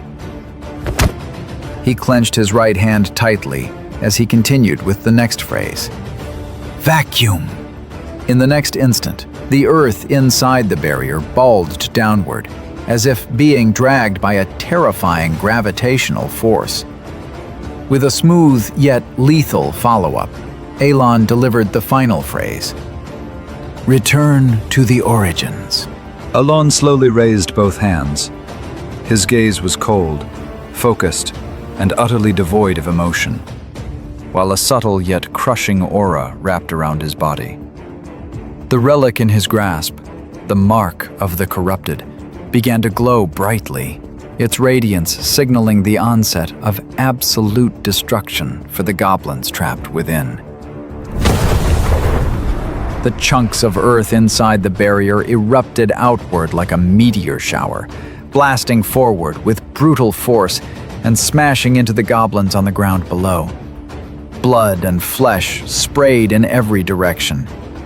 At the same time, the goblins sealed within the barrier detonated from the inside, their bodies torn apart as limbs and organs rained down upon the earth in a gruesome scatter. The two nobles who had mocked Elon without restraint could only stand there in stunned silence, their faces frozen in shock. The soldiers, too, were momentarily transfixed by the horrific sight, until Elon's calm yet firm voice snapped them back to their senses, urging them to prepare themselves. The remaining goblins roared and charged once more, weapons raised high. The soldiers surged forward to meet them head-on. Without hesitation, blades slashed through goblin flesh, the clash of steel and meat blending into a single, violent cacophony. Elon casually swept his hand again, and jagged spikes of earth burst from the ground, impaling and driving back any goblins that dared to draw near. Evan moved in as well, cutting down goblins without mercy. Every swing of his sword was clean and lethal. The long night slowly faded, replaced by dawn creeping along the horizon.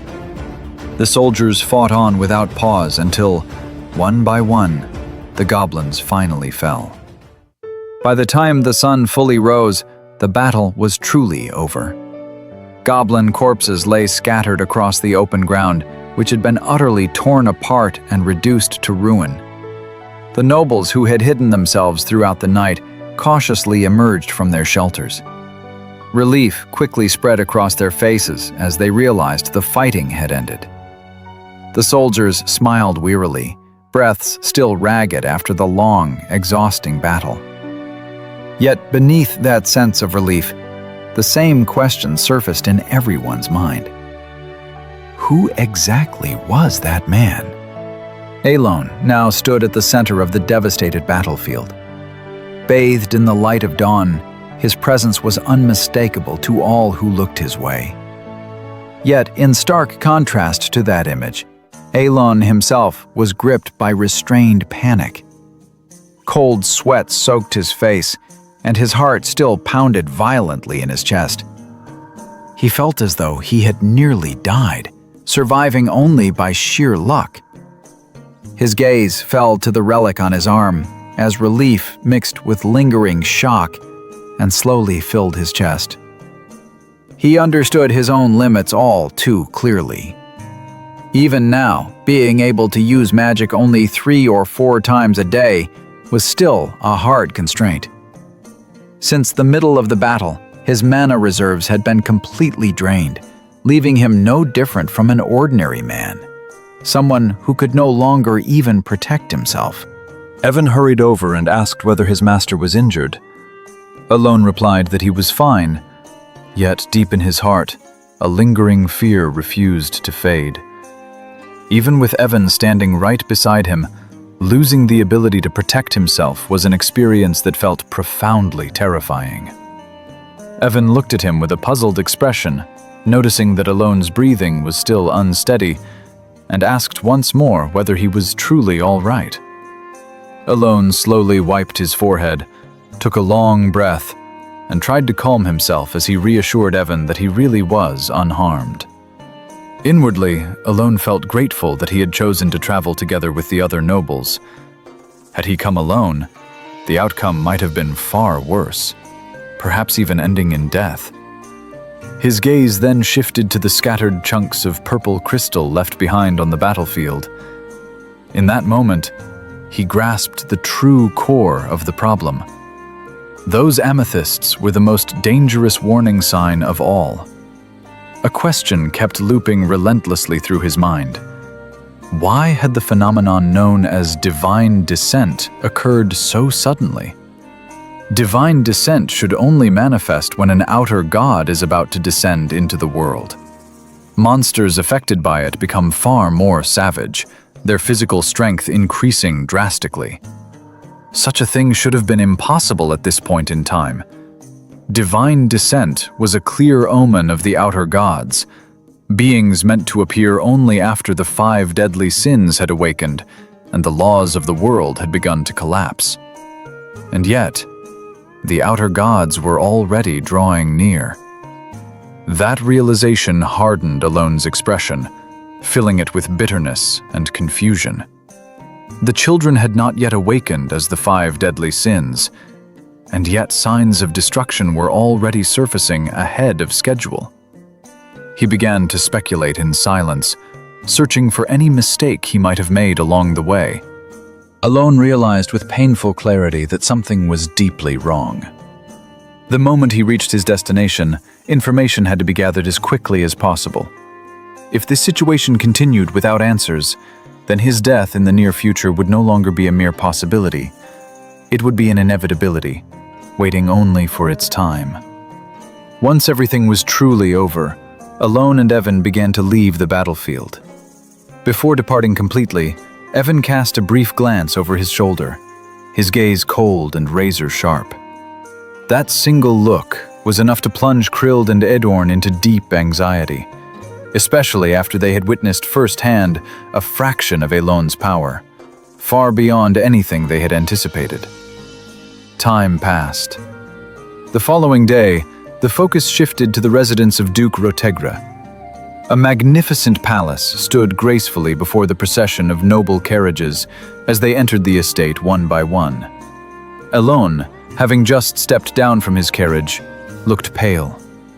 A sudden wave of nausea struck him, forcing him to clutch his mouth and stomach on reflex. After enduring so many hardships, the grand social gathering finally began. With unsteady steps, Alone made his way into the palace, his body swaying slightly as Evan supported him from behind. In his mind, only one simple wish remained: that all of this would end as soon as possible, so he could return home and finally enjoy a deep, peaceful sleep after the exhausting chain of events that had drained him to the core. The social gathering had begun. Nobles filled the grand hall of the royal palace, indulging in lavish dishes and fine drinks laid out before them. Alone calmly observed his surroundings. This place was truly perfect for a grand social event. Every corner radiated opulence, with nearly everything in sight gleaming as if it were made of gold. Meanwhile, Evan stared in awe at the red wine swirling in his glass. To him, the palace's splendor was clearly meant to flaunt wealth, so excessive that its owner might not even notice if a few valuable items suddenly went missing. From behind him, Alone heard a burst of boisterous laughter. A noble, speaking in an exaggerated tone, lavishly praised Duke Rotogray's prowess. Not far away, the Duke stood surrounded by two women, responding to the flattery with an easy, confident smile. Other nobles quickly joined in, returning smiles and exchanging pleasantries about his health and the prosperity of his domain. Watching the commotion, Alone chose to keep his distance. He had no desire whatsoever to involve himself in noble chatter and preferred to remain on the edge of the hall. However, before he could truly slip away, someone approached him and called out his name. Alone froze when he realized who they were. Krild and Adorn stood right in front of him. The two stepped closer with feigned friendliness, greeting Alone with laughter that felt stiff and forced, then asking for a moment of his time. Adorn went on to present an offer, a gift of the highest quality meat from his territory, while Krild mentioned his intention to send support to the Palatio domain as a gesture of goodwill. Alon tilted his head, a puzzled expression crossing his face. He genuinely couldn't understand the sudden, unnatural shift in their attitude. In his mind, he questioned what on earth was wrong with those two nobles. Yet to Krild and Edorn, Alon's gaze looked utterly terrifying. His eyes seemed to glow like those of a demon, radiating an icy pressure that bore down on them. Reflexively, the two clung to each other, their bodies trembling violently as overwhelming fear seized their hearts. In their panic, they felt they had made a grave mistake by daring to approach someone like Alon. The narrative then shifted back to the events of the previous day, right after the battle against the goblins. Before leaving the battlefield for good, Alon had cast a brief glance in Krild and Edorn's direction. That single look alone had been enough to send them into utter panic, especially after they had witnessed Alon's true power with their own eyes. Edorn, his voice shaking to the point it nearly failed him, asked Krild whether he had seen what had just happened as well. Krild could only give a short reply. It was magic, and not ordinary magic. With their panic spiraling further out of control, the two immediately dragged a mage away without even asking permission from the guarding soldiers. Their actions were questioned at once, but Edorn hastily responded in a strained voice that they were only borrowing the mage for a moment, as there was something urgent they needed to ask. The mage was a third circle spellcaster, previously hired by Baron Ullman to flaunt his wealth. He looked utterly confused as he was bombarded with relentless questions. Nervously, Krild and Edorn tried to describe the magic Alon had used, then ask whether it could have been nothing more than second-tier magic. The mage's answer struck them like a hammer. He stated that calling it second-tier magic was impossible. The level, control, and sheer scale of that spell far exceeded his own abilities. Upon hearing that assessment, Krild and Edorn froze on the spot, as if the blood in their veins had suddenly stopped flowing. A bitter realization slammed into them without mercy. Alon was clearly not a noble who had risen through nothing but luck. He concealed power so immense that he did not even need bodyguards, along with a cold, ruthless side they had completely failed to notice. With fear tightening around their chests, the two concluded that the only way to survive was through bribes and humble submission. Now, standing before Alon, they felt they had no choice left but to beg for their lives.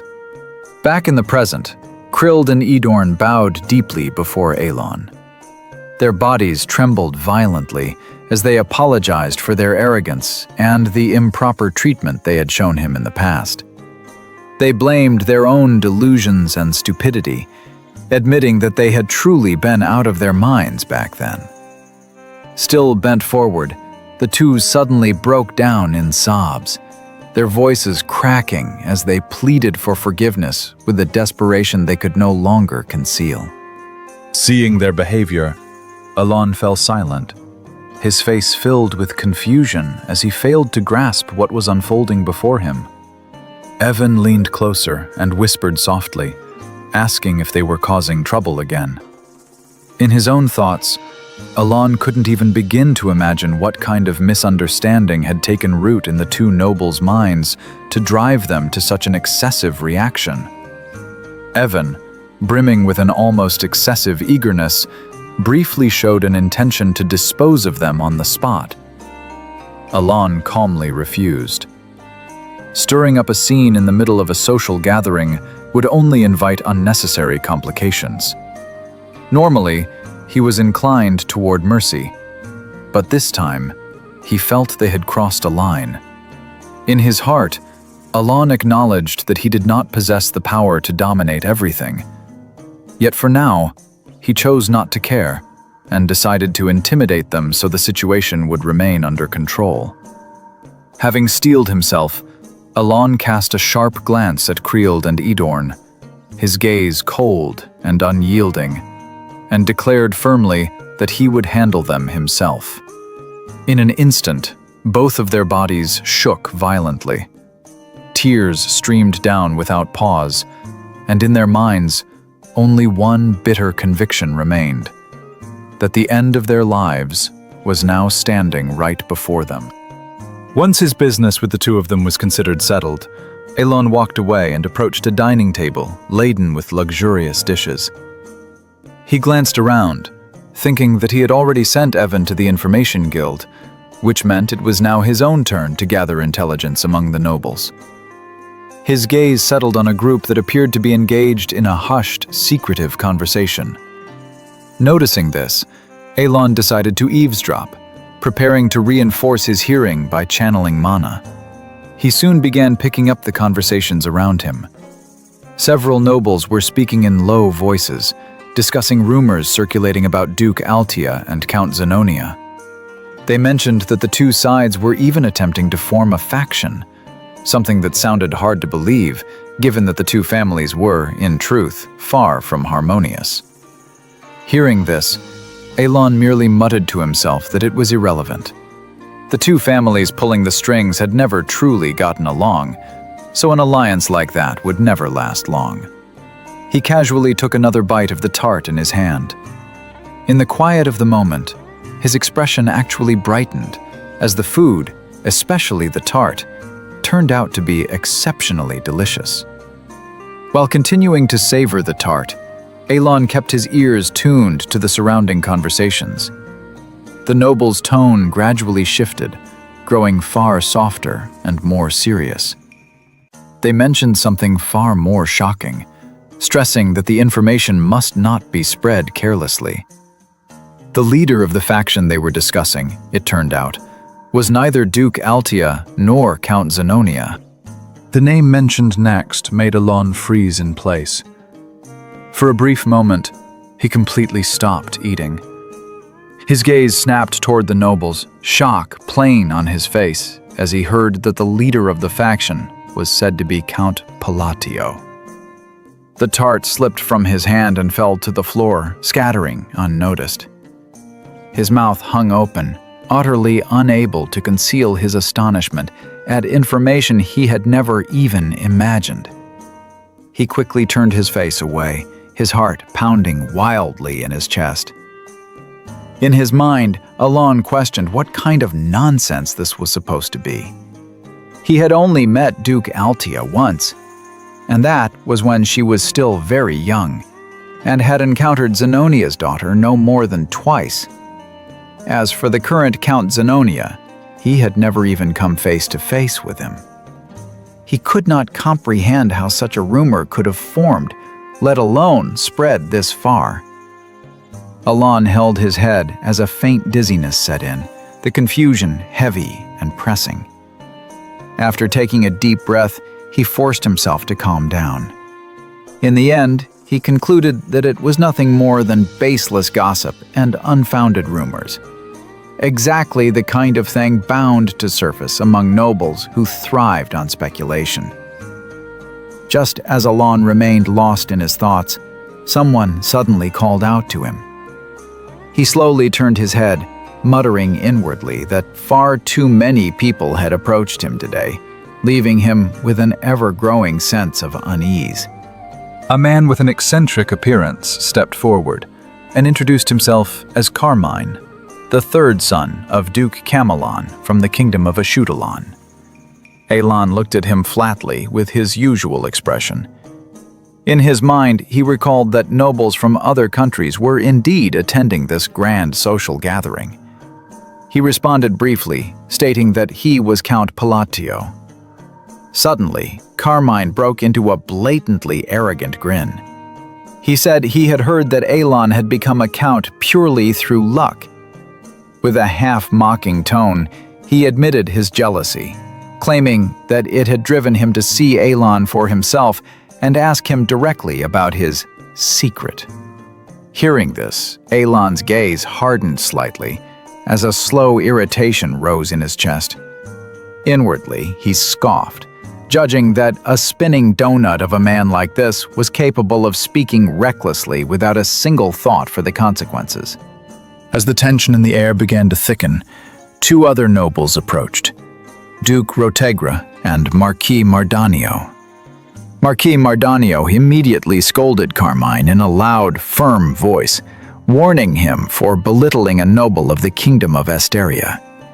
He positioned himself squarely in front of Elon in a protective stance, standing tall as his gaze pressed down on Carmine without hesitation.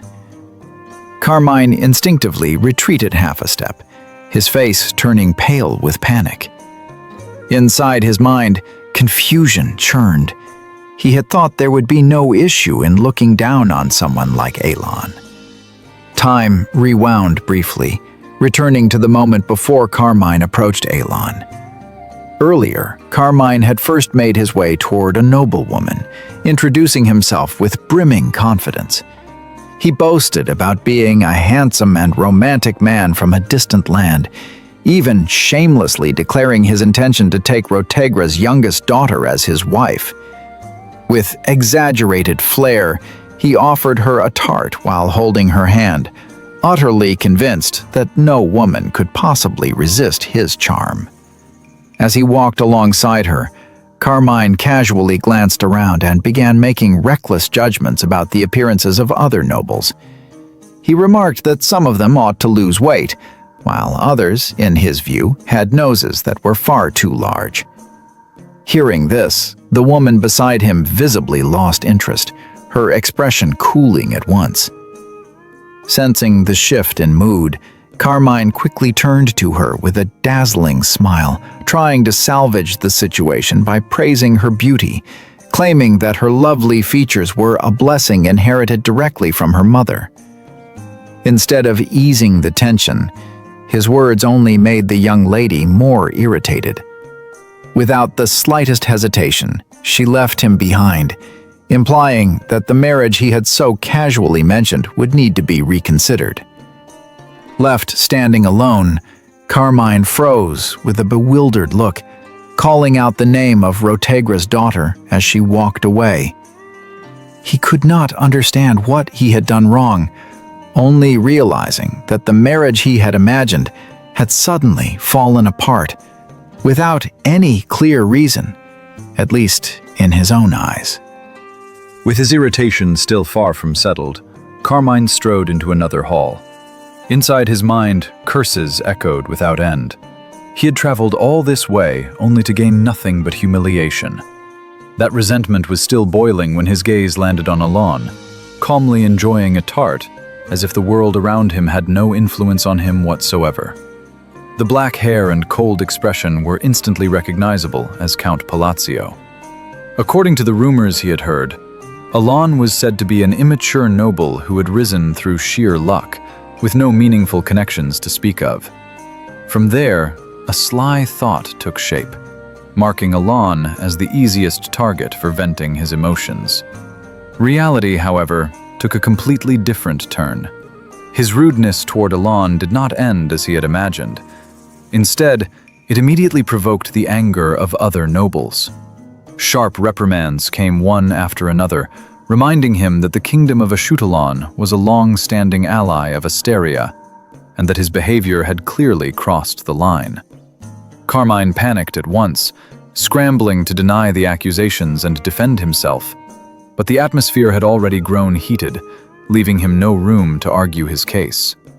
Elon watched the scene calmly, looking at Carmine as though he were a child being cornered by senior nobles. Though he did not care much for political affairs, Elon knew exactly who the three figures now surrounding Carmine were.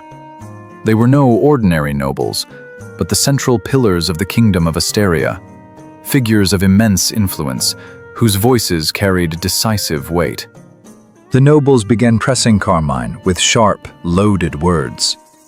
His behavior was interpreted as an indirect insult toward Asteria, as if Duke Camelon himself were looking down on the kingdom through his son's actions. Count Palin stepped forward as well, fixing Carmine with a thin smile that felt cold and full of warning, questioning the reason behind such shameless conduct.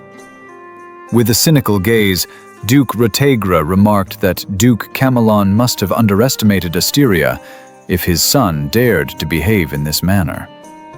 Carmine hurriedly tried to correct him, insisting that such an assumption was untrue. However, Count Palin immediately countered by asking where exactly the misunderstanding lay, since Carmine had openly named and belittled a noble of Asteria in such a disrespectful way. Head bowed and body trembling, Carmine could only admit that he had committed a grave mistake. The Marquis then leaned in closer to Carmine, the pressure of his aura unmistakable and suffocating. In a low yet firm voice, he laid bare the core of the issue. Carmine had acted in a demeaning manner toward Elon. Meanwhile, Elon himself simply watched the scene with a puzzled expression, trying to make sense of a situation that had unfolded far beyond his expectations. Deep inside, he wondered how someone could be so thoroughly disliked that three nobles, who barely even knew him, would stand before him without hesitation, shielding him as if it were the most natural thing in the world.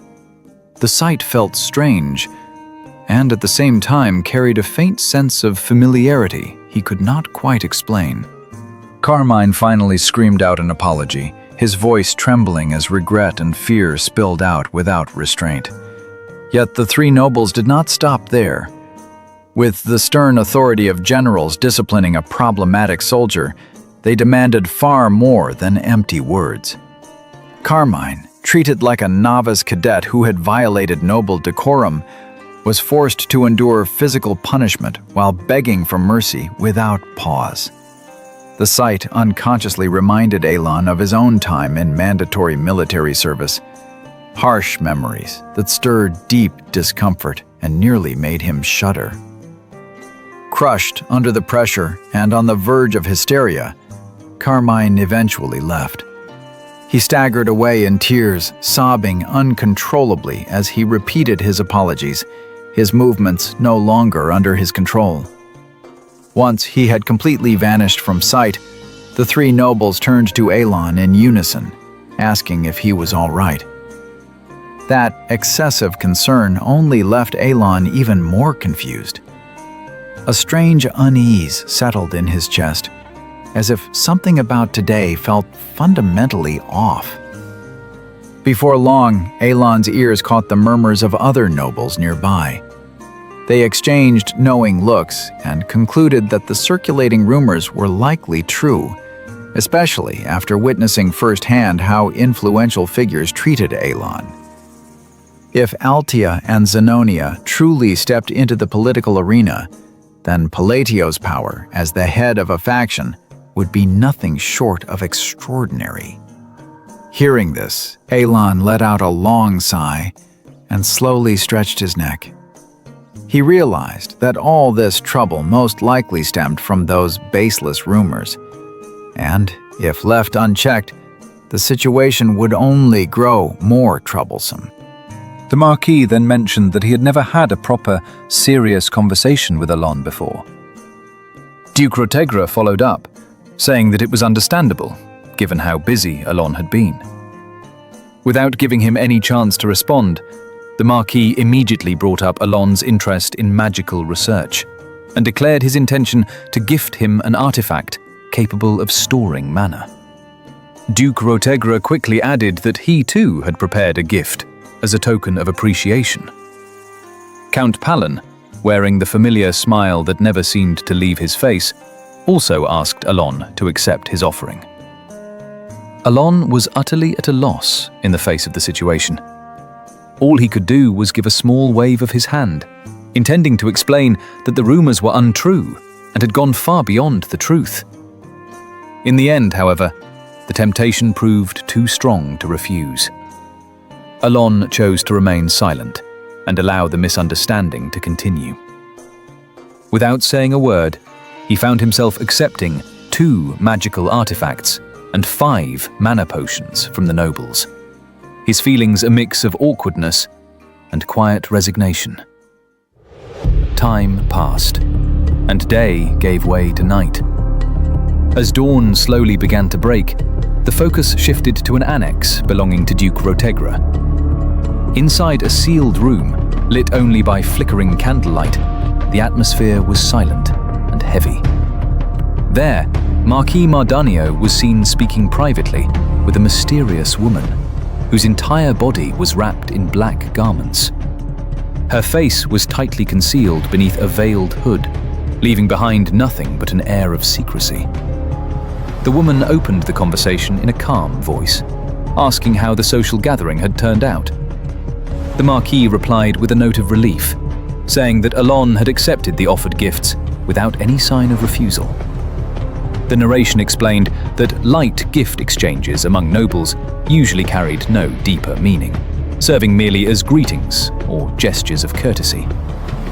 However, when the gift involved valuable materials, such as magical artifacts, the implication became far more serious.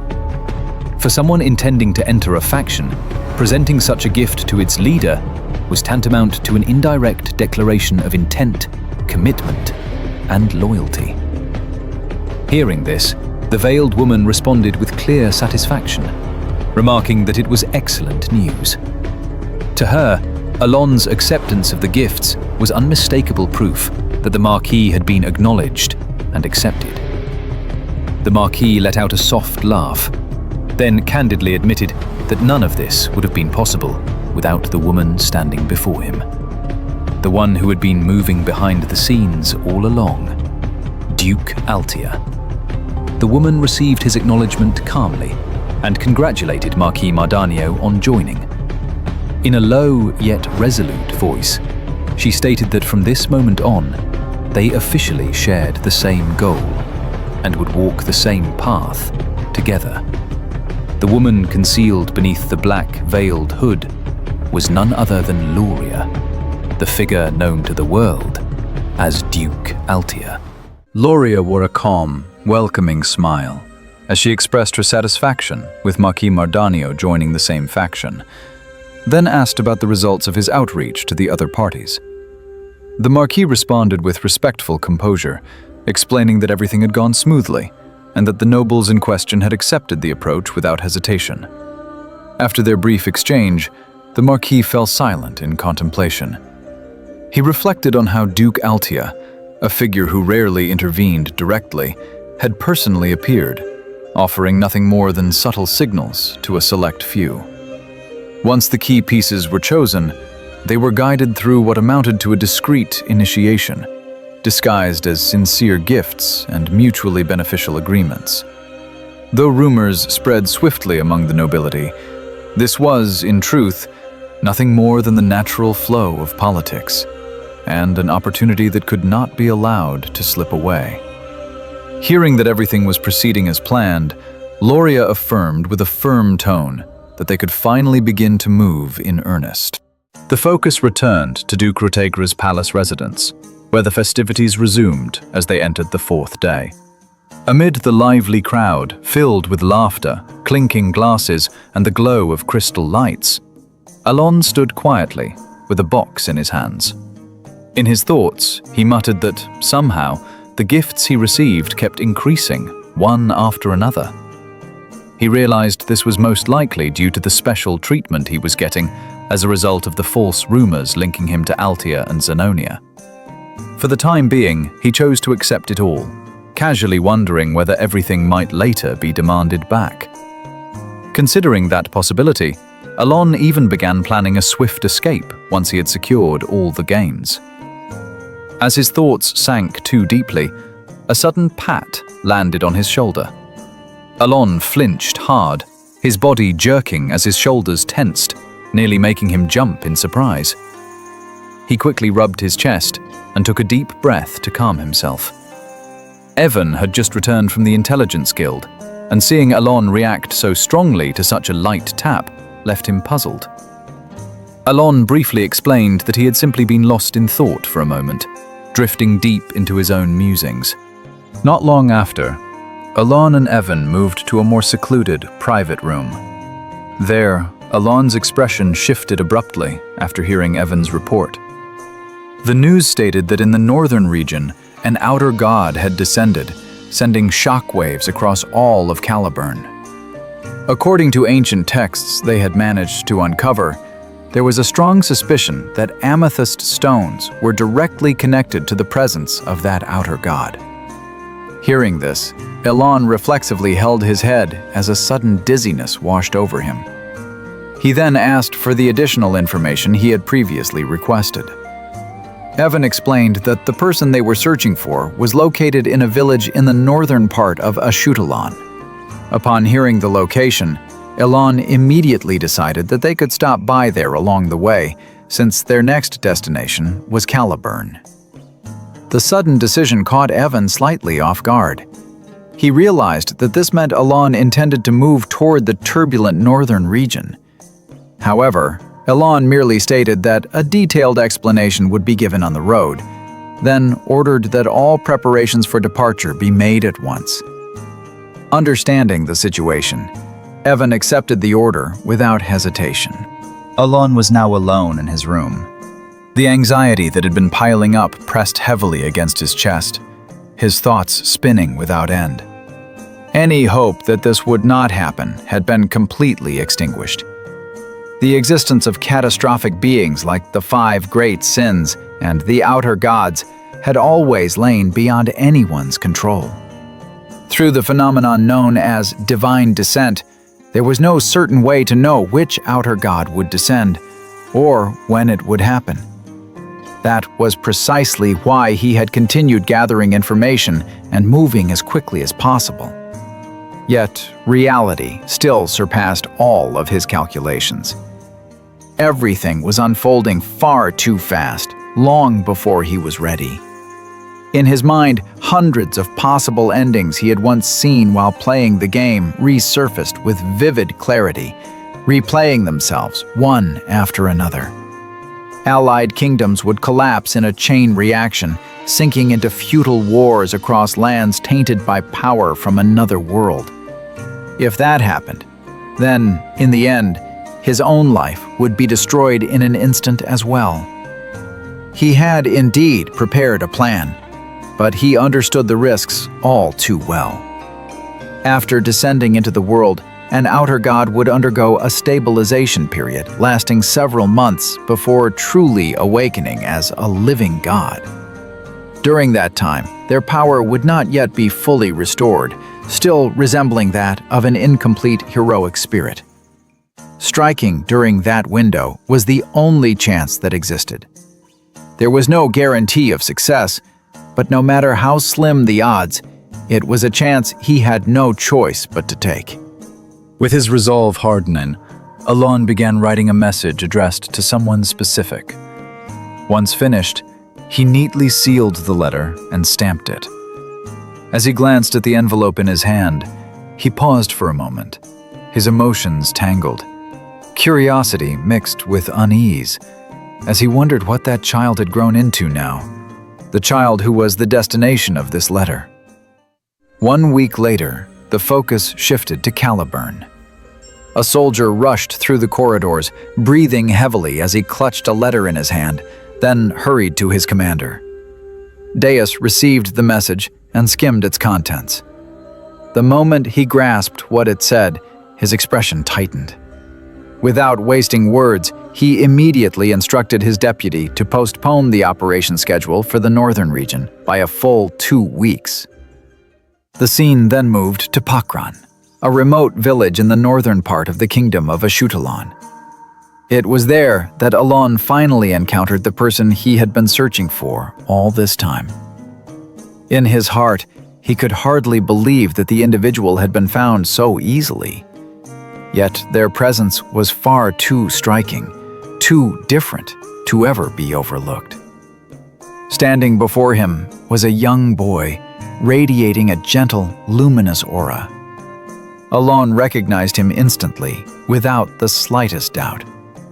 The boy was Eliban, the protagonist and a playable character from the roguelike, turn-based RPG Psychedelia. He looked exactly like the illustrations Alon had known for so long. As a protagonist, his existence felt inherently different, too conspicuous, too beautiful, too pure for a boy growing up in a dark fantasy world. Alon bent slightly and looked down at the boy in front of him, asking whether the child even knew who he was.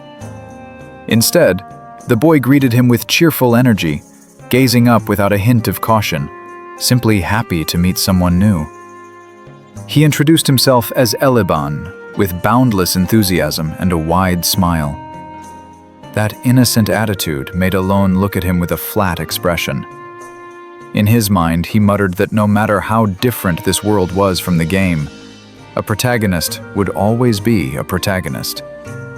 In the end, this boy would inevitably become famous and powerful. Standing face to face with a character he had once played himself felt strange, almost unreal.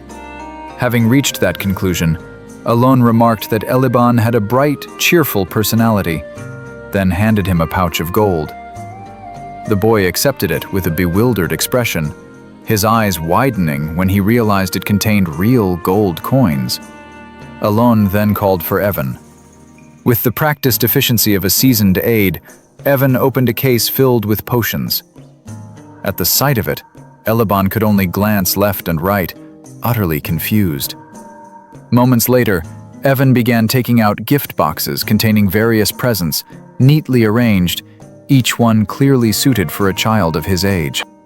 Alon pointed to the pile of gifts behind him and stated that all of it belonged to the boy. Eliban's eyes immediately lit up, filled with genuine joy, though confusion still lingered as he tried to grasp the reason behind such sudden generosity. Alon replied that it was merely an investment. In his own heart, he felt that he had brought everything necessary for a protagonist's early growth, hoping the boy would soon become strong enough to one day stand against threats as great as the outer gods. Alon then firmly placed both hands on the boy's shoulders and declared that one day he would surely become someone great. After saying that, Alon turned around and began to walk away, confident that what he had done was more than enough to win the protagonist's favor. Yet after taking a few steps, a thought crossed his mind. He stopped, turned back, and finally introduced himself as Count Palatio. In his thoughts, it was as if he rubbed his nose in quiet satisfaction, feeling that this was the name of the protector the boy ought to remember when he eventually succeeded and stood at the summit. Just as Alon was about to board the horse-drawn carriage, the boy suddenly ran up to him in a hurry. He thanked him while struggling to pronounce Alon's title correctly, then, with a beaming face, waved energetically and promised that he would always remember him. From behind the carriage window, Alon watched the cheerful boy, realizing that his personality was far brighter than he had expected, especially considering that this world was supposed to be a grim and oppressive, dark fantasy. Inside the carriage, Evan, seated across from him, finally spoke up, puzzled that they had left without having a proper conversation. Elon replied that he was confident the boy was smart enough to understand the situation, even without a long-winded explanation. Elon let out a long sigh. In his mind, he acknowledged that his own life was hanging by a thread, and he had no time to slowly build a relationship. To him, this was simply a matter of efficiency. The protagonist had been set on automatic mode, and now all he could do was hope that his pay-to-win strategy would truly pay off. Evan still turned back to look at Elaban as he grew farther away, observing him closely. He realized that the boy possessed extraordinary talent. His mana flow felt dense and actively circulating, and despite wearing nothing more than simple clothes, there was a strong impression that he was somehow protected by an invisible artifact. Elon admitted that he had sensed that mana as well, subtle yet unmistakable, as if the world itself were siding with the boy. In his thoughts, Elon recalled the game's initial world settings, where Elaban was supposed to be nothing more than an ordinary child before beginning his adventure. The fact that reality had now diverged so drastically from the game's storyline felt like yet another unforeseen butterfly effect, especially since the boy was the protagonist. Every small change had the potential to shake the larger narrative. Yet in the end, regardless of those differences, Elon's goal remained the same: to protect his laid-back life plan from being swept away by unpredictable currents. After weighing everything carefully, Elon told Evan that the stronger Elaban became, the greater the value of his investment would be in the future. That rational line of thinking eased the weight on his chest, if only a little. Considering that Elaban was one of the few kind-hearted people in this rotten, cruel, dark fantasy world, a rare anomaly that deserved protection, Elon concluded there was nothing to worry about. But then, a single word surfaced in his mind, causing his eyes to widen slightly. Kind-hearted. That simple realization stirred a different kind of unease. Quiet, subtle, yet piercing. Elon then told Evan that he had been thinking about Deus, and began to wonder whether that meeting would truly come to pass. Doubt settled in his heart, especially since he had never once dared to visit the orphanage because of his own fears. And now, somehow, everything was unfolding in a direction he had never anticipated. Evan, his expression calm and his voice steady, remarked that at the very least, they would surely be allowed to meet. Elon fell silent for a moment before giving a vague reply, as though that certainty had yet to fully take root in his heart. Count Palatio's carriage continued on without pause, its wheels creaking softly against the dirt road as it slowly carried them away from the village and toward their next destination.